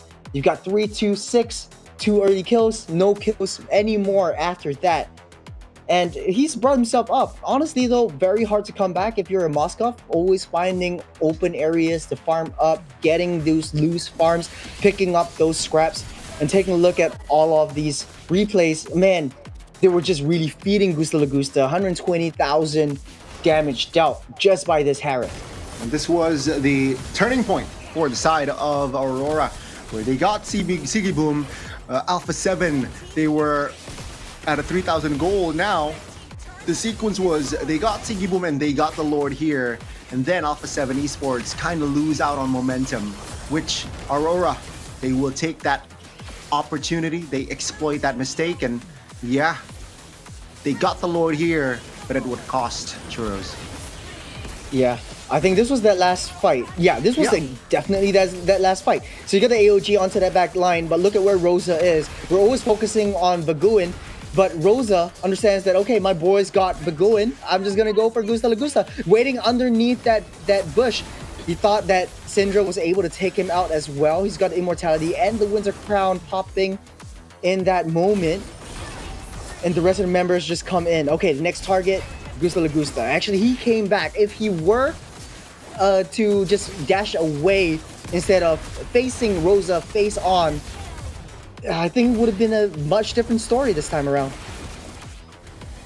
So unfortunate, man. It was so unfortunate indeed. But yeah, it's official, right? It's official. Aurora, they managed to defeat a Brazilian team yesterday, and now once again against Alpha 7 Esports in a very convincing win as well. Or at least it wasn't Aurora, but it was a Turkish team yesterday. But yeah, another win for the Turkish teams against a Brazilian. Okay, so let's break it down, right? We're gonna go back to our beautiful faces in just a minute, but the scoreboards has already been updated. RQ Hoshi still topping the charts in Group B with 9 points. Team Falcons second with 7 points. I'm not sure why that is. Have they faced up against each other yet? Maybe we'll find out later.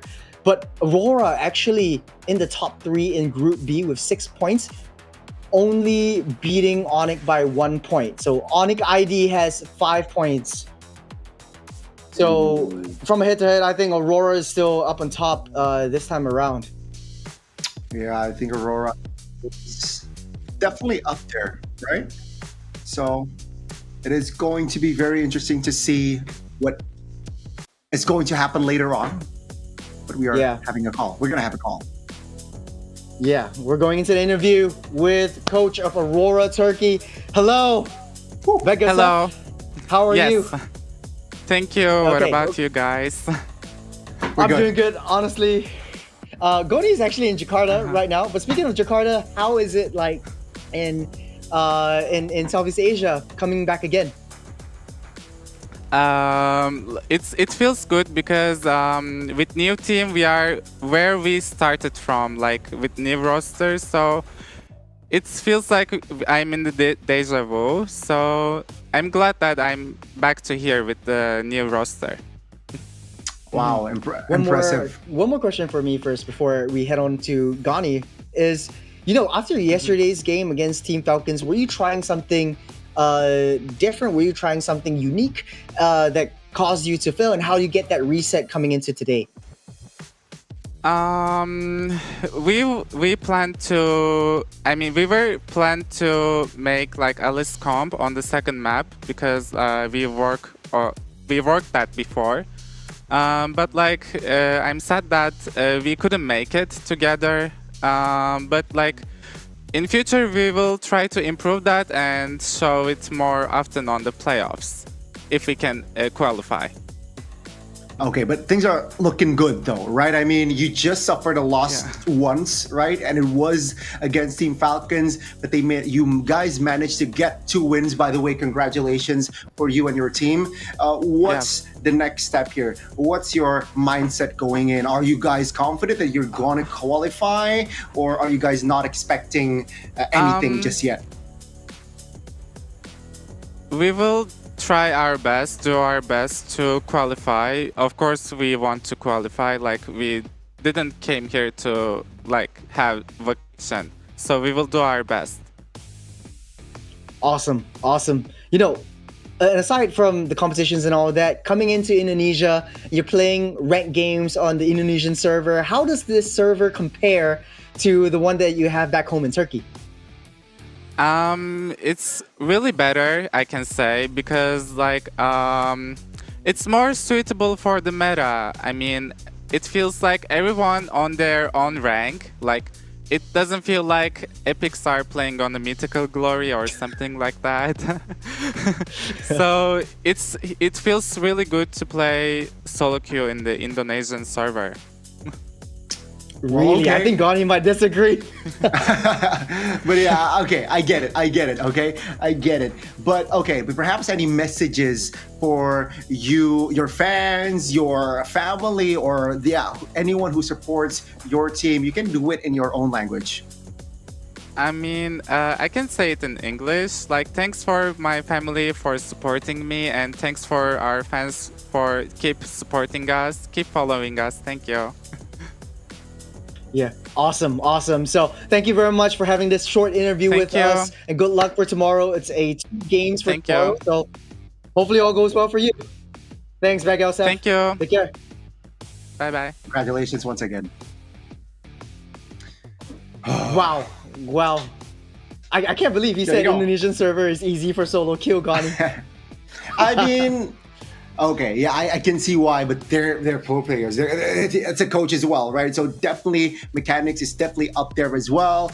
I can understand, but yeah, what a series, right? 2-0. It was what we predicted, but it was a little bit dramatic there, especially in the second game. I did not expect Aurora to be in the back foot, the early, the mid, and yeah, the late game. Was there luck? I guess there was some luck there, but Aurora, they just showed that they're more experienced at dealing this type of situation.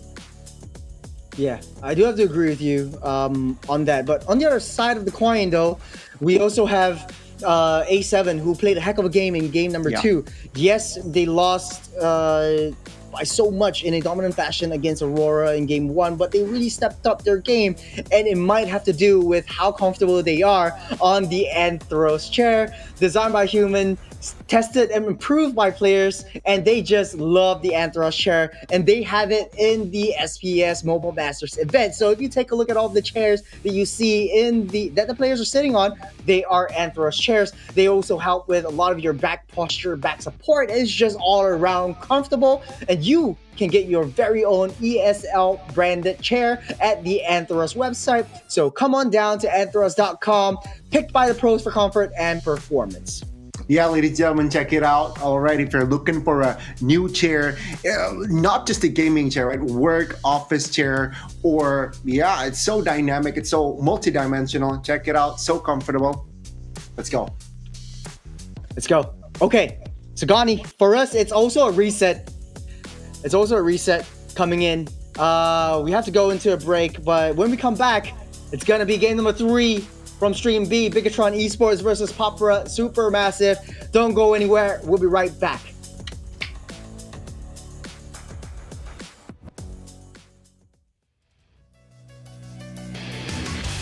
What's the most that I can take?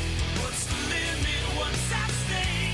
There's a ghost inside of me, pushing me closer, get me right into the flame, take me right into the game. There's a force inside of me, pushing me closer.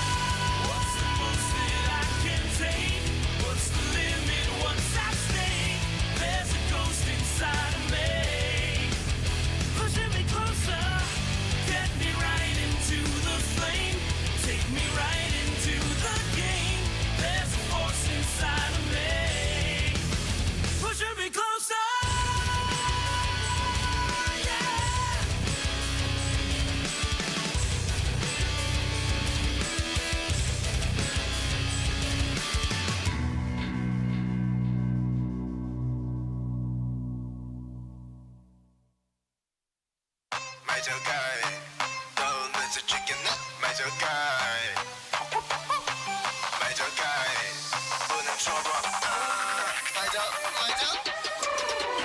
my 저 guy my 저 guy my 저 guy my 저 guy my 저 guy my 저 guy my 저 guy my 저 my 저 my 저 guy my 저 guy my 저 guy my 저 guy my 저 guy my 저 guy my 저 guy my 저 my 저把握機會咪就計，機會咪出嚟。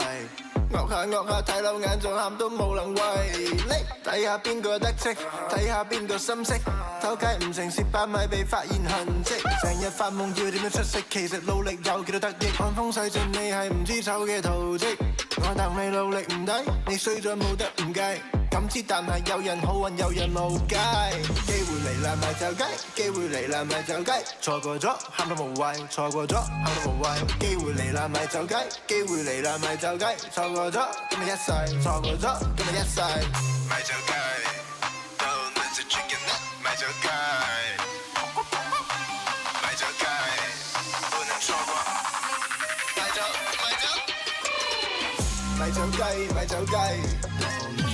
咪走雞，咪走雞，咪走雞，咪走雞，咪走雞，咪走，咪走，咪走雞，咪走雞，咪走雞，咪走雞，咪走雞，咪走雞，咪走雞，咪走，咪走。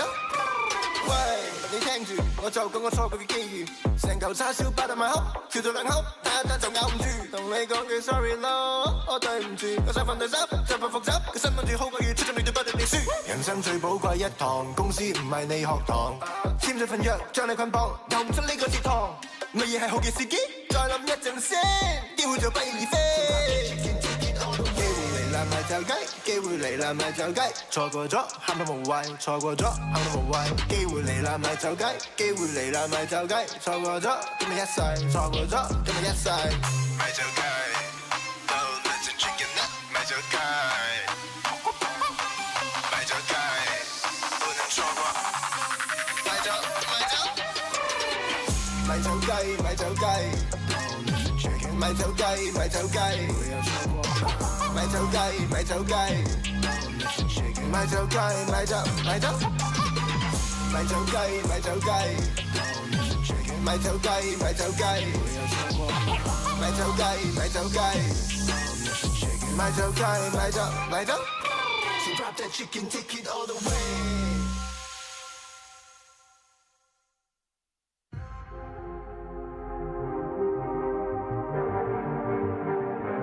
Yo. I don't think they're ready for it. On the loose, on the loose, on the loose, on the loose. With the beast, on the loose, say the truth, on the loose. Off the chain, it's all the gauge. Yeah, getting wild, shot me out the cage. It's getting wild out here.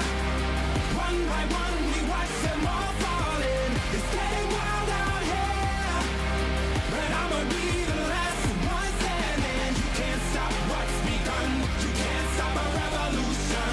Come in, come in. It's getting wild out here.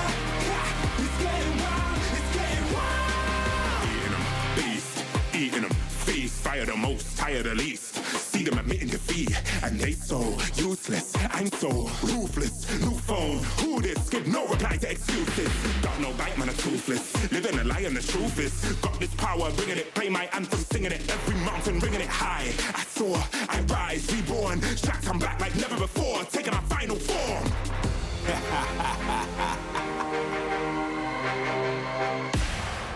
Yo, it's getting wild out here. One by one, we watch them all falling. It's getting wild out here. But I'ma be the last one standing. You can't stop what's begun. You can't stop a revolution. It's coming, coming. It's getting wild out here.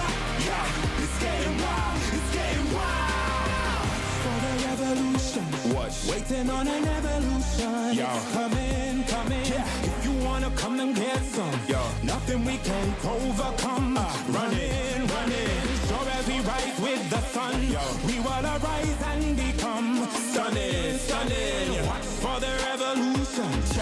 can't stop what's begun. It's coming, coming.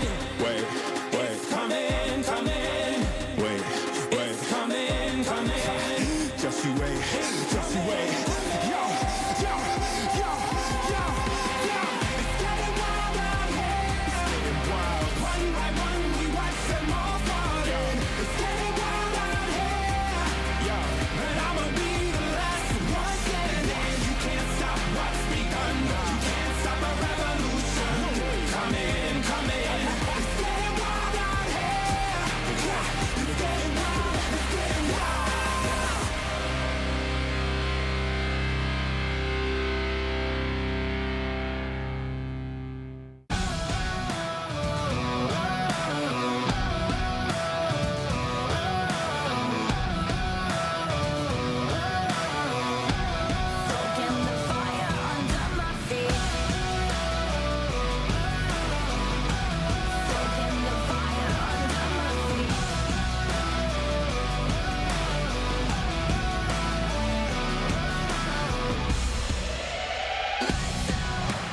This is what we came for. What we got you can't handle. Cause we don't ever stand still. I'm ready for the gamble. I'm ready for the gamble. Ready for the gamble. I keep feeding the flame, chasing the fame. This one will never be enough for me. I feel it run through my veins. I sharpen my aim, soaking the fire under my feet. Soaking the fire under my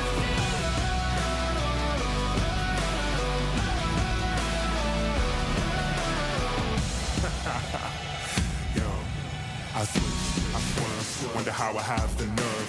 Leaving the heat on the track. Too hot and I'm lighting the match now. Blasting off our rocket. Grab the mic just to drop it. My Fahrenheit is shocking. Amazed, dazed by the sense of grade. Come now, don't phase. Follow the trail I blaze. First place, no second to waste. Pyromania, fan in the flames. Burn the brightest they've ever seen. Give an arm at that third degree. I'm a kerosene and I smoke them out. Fire away, counting down. 2, 1, ready for the gamble. feeding the flame, chasing the fame. This one will never be enough for me. I feel it run through my veins. I sharpen my aim, soaking the fire under my feet. Lights out, this is what we came for. Watch out, what we got you can handle. Let out, no freedom, no standstill, no doubt. I'm ready for the gamble. I'm ready for the gamble now. Ready for the gamble. Watch out. Tap out, tap out. Lights out, lights out.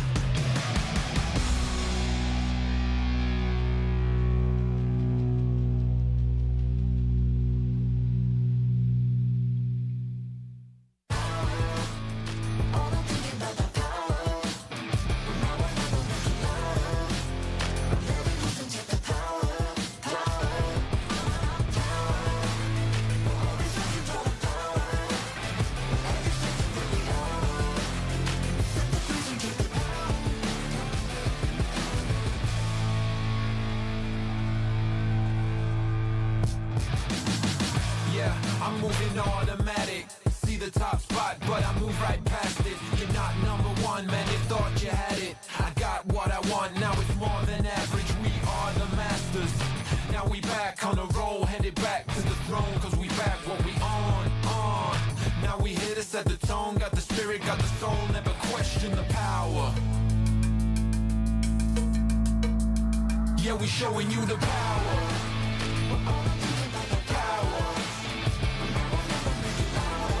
Make it loud. Power.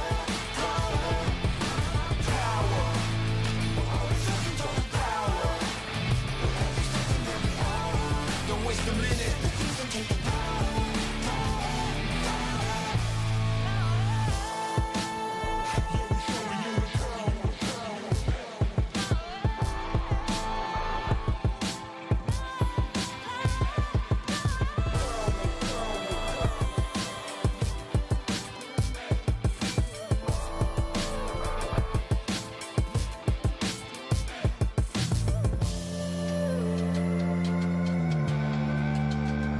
we showing you the power.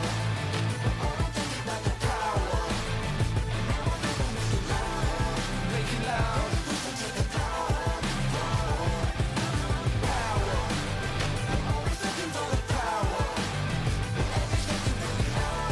Don't waste a minute.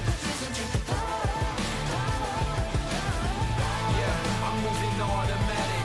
See the top spot, but I move right past it. You're not number one, man, you thought you had it. I got what I want, now it's more than average. We are the masters. Now we back on the roll, headed back to the throne, cause we back what we on. Now we here to set the tone, got the spirit, got the soul, never question the power.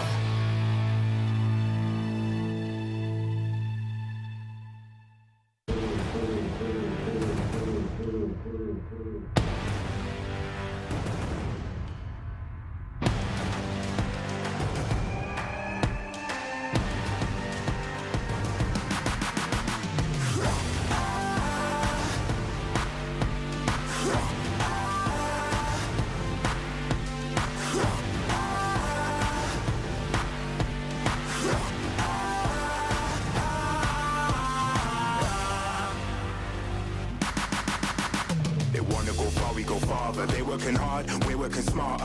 Where they're gonna go, we go harder. Hit every swing, roam like a king. Every dream in your head getting bigger and bigger. Isn't it time we start pulling the trigger? Shoot for the clouds, let there be no doubt. We're flowing without any drought. Baddest the baddest, just call me rolling. Playing with folks for the serotonin. Placing your bets, yeah, we're going all in. There's somebody calling my destiny. Betting on me, you don't wanna be my enemy. Wait and see, lay on the waist. Taking a victory, not just a taste. Laying on flat and we're storming the gates.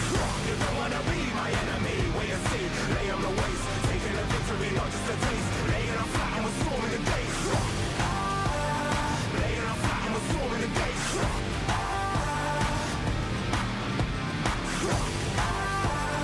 Laying on flat and we're storming the gates.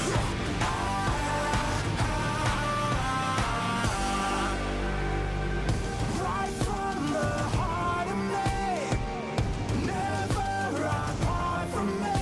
It's all I had and all I'll ever need. Way too close to call it. Taking a leap and we're going all in. Baddest the baddest, call me rolling. Blessing with folks for the serotonin. I'm betting on me. You don't wanna be my enemy. Wait and see, lay on the waist. Taking a victory, not just a taste. Laying on flat and we're storming the gates. You don't wanna be my enemy. Wait and see, lay on the waist. Taking a victory, not just a taste. Laying on flat and we're storming the gates. Laying on flat and we're storming the gates. Laying on flat and we're storming the gates. You don't wanna be my enemy. Wait and see, lay on the waist. Taking a victory, not just a taste. Laying on flat and we're storming the gates.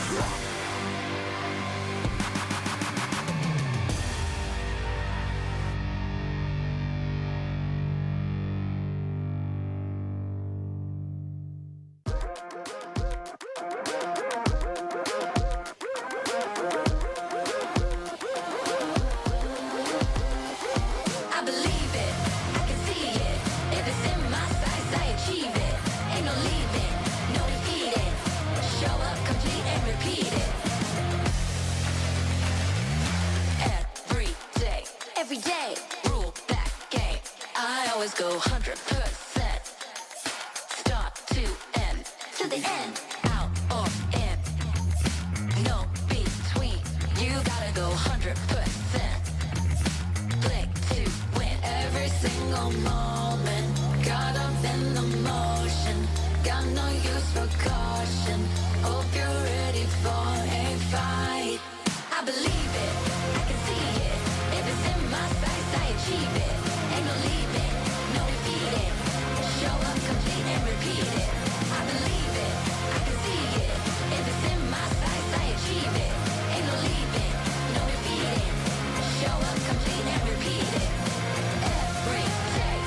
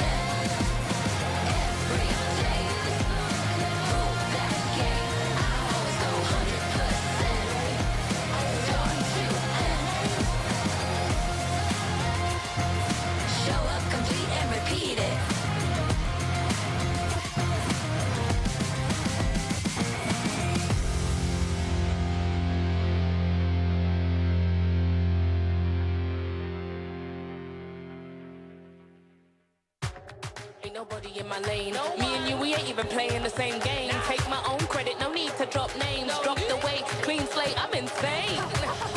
It's giving insanity on a melody. More flow than a manatee. Levels that I reach, man, I defy gravity. Heart so strong like it runs in the family. I've got the haters out of breath. Ain't talking about dinner when I got them distressed. Giving palpitation when I say it with my chest. Do the calculation, it's time to invest. Acquiesce that I am the empress. Going so sick, someone call the vet. I just can't be tamed, that I'm the Loch Ness. So blessed, they can't comprehend. I turn a skeptic to believer. I am a leader, resurrected like it's Easter. If you step to me, you'll get the misdemeanor. They can't defeat her, they can't connect the reader. Can't decline, don't worry, I'll be fine. Cause all I see is ups in the line. Did I plan this? Is this by design? Come reflect, my light can't be denied. Come correct, cause this moment is mine. It's mine. Tell me you're feeling love. Tell me you're feeling love. Do it like nobody does. Sipping that haterade, right to the finish line. Tell me you're feeling love. Tell me you're feeling love. Do it like nobody does. Sipping that haterade, right to the finish line.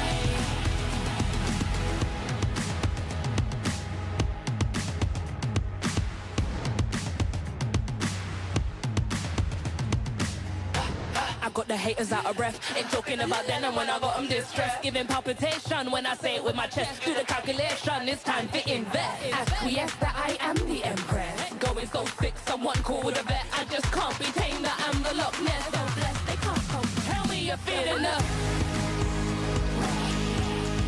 Tell me you're feeling love. Do it like nobody does. Sipping that haterade, right to the finish line. Tell me you're feeling love.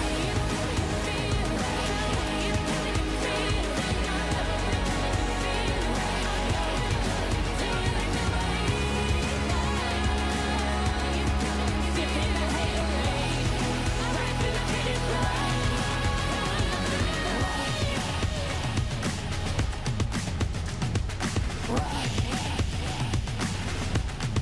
Tell me you're feeling love.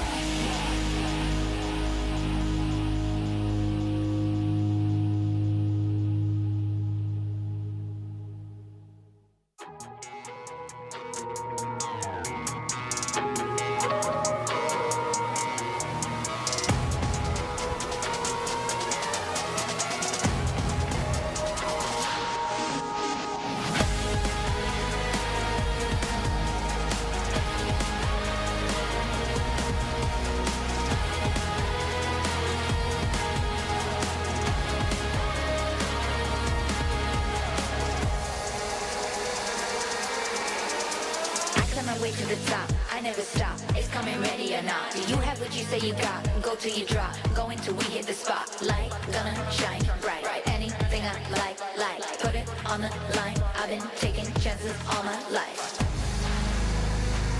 I've been patiently waiting, and we're gonna take it like that.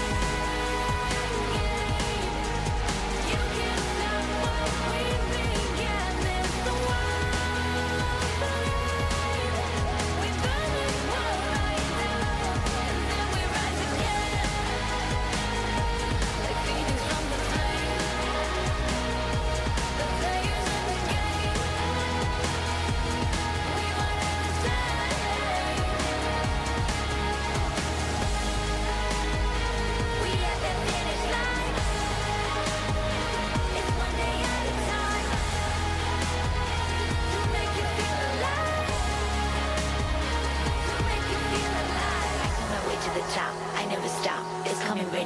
Do you have what you say you got? Go till you drop. Going till we in the spot. I climb my way to the top. I never stop. It's coming ready and now. Do you have what you say you got? Go till you drop. Going till we in the spot. Yeah, we one and the same.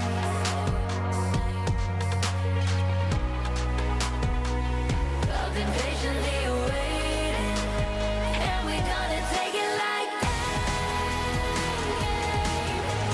You can't stop what we began.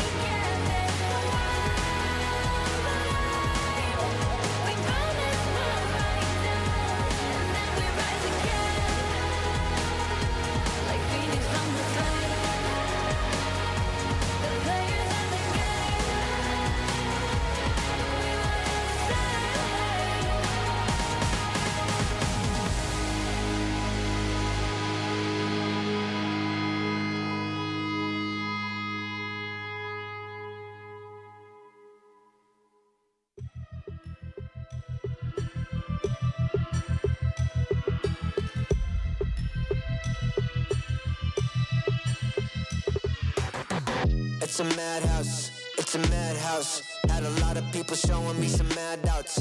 It's a madhouse, it's a madhouse. I got love for the game, I don't cash out. It's a madhouse, it's a madhouse. Everybody with their hands up in the air like whoa. It's a madhouse, it's a madhouse. Shaking all the city, this is how I like my show.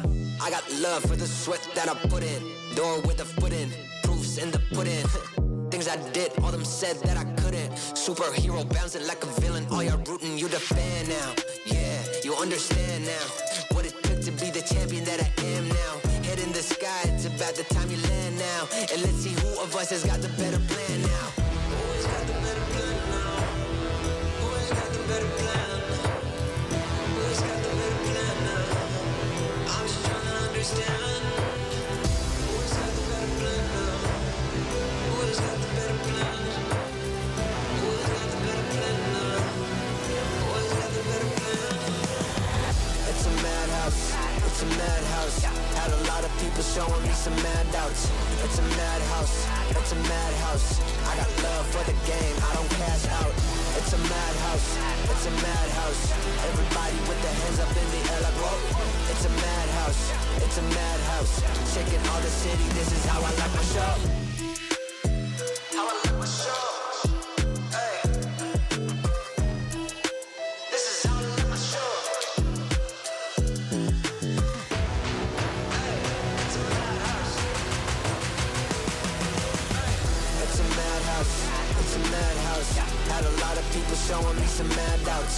It's a madhouse. It's a madhouse. I got love for the game, I don't cash out. It's a madhouse, it's a madhouse. Everybody with their hands up in the air like whoa. It's a madhouse, it's a madhouse. Shaking all the city, this is how I like my show.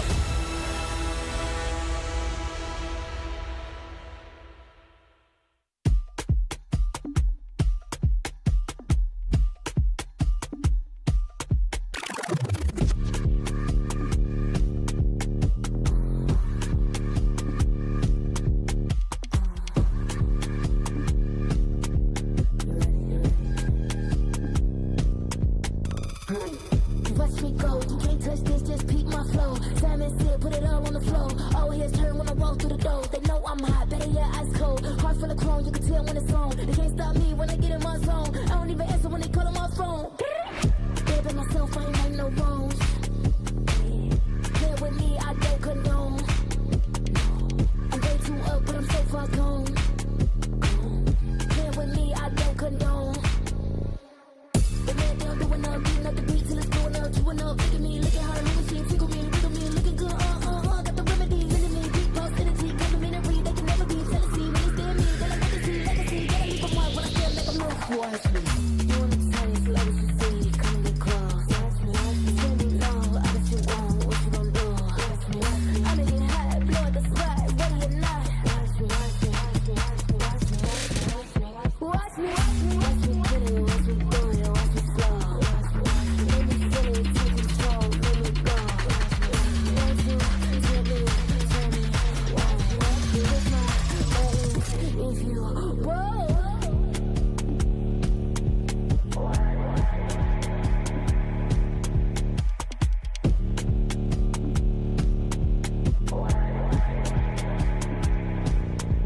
Watch me, watch me better than me. Cocky, you like it free. Watch me, who's better than me? Watch me, you like it free. Watch me, you wanna taste like what you see, come and get close. Watch me, tell me no, I bet you won't, what you gon' do? Watch me, I'm in it hot, blow the spot, ready or not. Watch me, watch me, watch me, watch me.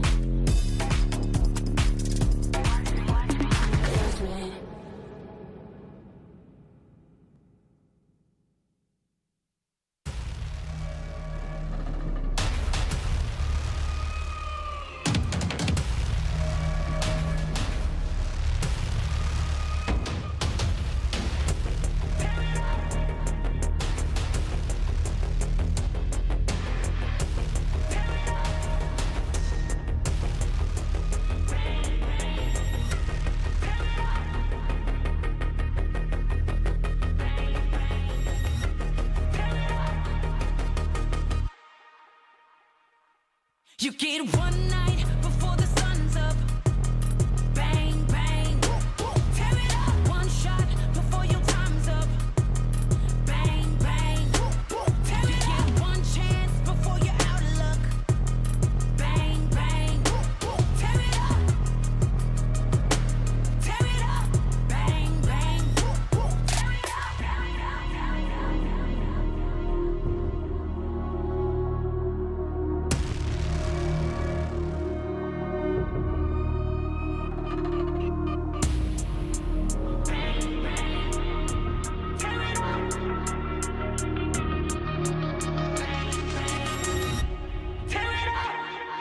You get one night before the sun's up.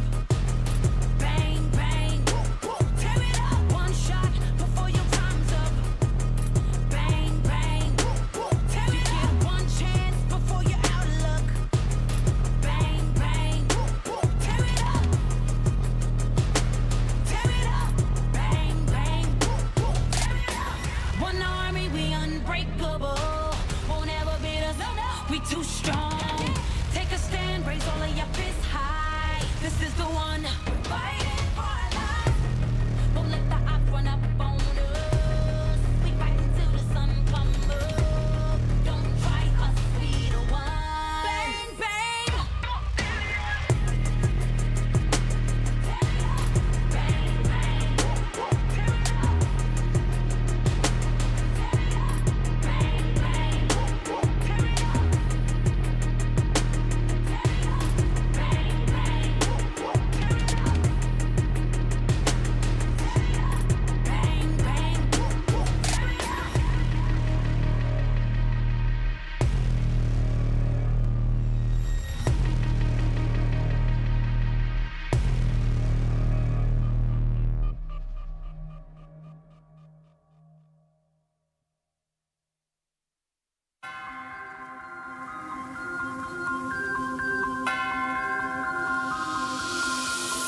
Yo, one thing's for sure, you're gonna recognize me when I walk in the door. And the tactic get the haters to give an applause. I can get an uncle without giving them more. But wait, I'm giving them more. Every 7 days I'm giving them 24. You can't make the cut if you ain't gonna bore. These ones don't know about war. I grew up cold, hungry and poor. I wasn't grateful, I wanted more. I wanted women, I wanted tours. So I grinded and grinded some more. Woke up depressed, I had to fight more. So I burnt out, I couldn't do more. I had to put ascension on pause.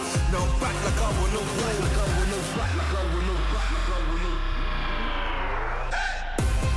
Winning again, I won't stop till I'm winning again. Winning again, I won't stop till I'm winning again. It's cold outside and I thought I couldn't do it again. Winning again, I won't stop till I'm winning again. I'm in my bag like loose change. Self-proclaimed hero like Bruce Wayne. Out the sight even if you bought new frames. All this talk about weight but got no gains. How you gonna do a sight with no aim? Marathon longevity is my lane. I get dark like under the duvet. And don't roll with a weak link like a broke chain. Self-ignorer when I was poorer. My struggle gave me a god flood of the Torah. I didn't stop me pleasuring somebody's daughter. My cup running forward to the spills of the saucer. Look, call me true to author. My battle plans rather terroristic torture. Look, these hands can bend water. Boom boom exploring like Avatar Korra.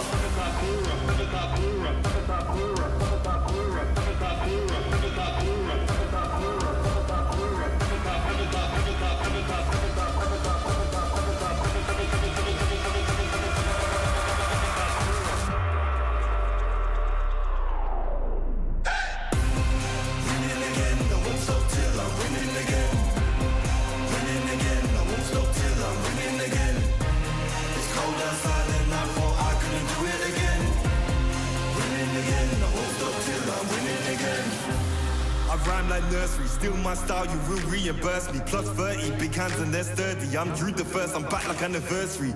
I came back worthy, like I swam in lava till it no longer burns me. I walked the desert for my ego's perjury, working for that zone where you can't outwork me. I'm a big man, but I ain't 32. I came to the front line with like 32. I'm a Rex, that's a shout out to 32. I'm a danger and I play 32. I'm just so 20, 32. Ahead of my time, so I'm hard like Brew. Flows the bomb like I shook the room. I stay lit like Christmas and hot like June. Winning again, I won't stop till I'm winning again.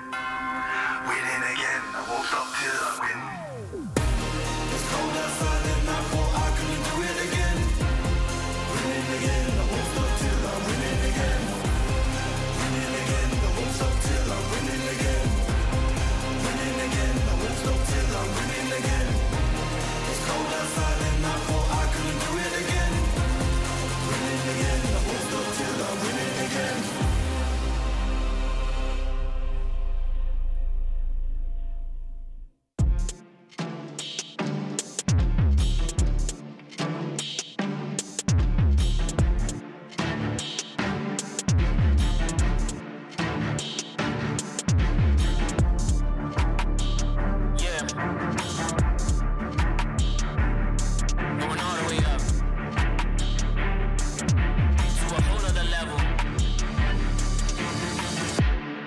get it. Octane, high stakes, no breaks, got me in a whole different mind state. All day, dancing in the flame while the fireplace. Long range, I took that shot, now I got them rocked in a hard place. Please don't play with the guard. I go 8 when I pop. CZ, I'm on top, sleeping. Yeah, I got more from beasting. Tony Ayo, they can't see me. Going sick, go so unseemly. I can't be stopped. I can't be stopped. I'm leveling up. I can't be stopped. I can't be stopped. I'm leveling up. I'm the king of my realm, king to do it myself. I don't get overwhelmed, they can't get to my level. I don't know how to settle. I stay mashing that pedal, I ain't standing, I'm special. This is a whole other caliber, word of Excalibur. I put it into a challenger, gold in my calendar. I think I just hit my peak, ain't nobody sick like me. I don't ever tread lightly, I only emit lightning. Let's shift in the final gear. I can't be stopped.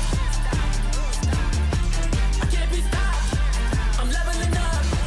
I can't be stopped. I can't be stopped. I'm leveling up.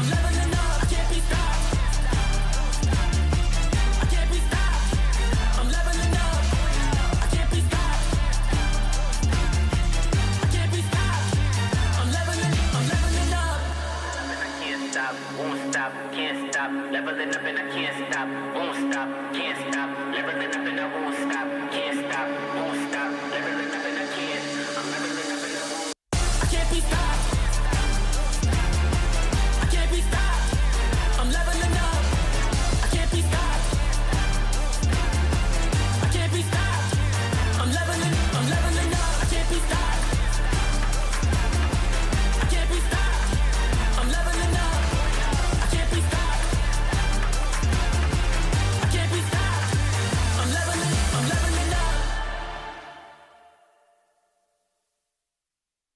You don't have to guess who in the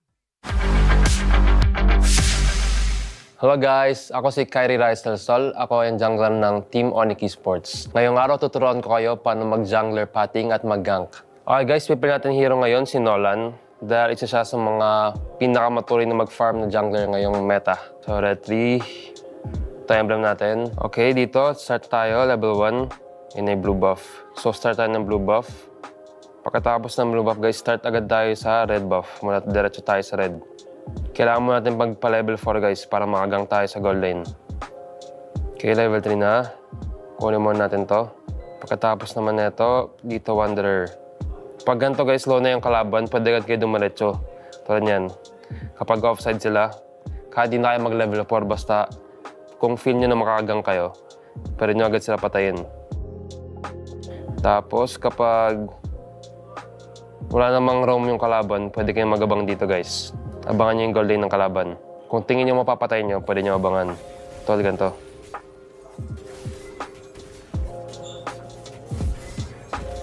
Ito lang guys, pagkatapos mag-gank, pwede agad kayo bumalik sa jungle nyo at pumunta sa turtle para mag-set up na objective. And bago mag-turtle din, pwede kayo mag-gank ganito guys. Basta kung tingin nyo makapatay kayo, i-go nyo lang. So, ayun lang guys. Thank you so much sa mga nanood at ayun ang tips ko sa inyo sa mga gusto maglaro ng jungler. Hello, ako si Light and ngayon tuturuan ko kayo paano mag-rotate sa objective tsaka sa early. Sa first 10 seconds, priority is yung mid kasi dun nagre-revolve lahat yung rotation. So, ang mahalaga is mapanalo yung mid or kung hindi man kayo may advantage sa mid draft, ganun. Pwede kayong i-hold lang yung lane. Basta wag kayo magpapatalo para hindi ma-invadean yung jungler nyo. So, if lamang naman kayo, you can freeze, ganun. And then, if pwede nyo rin tanong yung jungler nyo kung okay lang siya. So, if okay lang siya sa jungle nyo, tapos walang threat sa kanya para di makapag-invade, pwede naman kayong mag-vision lang sa jungle or umikot sa gold. Ganun. And then, magbigay vision sa mga jungle ng kalaban. So, may option yung jungle nyo na mag-invade. And then, ayun, as game proceeds, pag mag-up na yung turtle, usually yung mga XP lane gusto i-clear yung mid. So pwede nyo i-control yung river side ng XP lane para safe siyang makapag-transition sa mid. And then if yung hero nyo is early game hero like Suyo or Alpha, ganun pwede kayong mag-burst ng turtle. Usually ganun yung ginagawa. And then kung scaling kayo, pwedeng ibigay and find for trades or pwede pa rin i-contest depende sa nangyari. Malaga if makapag-pray threat kaya ganun or mapunish nyo yung XP, ganun napalo nyo yung kalaban. So, and that's it guys. Maraming salamat sa lahat ng nanood and ito yung pro tips. And please do support us in upcoming SPS Masters.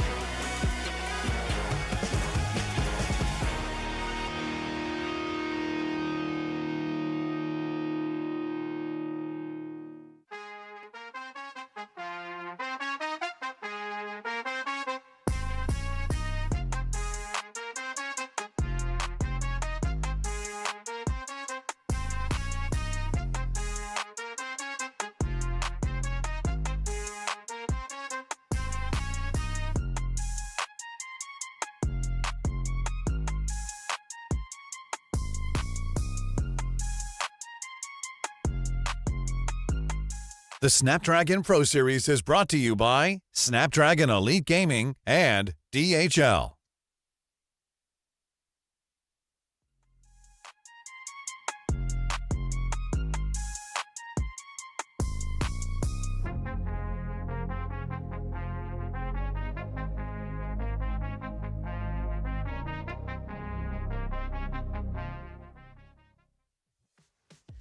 As the sun sets on the horizon of Jakarta, the Snapdragon Pro Series Mobile Masters group stage continues for day number 2. You guys are tuning in to Stream C. This time it's with me, Husky, alongside my boy Goni right here. So we bring you guys the final best of 3 of the day. On this stream, we got Bigatron Esports taking on Papara SuperMassive.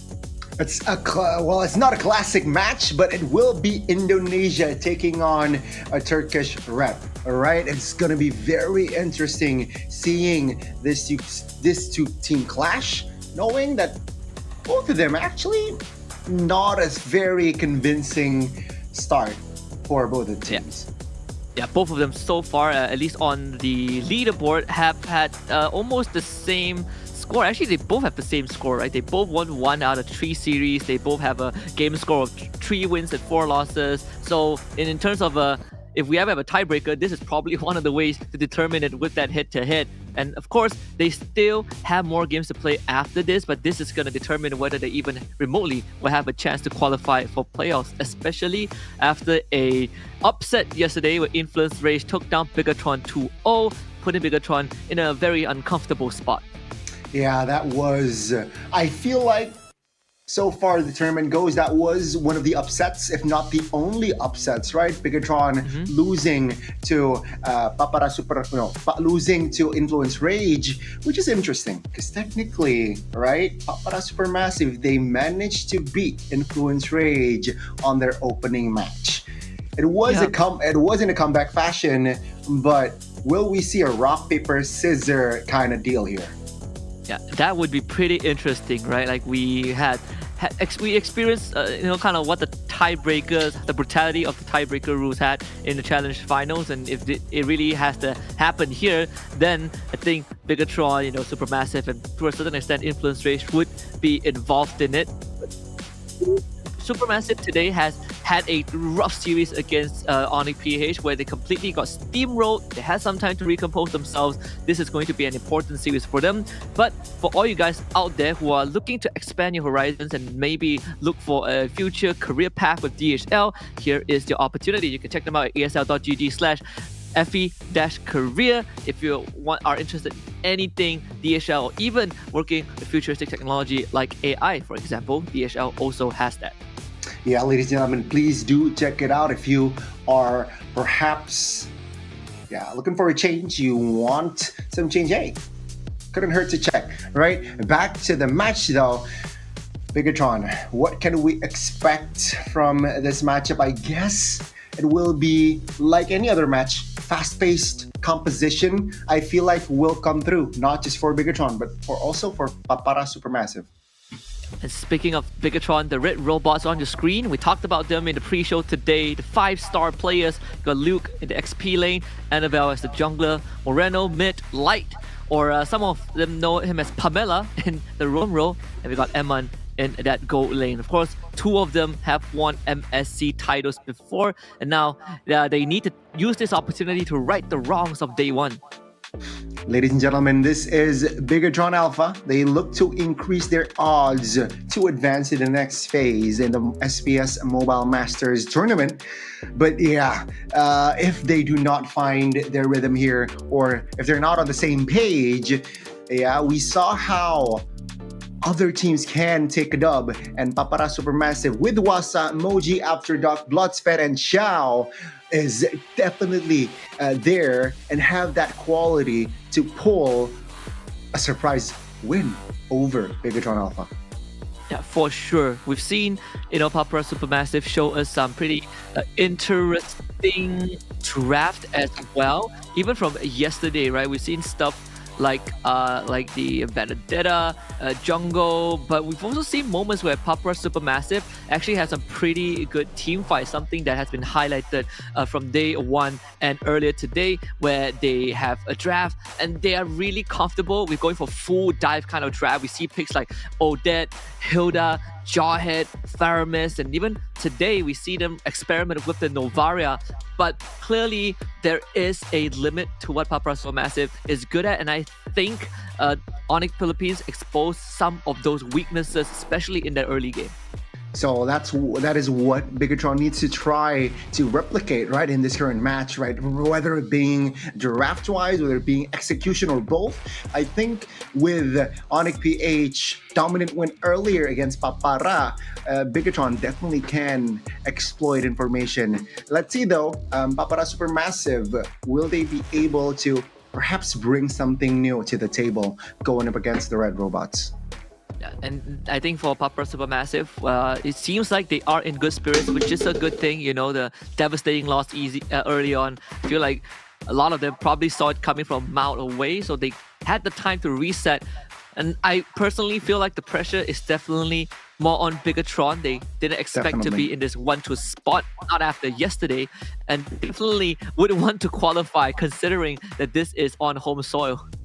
Yeah, this is why I think Bigatron, they need to somehow stay disciplined, right? What they need to do is get that early lead, but then controlling, stay disciplined. Sometimes Bigatron, it's really within their identity to throw, right? Hence, Bigatron is put a lot sometimes in their games, but let's see, because technically Papara Supermassive, their win yesterday against Influence Rage, both games was on a comeback. So if Bigatron throws, Papara Supermassive will be there to capitalize. Yeah.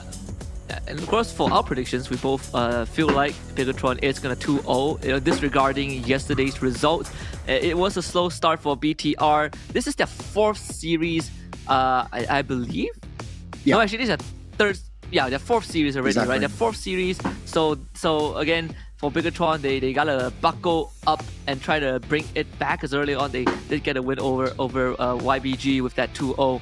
So I believe that they can do it. I feel like coming into Mobile Masters, they might be considered as one of the weaker teams to qualify from Challenge Finals, but they had to beat SRG to get to this point. Or so Bigatron, they gotta show us that prowess that they had from the challenge stage. Definitely, and this is also going to be another test where I feel like Bigatron, two approaches, right? Either they go for comforts, or they go for perhaps something new. Perhaps they explore more on the drafts here at Husky, which I feel like Bigatron, they're lacking in that department. I feel like other teams has a hold on Bigatron on what they're trying to do composition-wise and whatnot, and which is I feel like Bigatron needs to add more depth composition-wise, and perhaps this is their time. Yeah, which is an interesting point because I also feel like that in the process of exploring more draft diversity, they actually did do a bit of that, right? We've seen, I think Lunox getting picked, Selena. They've also, I think, actively picked up Badang XP as well. But unfortunately, most of them didn't work out. I mean, they even had a game with Glue yesterday against Influence Rage. So you can see kind of the direction maybe of what they want to go for. Now it's just to clean up their gameplay because, again, the only series that they won was against YBG, and those were really fast win. They had Selena in one of the games as well against Papa Supermassive. Coincidentally, also likes to bring out certain picks that you don't expect. So maybe this is a battle of the surprises. Let's see. Will it be a surprise, right? More heroes, not just from the side of Bigatron, but perhaps from the side of Papara Supermassive as well. You mentioned it earlier. They brought in the Odette yesterday, so that was a peculiar pick, right? Let's see if will Papara Supermassive bring something new as well today in this match. I actually have something I want to get your input on, Gani, because we saw earlier today Dusin was led through both times between ONIC and Supermassive, and she was untouched, right? And we've seen a lot of Dusin games that ended up in a loss. Like ONIC Philippines have been letting Dusin go all the time and been getting wins over that hero. Why is Dusin in this state when, just a couple months ago she was a must-ban hero? I think a couple of months ago, a lot of the teams, they weren't. It was a case of them not figuring out. They have not found a solution towards Tushin and how to counter that Tushin in the game. But now it's different, right? Because a lot of the teams, they have trialed, they have faced this Tushin multiple times. They know how. They have found a solution on what to do and what to answer this Tushin with. And this is why you have seen that, not too many positive outcomes with the Tushin. It's not a burst hero, not a burst mage, where usually you want your mage to have that burst potential. Yeah, it's more of a utility base hero. I think people use her more for the utility than anything else. So I think, going into this first game, I'm more worried about what Papara Supermassive, more curious about what Papara Supermassive is going to bring to the table, because they definitely did experiment a little bit, something that they felt like was their flavor. They had the Lucas jungle, Faramis mid in game 2, and then they had this Novaria last pick in game 1 against ONIC PH, but both games they collapsed in the first 2 to 3 minutes because they just felt like they couldn't keep up with ONIC, and those fundamentals really exposed their glaring weaknesses, something that, like you mentioned, Gani, I think Bigatron can definitely take advantage of. They need to, right? Let's see here, the adjustments as well. The drafts will be up very, very soon here. I expect, I guess, Bigatron, they might go for the Jawhead early here, right? If Jawhead is let go of Papara, I expect Light to rock that Jawhead. Also a possibility, Cho, right? Cho, Light really likes the Cho. He mentioned this in his local MPL as well. And yeah, let's see here the drafts coming in from both teams. Yeah.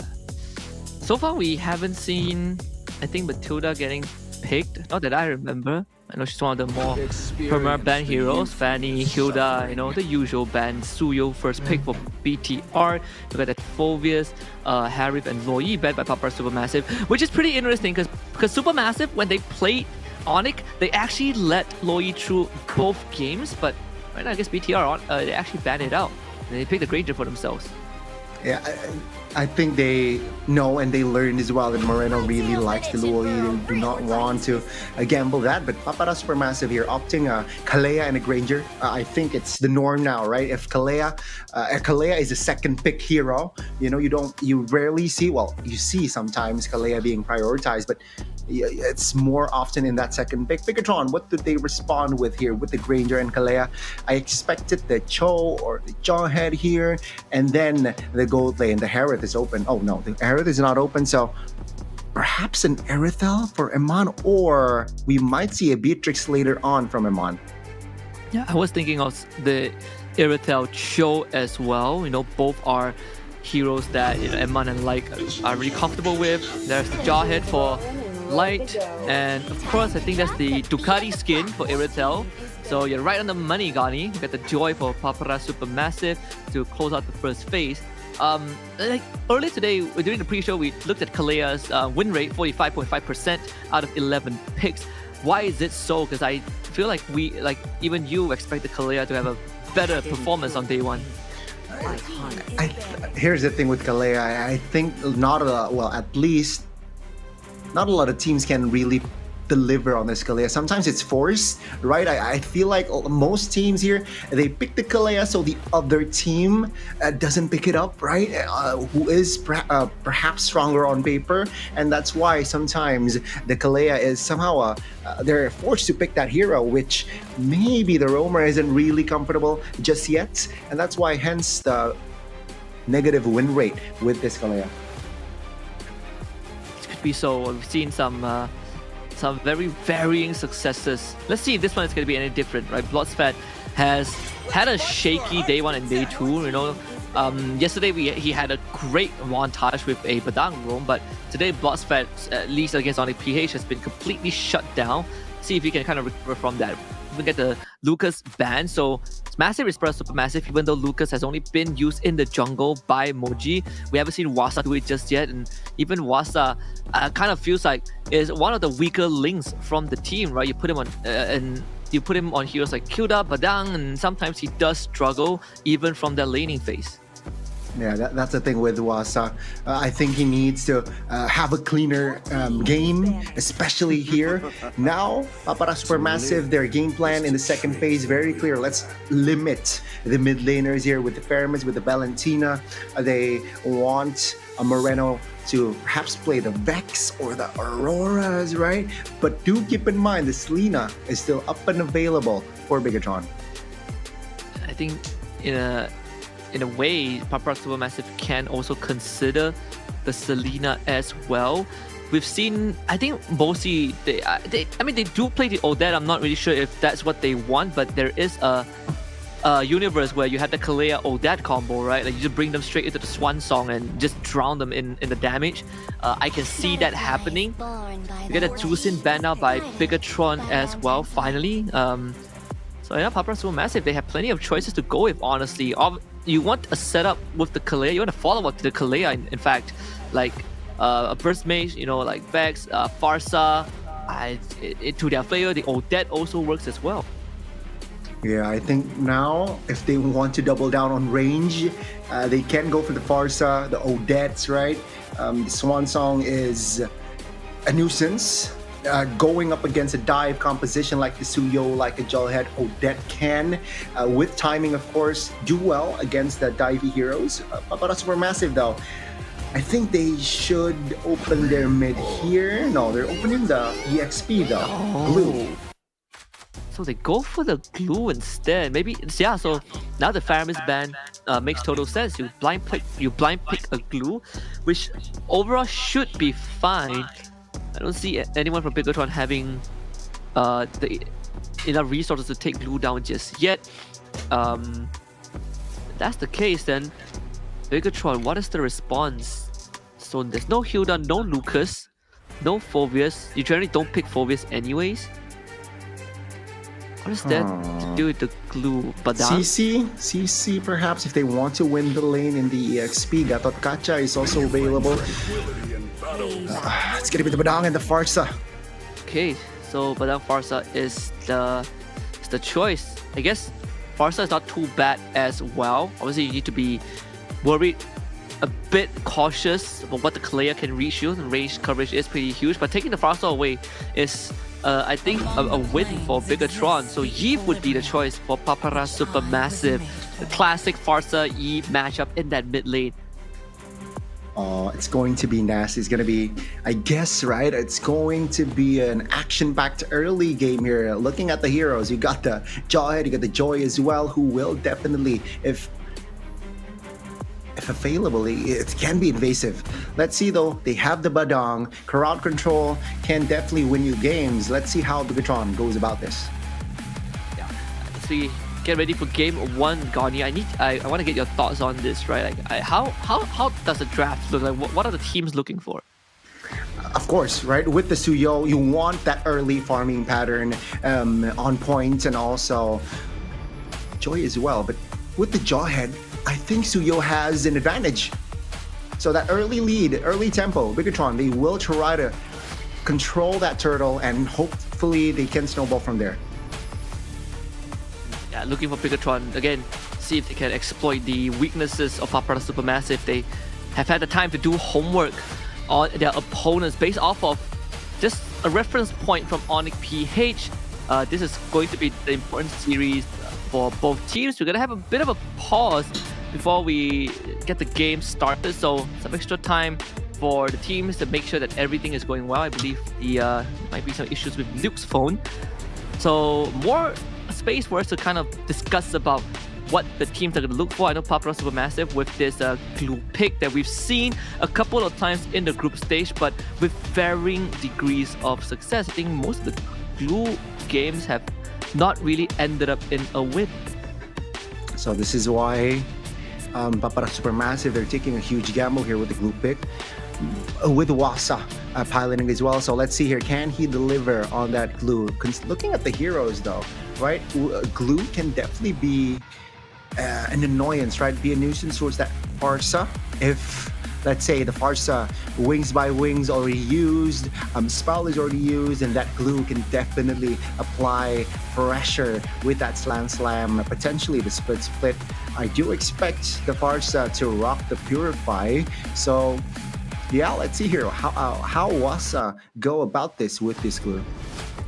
Yeah, at least you are guaranteed some lane dominance, right? I think that's going to be point number one. Getting into the Badang, but then again, it does feel like it is going to be a bit of a dead lane scenario, where Badang and Glue is just going to be this wet noodle fight, and Badang, you're going to be looking for the Thunder Belt and start kind of stacking out their resistance. I do expect Luke to potentially go for the tenacity, right? The 5% damage reduction, under 50% right now, looking hella valuable for someone who needs the front line consistently. Okay. I see your point, but it seems like Luke is almost ready here, and yeah, giving the thumbs up. Everyone's giving the thumbs up, and I think we are heading to the Land of Dawn very soon. It's be exciting. I mean, Papara Supermassive feeling the heat a little bit. It really comes down to kind of that early game jungle, right? Having that Joy in the Joy into Suyo, the classic matchup.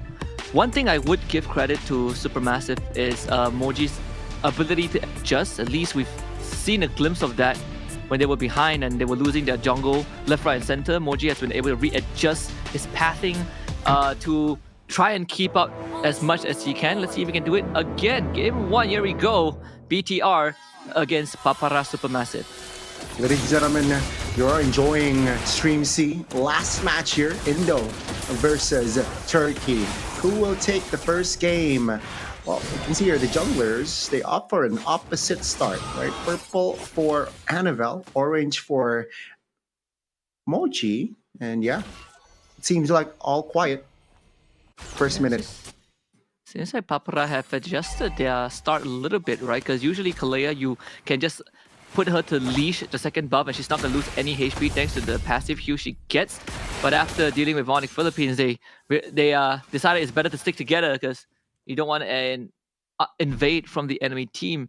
Either way, Annabelle is going to hit forward pretty soon. I believe they did get the Little Wanderer just now as well. The Papara Supermassive will be slightly behind, but not too far. Three assassins though, Suyo, Badang, and Erythel here. Three assassin emblems, right? So seems like Bigatron Esports, they want to have more damage, more kill pressure. Papara SuperMassive, let's see what will their items priority, especially on that defense. Seems like Papara going on a move though. No first blood here for the first minute. Taking it pretty slow. Of course, I think with Bloodsped around yesterday, something that was established that is, as Kalea, you want that bush control as much as you can, but with Turtle coming up, both teams gathering near the pit. Yeah, and for now, it seems like Bigatron, they have more control in that river. I wonder if Papara SuperMassive, they want to take over or will they concede this one? Seems like they want to contest. Turtle down low to be a red 3 fight. Of course, Annabelle will win that one. His crack used already, and now Luke to be able to back off. Split use. Wasa getting trapped again by the wall. Of course, the Flicker himself. Bloodsped follows up with his own. Annabelle now finds his way to the purple buff, and the invade has commenced. BTR taking priority. Luke missing his Flicker combo, but it doesn't matter. They still got what they came for. Clean sequence there from the side of Bigatron, taking the turtle, not losing anyone in the process as well. And after that, they went on being greedy, taking the purple, and Papara SuperMassive could not respond well. And this is going to be first blood for sure. Annabelle picks that up, set up by Luke. Even though Luke has no flicker, in the mid lane. Tsunami Slam, Light trying to get away with the eject button, but RWN secures his fate. Of course, forcing out the Feather Airstrike 2, 1-for-1. Moji, again, we talk about his pathing. Need to get this purple buff as soon as he can. We'll get the retribution in. Good trade by the Turkish. Wow, Papara SuperMassive not just finding any compensation, right? They win the trades. They got Light, who has not have a flicker just yet, and also they got the purple, so it's kind of a revenge on the purple buff take earlier on. Bigatron Esports though still leading in gold. Just is 1.5 to 1.7k range. Of course, quite a big deal early on. The next purple buff will be spawning in just 10 seconds. So Papara SuperMassive making sure that they guard that buff right now, because Annabelle is running away with the experience lead, one level ahead of Moji at this point of time. Second turtle spawning bottom, just like the first one. So at least in terms of where the objective is showing up, it is beneficial for Papara SuperMassive. They don't have to make that long rotation since they did start with the orange at level 1. Now they are going to be in position to contest. Oh, Flicker into a toss that's dead. Bloodsped not able to do anything. And Papara SuperMassive losing control of the turtle already. Not really sure if they want to continue holding control. Wasa gonna go in. Flicker with the pass slam slang. Now into the split trying to stick to a target. It's Annabelle and Luke. He decides to stick on to Annabelle, bringing him back into his team. But Papara SuperMassive not really ready to take on this fight. The rest of the team not there yet, and now the rotation comes in. Cell will be there. Bloodsped just revived. Will be a long drawn out fight. Annabelle gets the turtle again. Luke with a 2-man setup into a wall. Both teams disengage. Wow, only Bloodsped, right, was the casualty there, and it was early as well, but the turtle goes to the red robots once again. Mid lane, a potential fight. Another setup, and burst damage coming out allows Moreno to take out Xiao.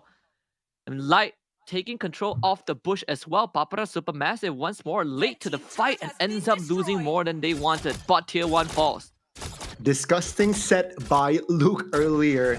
And Papara SuperMassive here, slightly dismantled. They're losing 3k the first 5 minutes here, not looking too hot.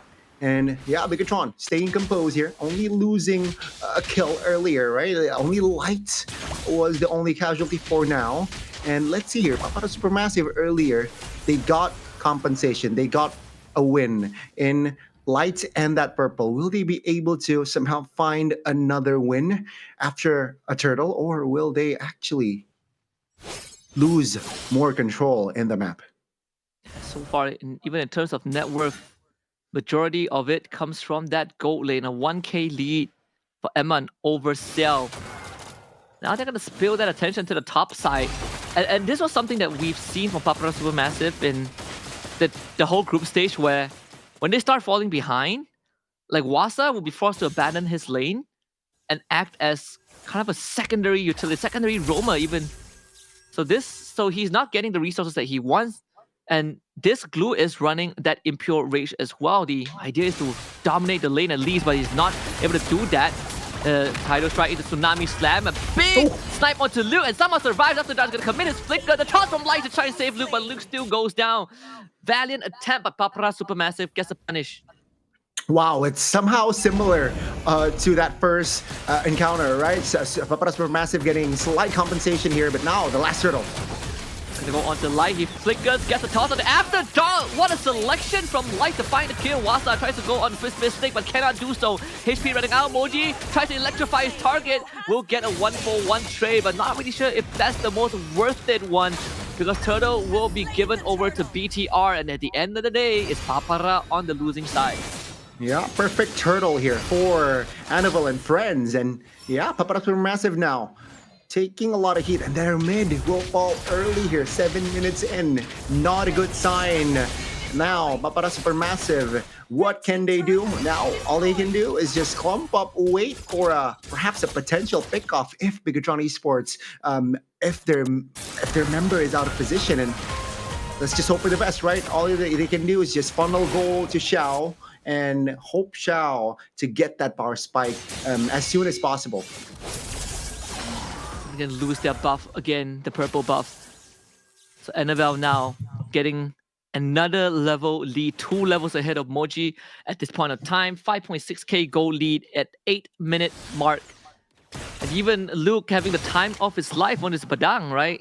Thunderbelt into an Oracle, knowing that no one can stop him, no one can take him down. We see that first item, Dom Eyes by Wasa. It's not exactly the item sequence that you see nowadays. But still, like the Conceal broke it. Let's see here.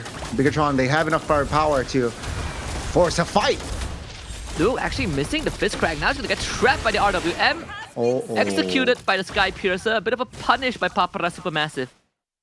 Yeah, that's the thing. Papara Supermassive, they need to be ready when Bigatron makes a mistake. And for now, top lane finally taken down. So that's the first turret here. But it's going to be a 1v1 with Moreno in hand. Wow, committing the flicker. They really want Moji and they will get it. Great understanding of that reach. Not really the death you want. I really felt like Moji's taking half a second to recall there. Caused his death. Yeah, it's unfortunate. Good read though. Bigatron Esports, they understand that, yeah, Moji, you might get a turret, but let's find a better trade, right? Taking down their jungler while the Lord is up right now. Okay, so Light gets baited by Bloodspad, but with M1 showing up, the damage is definitely there. Wasa cannot stay in the fight. Pretty rare you see Glue getting chunked down that fast. Papara Supermassive losing control of the Lord, and without Wasa around, not really sure how they're going to do this. No Tsunami Slam. Conceal use Bloodspad, getting information. Lou's going to trap him. Bloodspad retreats. Lord for BTR. A free one, all right? 3 turtles for free, and now the Lord, the first Lord, rather free for Bigatron Esports. What they can do right now for Bigatron is not throw the game. Don't, they're passive, right? Big throw. Hopefully, Bigatron is disciplined in that department, but Papara Supermassive, slowly but surely, again, just funnel gold, right? Defense, defense, defense. Wait for an overextension, then capitalize, but nothing much that they can do for now. Yeah, see, I thought that Xiao would have been able to keep that holy defense alive, but there was a second wave, so that one's going to break. Lord from bot side. It's just the first one. Moji mid looking for Moreno, misses the dash, and now forced to retreat. Light did use the conceal. Lord will be taken care of. Bot side, mid tier 2 goes down. Top should follow next, but at least for Papara Supermassive, they were able to keep that mid holy defense up. So all things considered, it's a pretty uneventful first Lord for BTR. Papara Supermassive doing their due diligence. Yeah, I mean, Granger and Yves, right? Even though they're behind, but they can definitely do work on the defense. And yeah, it shows that Bigatron, even though they didn't get to touch the mid and top base turret, it's still an 8,000 gold lead here. Take a look at Amon, man. 2,500 gold lead, and that's a lot considering that this is just 11 minutes in. Has claws already in hand as well, so a more chance to survive here and there. Let's see again, right? It seems like they want to invade, but Moji calmly done. Retribution backs off. Eman sitting, swimming in gold right now. Moji needs to catch up to that level 15. It's gonna take a while, and most likely won't get it before the next Lord. I do like BTR. They are not hard shoving the wave. They're letting the wave naturally develop, which means that Papara Supermassive, if they want to get any resources, it's going to be in the lanes and they have to walk up. But no one is willing to do that because it's so dangerous with people like and Luke around. Yeah, they're freezing lanes, right? Bottom side, completely neutral. Top lane is perhaps the only breathing area for Papara to funnel the gold, either to Moji or Xiao or both. All right, now, minute number 12 here. Again, Papara Supermassive, they're way behind on objective. Is 80-20, I feel like, current map. The map is blue. And yeah, Bigatron Esports taking it slow. They do not want to throw this game one, and if they keep it clean, it should be a decisive win after this Lord. This game kind of feels untrollable, honestly. You never know though. We did see that conceal that really amount to nothing. Lord started now. Moji won't hit 15 on time, so he has to try and contest this with a level disadvantage. And BTR, they're not in a rush to run to kind of blitz the Lord down. They're just gonna wait. Papara Supermassive, the more people they show on the map, the harder BTR will commit. And now they see two members on top. It's Lord time. Papara would just have to play defense. Yeah, I think that's the wiser move as well, right? Knowing behind 9K, Papara Supermassive will not take any chances. They'd rather bank and they'd rather gamble their defense. Technically, spells are all up here for almost all 10 members, so we might see a big fight here when the Lord touches the base. Or is Papara cooking something here in their own jungler? Perhaps they want a fast fight before the Lord touches their base turret. Yeah, very good positioning. Good kidnap. Bloodsport still gets away. A flicker onto Wasa. I want to look for life, but Eman is just pelting him with the heavy crossbows. Is there going to be a trade potential though? It seems like Eman is just going to wait. Not going to attack Wasa. And now Wasa actually held hostage by his own team. Meanwhile, they lost Bloodsport. Light and Eman would take out Wasa. 2 dead for Papara Supermassive as Animal works on the top inhibitor. Barely defended as Cell picks up a fresh Sea Halberd. 5v3, 20 seconds for Bloodsport. Flickers in! What a setup by Luke to eviscerate the remaining members of Papara Supermassive. And just like that, Gani, Bigatron Esports will take game 1. Wow! What a set from Luke. Got 3 with the flicker, and that seals the deal. Bigatron, they will take game 1 in a very, very lopsided win. For Papara Supermassive, nothing much going on from their side. Very unfortunate. Once more, just slight early game disaster that snowballed out of control.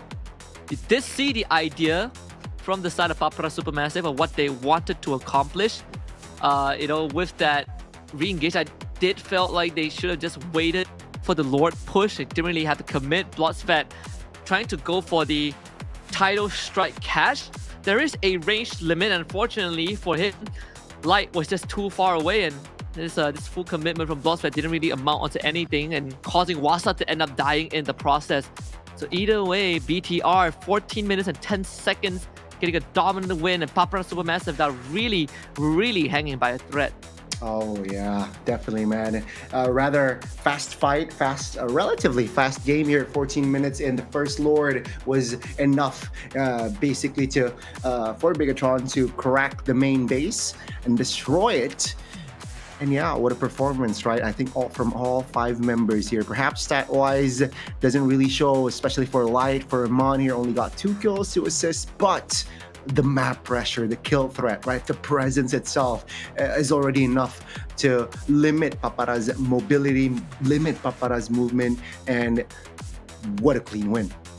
Yeah, we've seen some unforced error from BTR, that caused Light and Luke to be taken down by Supermassive. But all things considered, those are very small prices to pay. It really doesn't affect the balance and the dynamic of the game in any way. Like, as much as I like SuperMassive Draft, they just were not able to make it work. They were just one step behind BTR all the time. Definitely. And I think really the critical moment, right? It was again from Luke. Luke got the sets in that mid around minute 7, I believe. That was after the second turtle, right? Minute 5, minute 6. That was where Bigatron really has control of that tempo, of that game, of the map as well. And after that, Papara SuperMassive couldn't find the equalizer. And yeah, after that, it's just Bigatron ramming over. 602 for Annabelle, clean Suyo game, almost 1,000 GPM, and what a performance. Of course, we gotta give Annabelle his flowers. You know, getting the 6-0-2 on the Suyo, the 922 GPM, basically a flawless game, completely untouched, and just outmatching everyone else in this lobby. Yeah, that's again with the killing spree, retribution, of course. Yeah, his retribution, rarely challenged, rarely contested, but still on point for this game, right? So it shows that despite them having a shaky start yesterday, it seems like today they have recovered, and this was the first blood. And yeah, this set right here won them that game, right? They got Xiao, an important win as well. And after that, it's just 3K. Yeah. Very hard to come back after this.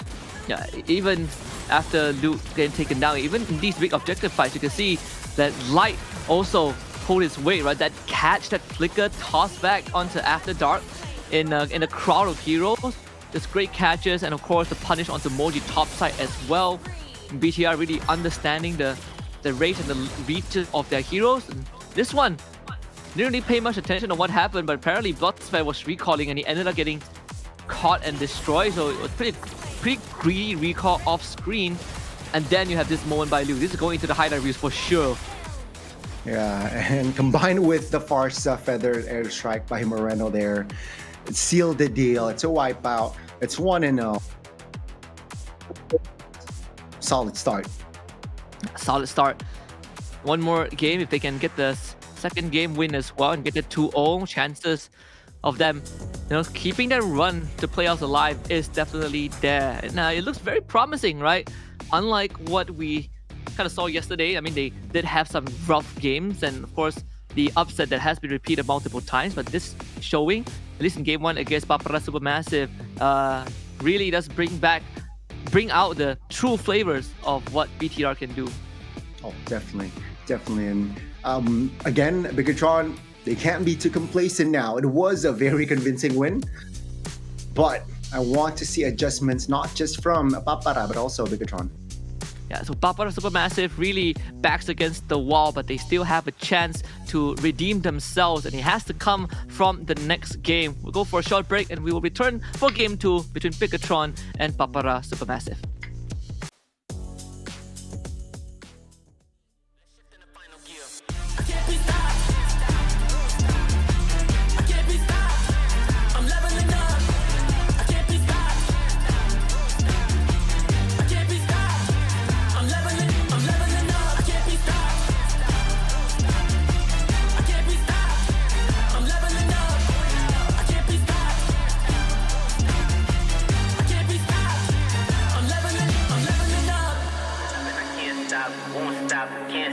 Leveling up and I can't stop, won't stop, can't stop. Leveling up and I won't stop, can't stop, won't stop. Leveling up and I can't, I'm leveling up and I won't. I can't be stopped. I can't be stopped. I'm leveling up. I can't be stopped. I can't be stopped. I'm leveling up. I can't be stopped. I can't be stopped. I'm leveling up. I can't be stopped.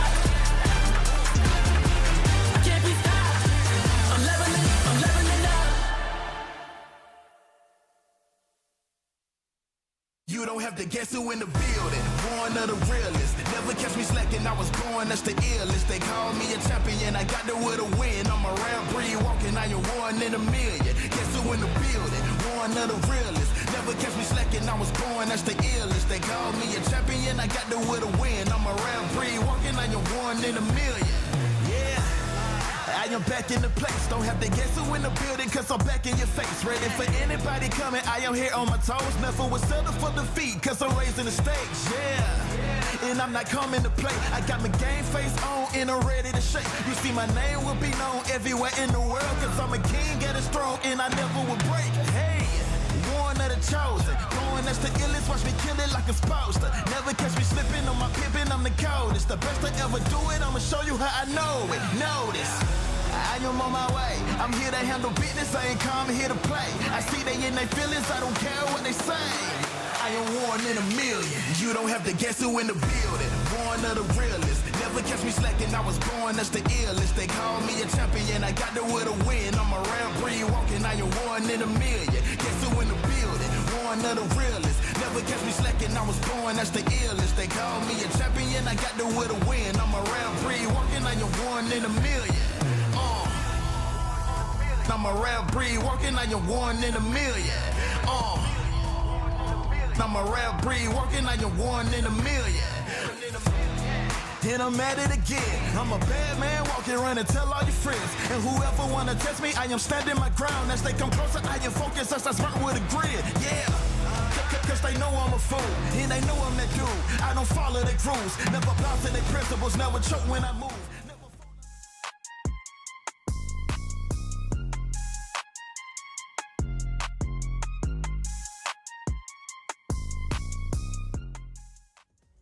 Welcome back to the Snapdragon Pro Series Mobile Masters Group Stage Day 2. You guys are currently tuning in on Stream C with me, Husky, alongside Gani for the second game between Bigatron Alpha against Papara SuperMassive coming up. BTR, the Red Robots, got a landslide victory in Game 1.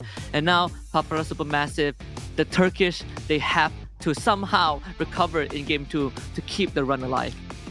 Yeah, let's see, right? It's going to be a tough task here for Papara SuperMassive, especially if Bigatron replicate the discipline that they did in Game 1. If they get the early, translate it to mid, and then just played a clean game without any overextension, it is going to be tough, but let's see, right? Papara SuperMassive, perhaps they want to be the aggressors this time around and have more control in that early. Yeah, and that has been the recurring theme for today.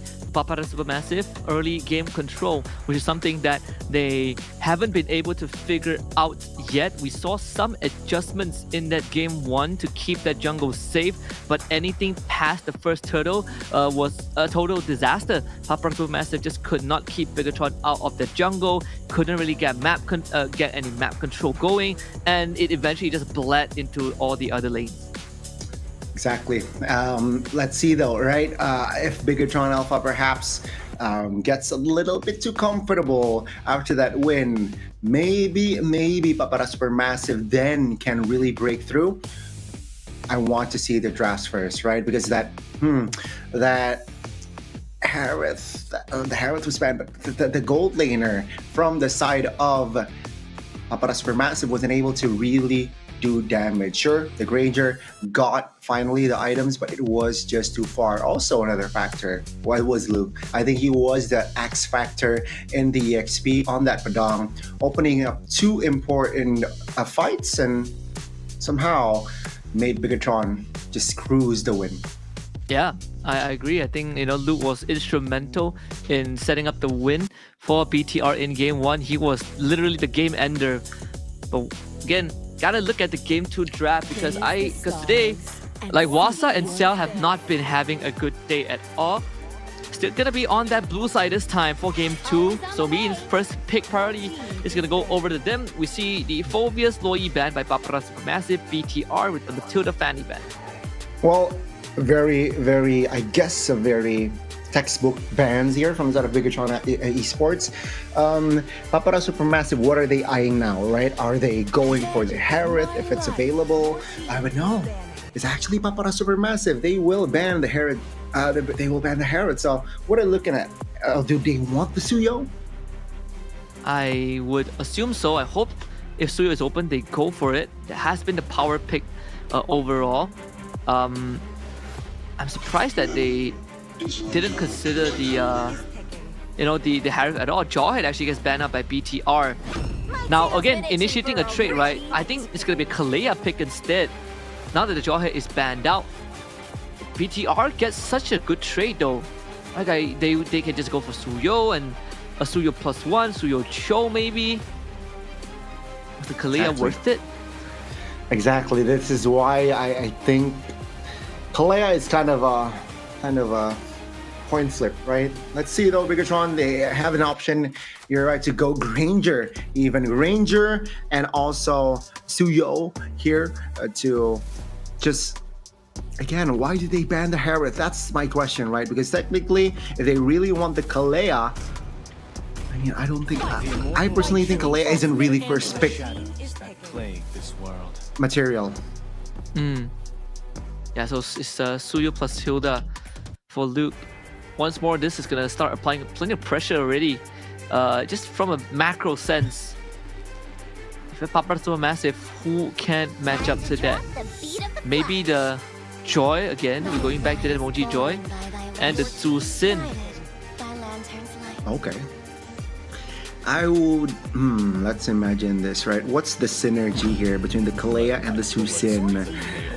Not really a fan of this duo, but let's see, right? Bigatron Esports, well, okay, you guys have a chance to pick up the Granger. You guys did not, so let's pick up the Granger ourselves. Now, Bigatron Esports will somehow capitalize on that fact, right? They will limit that gold lane area. No Urethel, perhaps no Moskov for Papara. Yeah, I agree. I think it could be a Moskov ban too. We did see Cell play something like carry earlier on, which didn't work out. So a Cho ban targeting Light in this case. There is still, I think, some choices like the Pig as well that's left up on the table, which I feel like could be a very good option, right? Like it's definitely not who you want to grab if you up the Kalea. Grabbing a Pig into your team is just going to be disastrous. But then again, the Badang is also still up. So Bigatron sort of are spoiled for choice in the second phase. Yeah, I think they have a lot of options here. Papara SuperMassive, interesting. They opt for a Fairness ban. Bigatron Esports, I think with the Joy in the opposing team, I think I think they can just pick up a roamer here. Leave Moreno Hero for that last pick. I think a good hero for Light here. Yeah, the Badang works. Yeah. Maybe a bit better than the Tick because it's a bit more mobile. So let's see. I think if not I want to look for an alternative, but I don't think there's any. So yeah, Badang feels like the best choice. The Khalid, okay. So there's another choice as well. I think one of the weaknesses for Zusin is that it feels like a Sicilian of some sort, right? Like you want to keep people at arm's reach, but with heroes that can get right on top of you, that's where Zusin, that's what Zusin kind of fears. So to compensate for that, they get the high loss XP for Wasa. It's like, if you can't match tempo, just at least be a sandbag, keep the lane safe. But that means Bigatron is going to move pretty darn fast with what they have. Yeah, with the Khalid, with the Suyo, and the Hilda. Papara SuperMassive though, it seems like they are doubling down, right? With more dive, with the divey gold laner here, with the Claude. It takes time for the Claude, usually minute 7, minute 8 to really have that power spike if the farm goes well. So, Bigatron Esports, they can somehow exploit that. So Claude early game, not too much action. Let's just go and give pressure towards Yao. Last pick, Moreno. I think they can go for more range, right? The Eve goes well, the Farsa also, so pick your poison. Yeah, Vex, if they want to play it safe, I guess. Let's see. final pick for Moreno. It'd be funny if they go for Lunox, but yeah, Farsa makes the most sense. Longer reach compared to the Zhu Xin. Obviously, Claude is one of the ways to get on top of Farsa, but easier said than done with the bodyguards surrounding Moreno in this game. That's the thing. That's the thing. It is going to be very tricky. But seems like Papara SuperMassive, they're going all in here. They're going for comfort. Let's see, will they be able to find a game 3? Is the approach for Papara SuperMassive or kind of like the goal that they want to achieve with this draft same as game 1, or is there any difference? What do you think, God? I think it's a different, right? It's a completely different story. With the Granger, you want to play slave, you want to poke around, perhaps a couple of execution with the Sonata, but with the Claude, there's a added layer. You can engage first with the Claude or act as an executioner. Let's see, game number 2 is gonna kick off right now as we head into the land of Dawn. BTR against Papara SuperMassive. The Red Robots one more game away from a clean sweep and keeping themselves afloat. And for Papara SuperMassive, this is do or die. Of course, SuperMassive, blue side, Bigatron, red. Yep, they both will start orange. And yeah, I mean, Lito bot, so Turtle top. That's going to be very interesting here to see the rotations. 40 seconds here in here. Not really much of a kill threat. Oh, the Hilda. It's looking for a flank. Here he comes, Bossfat. That's a flicker already. Resources expended, not really what you want. And that's the thing, right? Like what you can achieve with the Hilda early on. Luke blows up the wave and just shows up mid to create pressure. Papara SuperMassive, they're not going to have any way to match up with that because they have a high loss, but Blossfed will try mid-side, forcing Light to flicker. Okay, so they equalize, right? Both roamers expended their spells, and take a look at Luke here, providing vision for his team. Here he comes. Emoji, I think, stole the buff, stole the camp first. Blood once more. Annabelle making quick work of the enemy jungler. And again, we saw the impact that Luke brings to the table for that first game. Seems like second game, he is off to a hot start, already providing pressure, not just towards that mid lane earlier, but also the jungles. And Papara SuperMassive, they're slowly but surely dismantled right now. Yeah, this is already not looking good. Like Wasa has been effectively disabled. Not really sure what he can do in this case, right? Luke essentially can just show up, delete the wave, and just disappear from lane. There's really nothing Wasa can do. In fact, it puts him in a position where Papara SuperMassive will have to play with 4 men for the next few minutes. Yeah, not looking too hot right now for Papara SuperMassive. The bottom side though. Oh, Xiao! They're gonna get caught. Blazing Duet gets some extra shield. BMI backwards. Keeping himself safe. Eman will not be able to get the kill, but Light maybe will sell. That's why BNI, no flicker. Light on top of him. One more swing on the scimitar, and that's an easy kill bot side. Wow, what a connection there. The Filipinos connection. Light and Eman on the bottom side, creating havoc. And that's Eman already chunking the gold shield turret to half HP. Take a look at Luke though. Just proxying the wave top side. And Wasa struggling to keep up with him. And the more time Luke spends wasting from Wasa's side, the more Wasa loses in his lane. Luke is 2 levels ahead already. Blossfed finds Wasa. And Blossfed's not even 4 yet, and it's 3 minutes in. Wow. Even loses most of his health bar, so Luke is having a field day. Things are definitely not looking good. On the bottom side though, Xiao goes down again. Flicker from Light on top and an airstrike from Moreno to kill him off. That's 2 deaths for Xiao back to back. Yeah, it's not a good sign. Xiao taken down twice, right? We mentioned 7 minutes in, usually 8 minutes in. Claude is active, but now I think it will reach 11 minutes. Moji should be able to get this kill onto Eman. A bit of an overstay from BTR. So there is some sort of avenues for Papara SuperMassive. Again, the weight lies on Moji's shoulders once more, and it has been the case for the entire day so far, but this one more important than ever. So though, 2,000 gold lead for BTR. And yeah, now the next neutral objective should fall in favor of Bigatron. Joy level 7, Anova level 8. So that itself already is an advantage. A big one. And I think as long as Bigatron can delay the power spike of Cell, it makes it even tougher for Papara Supermassive. A good lift onto Luke, but he really does not care about the Duzin right now.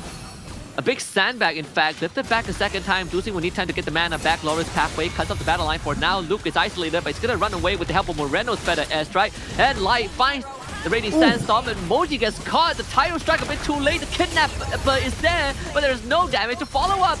The Blazing Duet barely enough to take down Luke, but still Bigatron comes out on top. Yeah, they only lost Luke, right? The EXP laner. Meanwhile, Bloodsweat and Moji will be the casualty from the side of Papara Supermassive, and now they're looking for the mid. Nothing that Papara can do. Bigatron, just like that, got another extra 1,000 net worth advantage. Now sitting at 3.2k, Moji loses his buff and almost loses his life too. Once more, the only standing pillar of Papara Supermassive now has been essentially broken in half. So Bigatron, they can do whatever they want. Yeah, as long as they keep it clean, keep it tight, no overextension, no extra maneuvers in the river though. Looking for Moreno, but Moreno will escape. Light staggers it just now with the Raging Sandstorm. So Wasa ends up going down thanks to the Sky Piercer. The thick health pool does not matter too much. Bigatron getting that net worth lead to 4.7k under a minute from last we checked in. Crazy. Inner turret top lane will be destroyed as well. That's a free one. So Papara Supermassive losing out on map control, losing out on fights, and also equipments. Moji just came back and again is already getting ganked on. Moji is dead once more. Well done, team. No jungle camps for him, no lane waves that he can take safely. Moji has been essentially decommissioned from this game. Yeah, 1-3-1. Definitely not what you want. If you are Papara Supermassive, 20 seconds to the last turtle here. Papara Supermassive desperately needs to farm, and Xiao definitely needs to cover and needs cover to farm. So Bigatron Esports here, not forcing anything too crazy for now. Still though, they are just controlling the game very, very well. That's the problem. Now you got two late game heroes. Both are behind, both want resources, but there's only one lane viable. So you have to give it over to Cell. No jungle camps left on either side of the jungle. Bigatron essentially just pillaging the blue side jungle and securing their own. So Moji has nowhere to go. The purple buff and orange buff coming back up at the same time. Papara Supermassive have to use this conceal to secure that for Moji. But it is going to be a fight over it. Maybe they're trying to get a kidnap, but could not get onto Annabelle. So Bigatron once more gets out without losing anything. And the Holy Shield got triggered in the top lane for nothing. Again, Bigatron Esports, those small wins really affect the defense later on. And yeah, 80 seconds to the next Lord. The first Lord, rather. And yeah, the jungle's again being targeted. Moji just wants the buff for himself. BTR making it incredibly hard. Spending that retribution to do so. Bigatron should be able to secure this bottom tier 2. Papara Supermassive looking for any sort of an opportunity, but with Luke standing there is just none. No. They're very tight as well, right? Keeping things tidy as well. Papara Supermassive, oh, desperate play. Yeah, but after that got chunked down, then go for the kidnap onto Luke. That's the toughest member to kill. So Luke just runs out of there with the sprint. And Papara Supermassive felt like they committed so much but got nothing. Yeah. Tier 2 in the mid. The last tier 2 will fall for Papara. Bigatron Esports, they will back away knowing 30 seconds from now the Lord is up. Or perhaps they might force something here. Forced to use the retribution to clear out the cannon minion after dark. Now down low, and Man misses the snipe. And that is just enough for After Dark to survive. Papara Supermassive managing to keep that mid-holy defense up. But now with the Lord coming up in under 10 seconds, Bigatron, they have full control of the map. Definitely.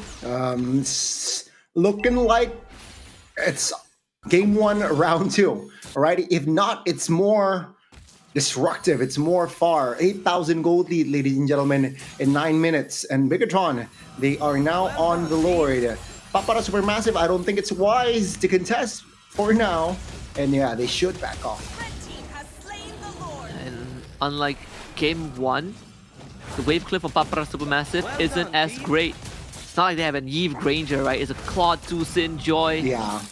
The dealing with these empowered waves is going to be twice as hard. Moji did finally get his Holy Crystal, but just look at the state of the arsenal that they have. So bare bone. And after Dark almost losing his life to Eman, a couple of bullets in the face. Yeah, all spells are up though, for apart from the retributions. Let's see, Bigatron, with 4 spells active, can they close the game out early with the Lord marching top lane? They can get even a single inhibitor that would spell almost imminent doom for Papara Supermassive. But the current situation might as well be that, right? Moji is 3 levels behind. I mean, what do you do as Papara Supermassive? It really felt like this is a done deal already. Yeah, the Glorious Pathway was spent as well, so this is going to be the defense and the offense. Bigatron Esports looking to close the series out. See, Blossfed had a second thought about it. But the airstrike after Dark snipe by Eman. He's gone.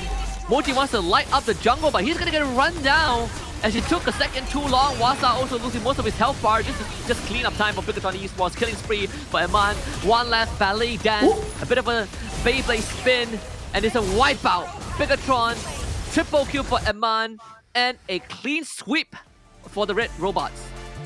Decisive victory from game 1 and same story in game 2. Papara Supermassive, very little that they can do. And Bigatron, they got the dub, no problem. Ladies and gentlemen, what a win. Papara Supermassive suffered a nasty defeat. But yeah, it was Moreno and them who were the better team.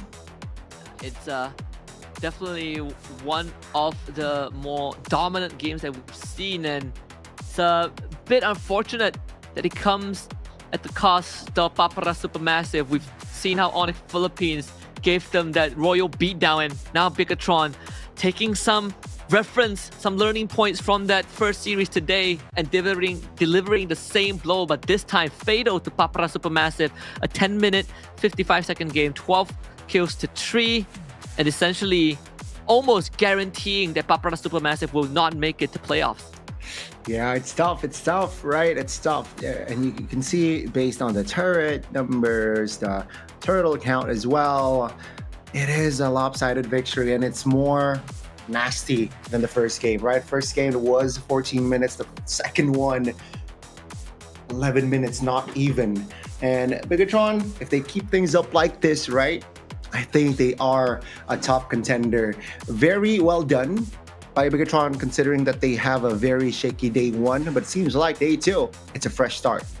Yep, definitely a fresh start and a well-needed one. Yesterday, BTR lost both the series, but today they won both. So big morale reset.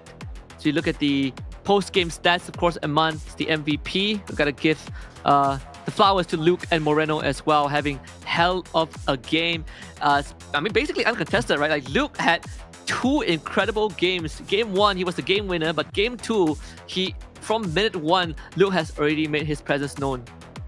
Yeah, he was a rock in game 2, right? That early rotation forcing Bloodspet to use his flicker, that's already a mental win right then and there, win trade.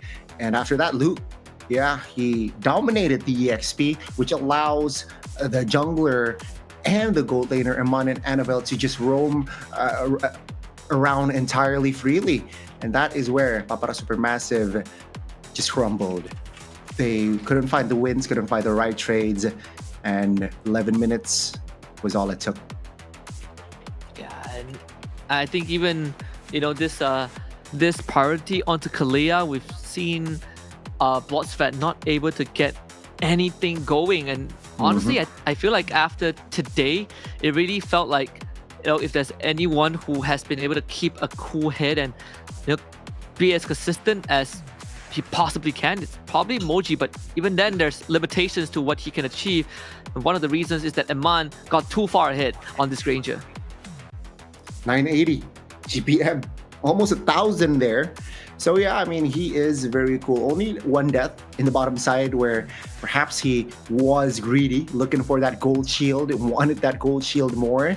But after that, played a clean game with a thrill as well, of course. And let's see here, highlights for that from that game.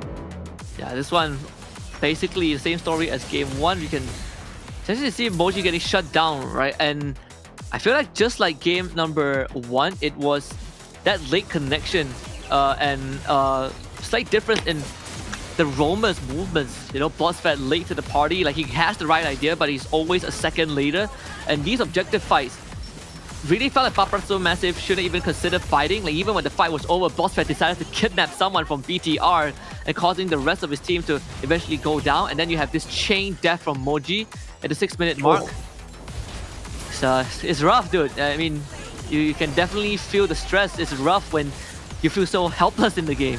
Yeah, very powerless.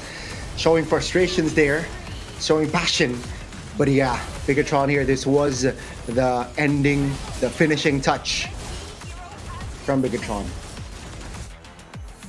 Yeah, it's rough for Papara SuperMassive, but that's the nature of competition. Of course, congratulations to Bigatron Alpha. A 2-0 victory, 4-0 overall today. And just the Red Robots, rising back up into prime form. Yeah, yesterday it seems like the software update or the program wasn't turned on. Yeah, but they too, man, they showed up, right? Luke stepping up, Annabelle very, very solid in that jungler position, as well as Amon being Amon, right? Being the Amon that we know. Very lethal, very clean, but what a game from Bigatron. Yeah, it's at the cost of just despair for Papara SuperMassive, but hey, Bigatron is going to be able to keep that run alive, in this group stage, and perhaps have a chance to make it to playoffs tomorrow, depending on their result. Their last series is against ONIC Philippines, arguably the toughest ones that they have in the group stage. So we'll see how that's gonna be, but I think for now, just based off of the state of the group stage, YBG and Influence Rage might have already lost their chance to qualify.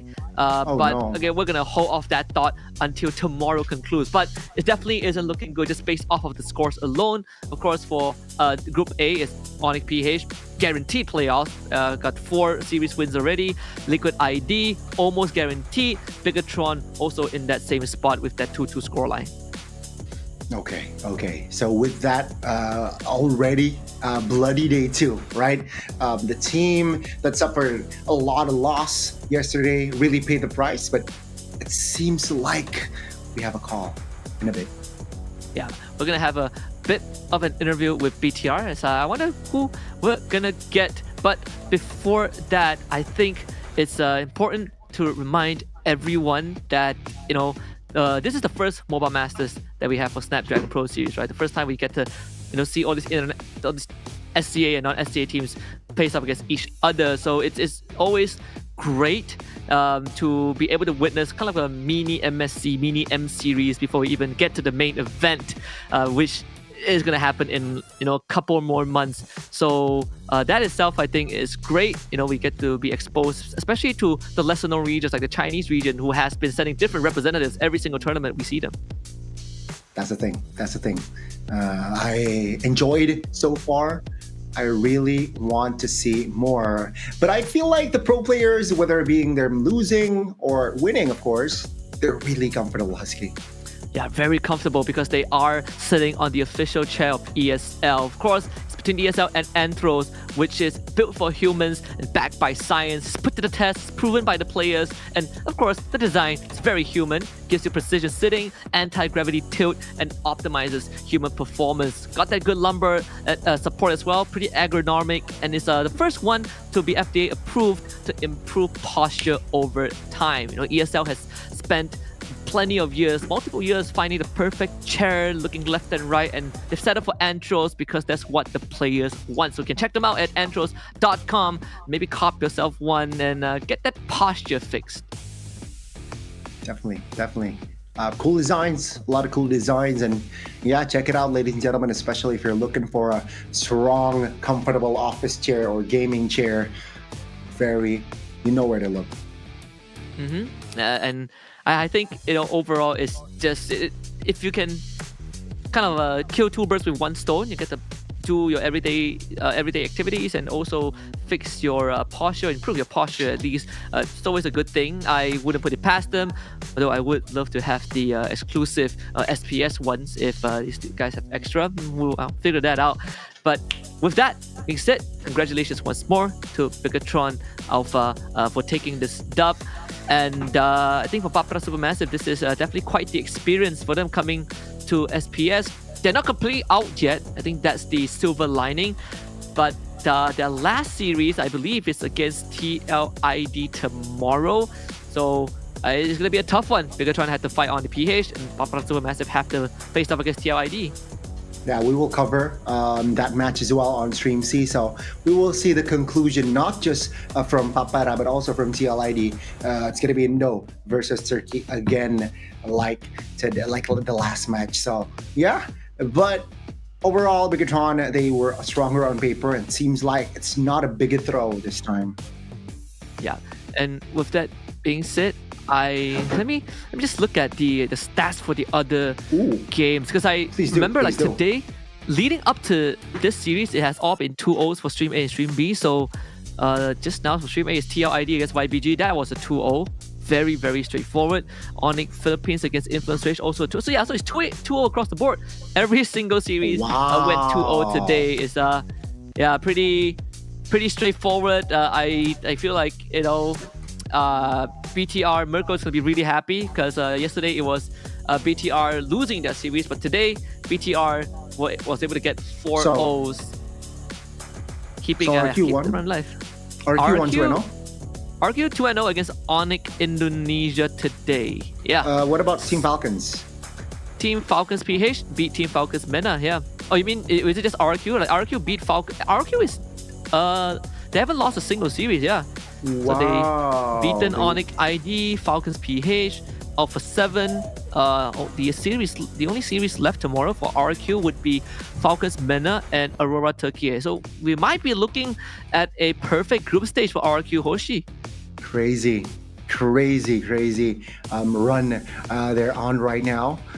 And yeah, that is, tomorrow we will cover, I believe, think we'll be covering Falcons PH against Alpha 7, and TLID against SuperMassive, and then ONIC ID against Aurora Turkey, which is important because Aurora Turkey around leads in points compared to ONIC ID in the group stage. So tomorrow might be that decider match, and it's just a closing match for Stream C2. But here, I want to remind you guys that you can support your favorite teams in Mobile Masters by just buying tickets to the playoffs. You can buy now by scanning the QR code on the screen or going to esl.gg/SPSMasters 25 tickets for a very, very low price. The playoff starts Friday to Sunday, so we're gonna see the conclusion, who walks away with $80,000 US dollars by the end of Sunday. But most importantly, we are bringing it all the way back to Tennis Indoor Stadium at Senayan, where legends were forged 2 years ago in M4.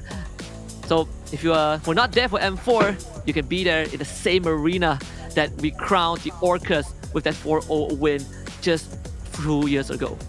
Yeah, come on down. If you have the time, if you have the money, come on down.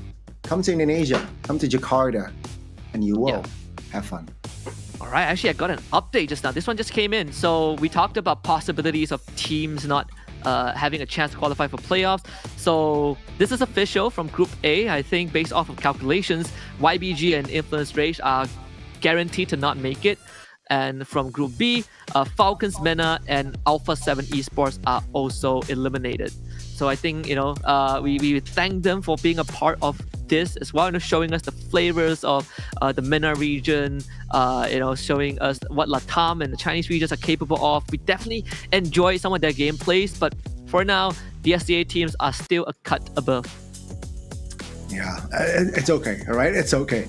You can see the passion, right? I feel like them. I mean, earlier on from the side of Papara, you saw the frustrations. It shows what they're disappointed themselves. That, oh man, why? Okay, then they can learn. They can learn and develop, and that's why I feel like international events globally is such an important curve, not just for the, let's say, the SEA teams, but more importantly for the other teams that is currently outside of SEA.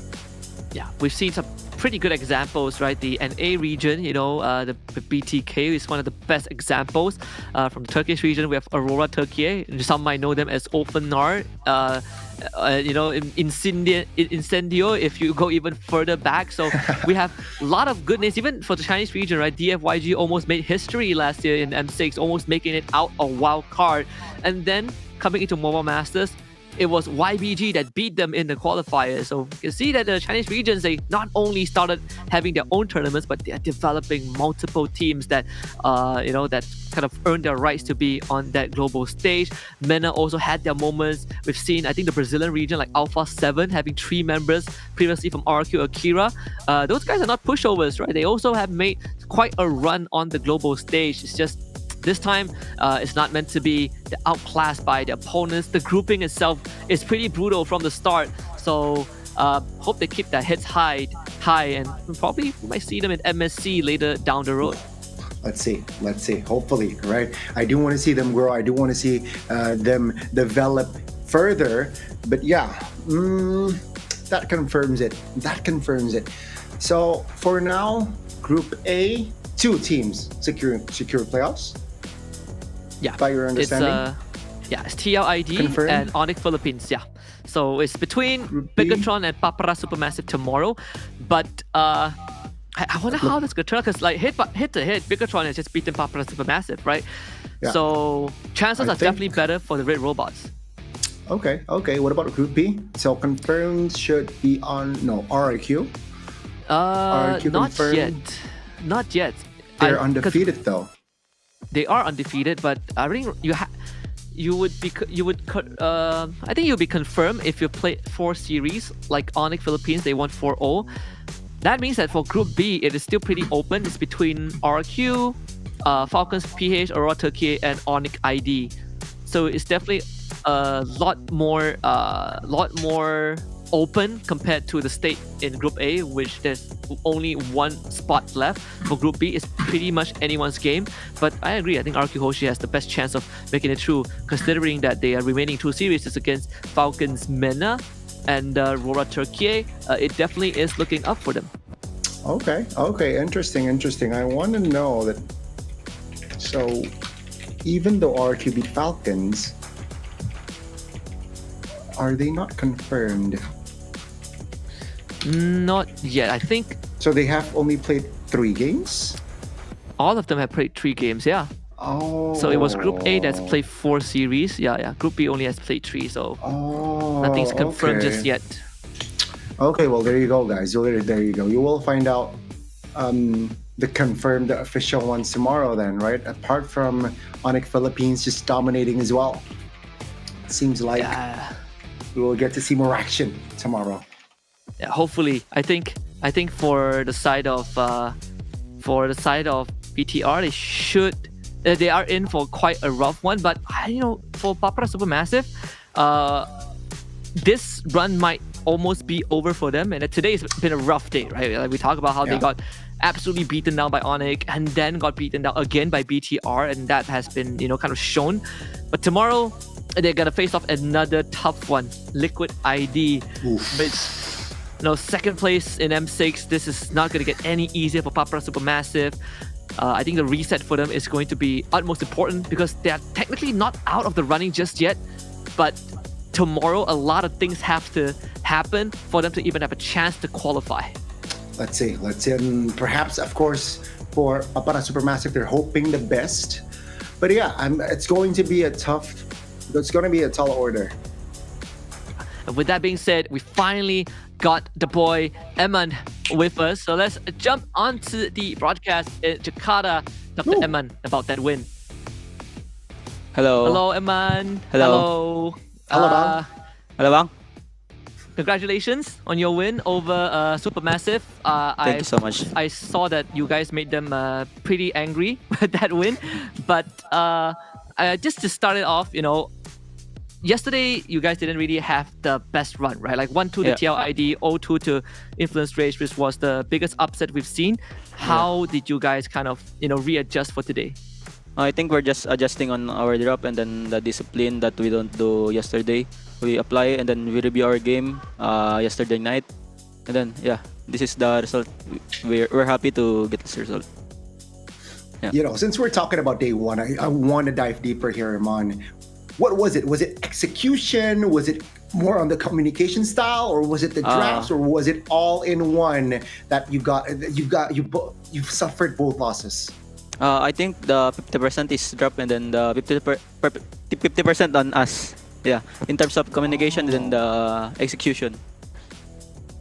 There you go. So, how has it been so far with BTR? Obviously, going out from the PH region into ID, joining BTR, and then primarily starting it off in SPS before MPL, and then now coming back to Mobile Masters. How has kind of this few months of periods been? Because you guys had to beat SRG to secure a slot in Mobile Masters. Yeah. Can you repeat?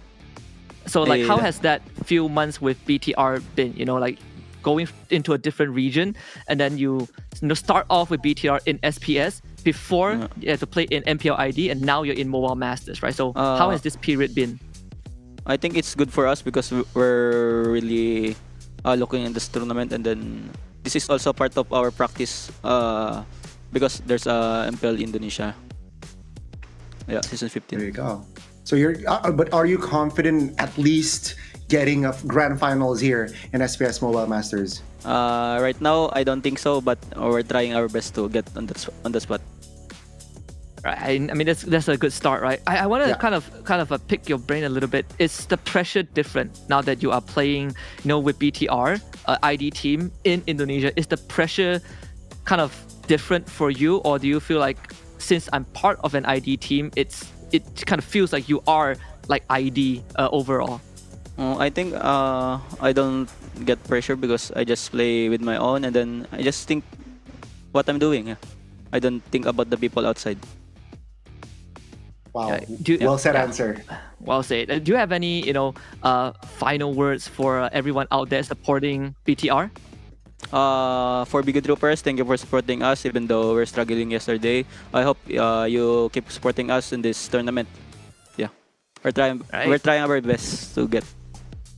Okay, thank you very much, Eman. Get some good rest tonight. You guys have a big match tomorrow. We'll see you tomorrow. Thank you. See you. Yeah. See you, Bang. Oh, wow. Wow.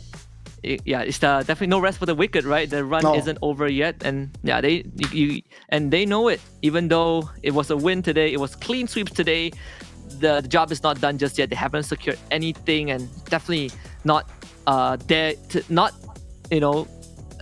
at the level to say that they are going to make a grand finals. But they're working towards it, and I think they take it one step at a time. Yeah, definitely you can see that they're not satisfied with the current state that they're in, but they're hungry for more, and that is what is important. Oh, we have the standings here, Husky. Yeah, and there it is. You can see that ONIC Philippines in first place. Basically, clean sweeping everyone, 11 points, followed by TLID, and then Pikachu and Alpha, and then Papra SuperMassive in 4th place. And then you have Influence Rage and YBG. Of course, just a reminder, Influence Rage and YBG have been confirmed to not make it to playoffs. So whatever matches that they play tomorrow is just to finish off the group stage matches. They're not going to have any chance, but still, we thank them for being a part of this. They have shown us the possibilities of what they can do, coming into a region strong as a CA. Yeah, a good start, a good experience, learning curve again. Just like in anime, this is their arc, right? This is their first arc where usually they don't really find a lot of success, especially for the 4th, 5th, and 6th team. But how are things looking like in Group B? There we got RQ Hoshi, leading so far. Again, haven't lost a single series. Then Team Falcons, PH. Then Aurora Turkey, ONIC ID, Falcons Bena, and Alpha 7. And just like we previously mentioned, Falcons Bena and Alpha 7 esports are confirmed eliminated for playoffs contentions. They still have 2 series left tomorrow along with the rest of Group B, but at least for the bottom 2 teams there, it's just playing to see if they can play spoilers, right? If they can ruin the chances or the records of some of the other teams, but the race is going to be between the top 4 RQ, Falcons PH, Aurora Turkey, and ONIC ID. Well, again, great experience for Falcons Mena and of course Alpha 7, but not a fruitful one. It's okay. Doesn't matter, right? And what a game, what a day for day 2 here. I'm Husky. Yeah. I enjoyed it. I personally enjoyed it, not just from stream C, but from stream A and also stream B. Yeah, me too. I think one of the most exciting one was definitely between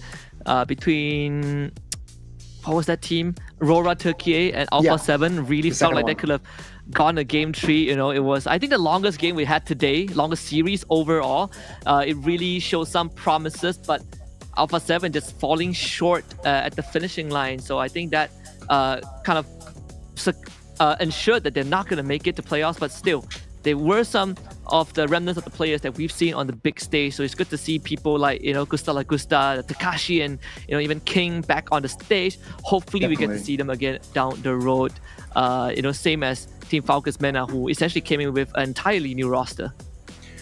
Yeah, and we can see the transition, adjustment, not just, from day 1 to day 2, we saw like Megatron, they lost day 1, won day 2, and also a team that got points day 1 but struggled to day 2. Now I wonder what will happen tomorrow. Yeah, tomorrow is going to be the last day of our Mobile Masters group stage, and we will find out which 3 teams from each group will make up the final 6 that makes it to playoffs in Indoor Stadium Senayan for Friday to Sunday. But for now, it's the end of day 2 for the group stage. We're going to be signing off for the night. My name is Husky alongside Gani, and also shout out to Churros who was with us earlier today. We'll see you tomorrow, same time, for the last day of the SPS Mobile Masters group stage. Good night.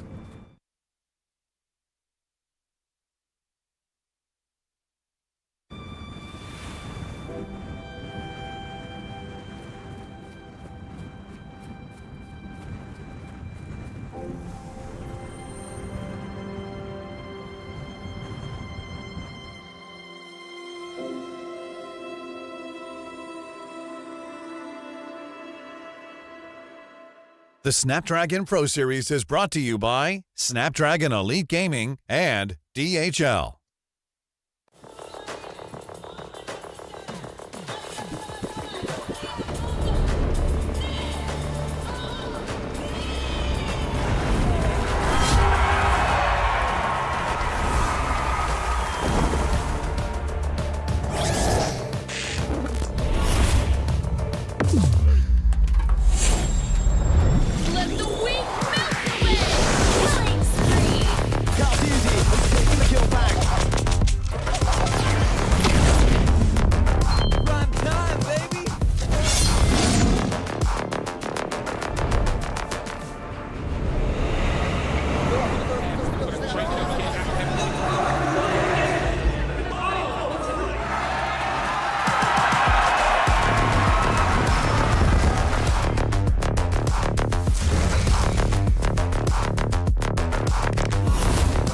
Looks like the players are ready. Here we go!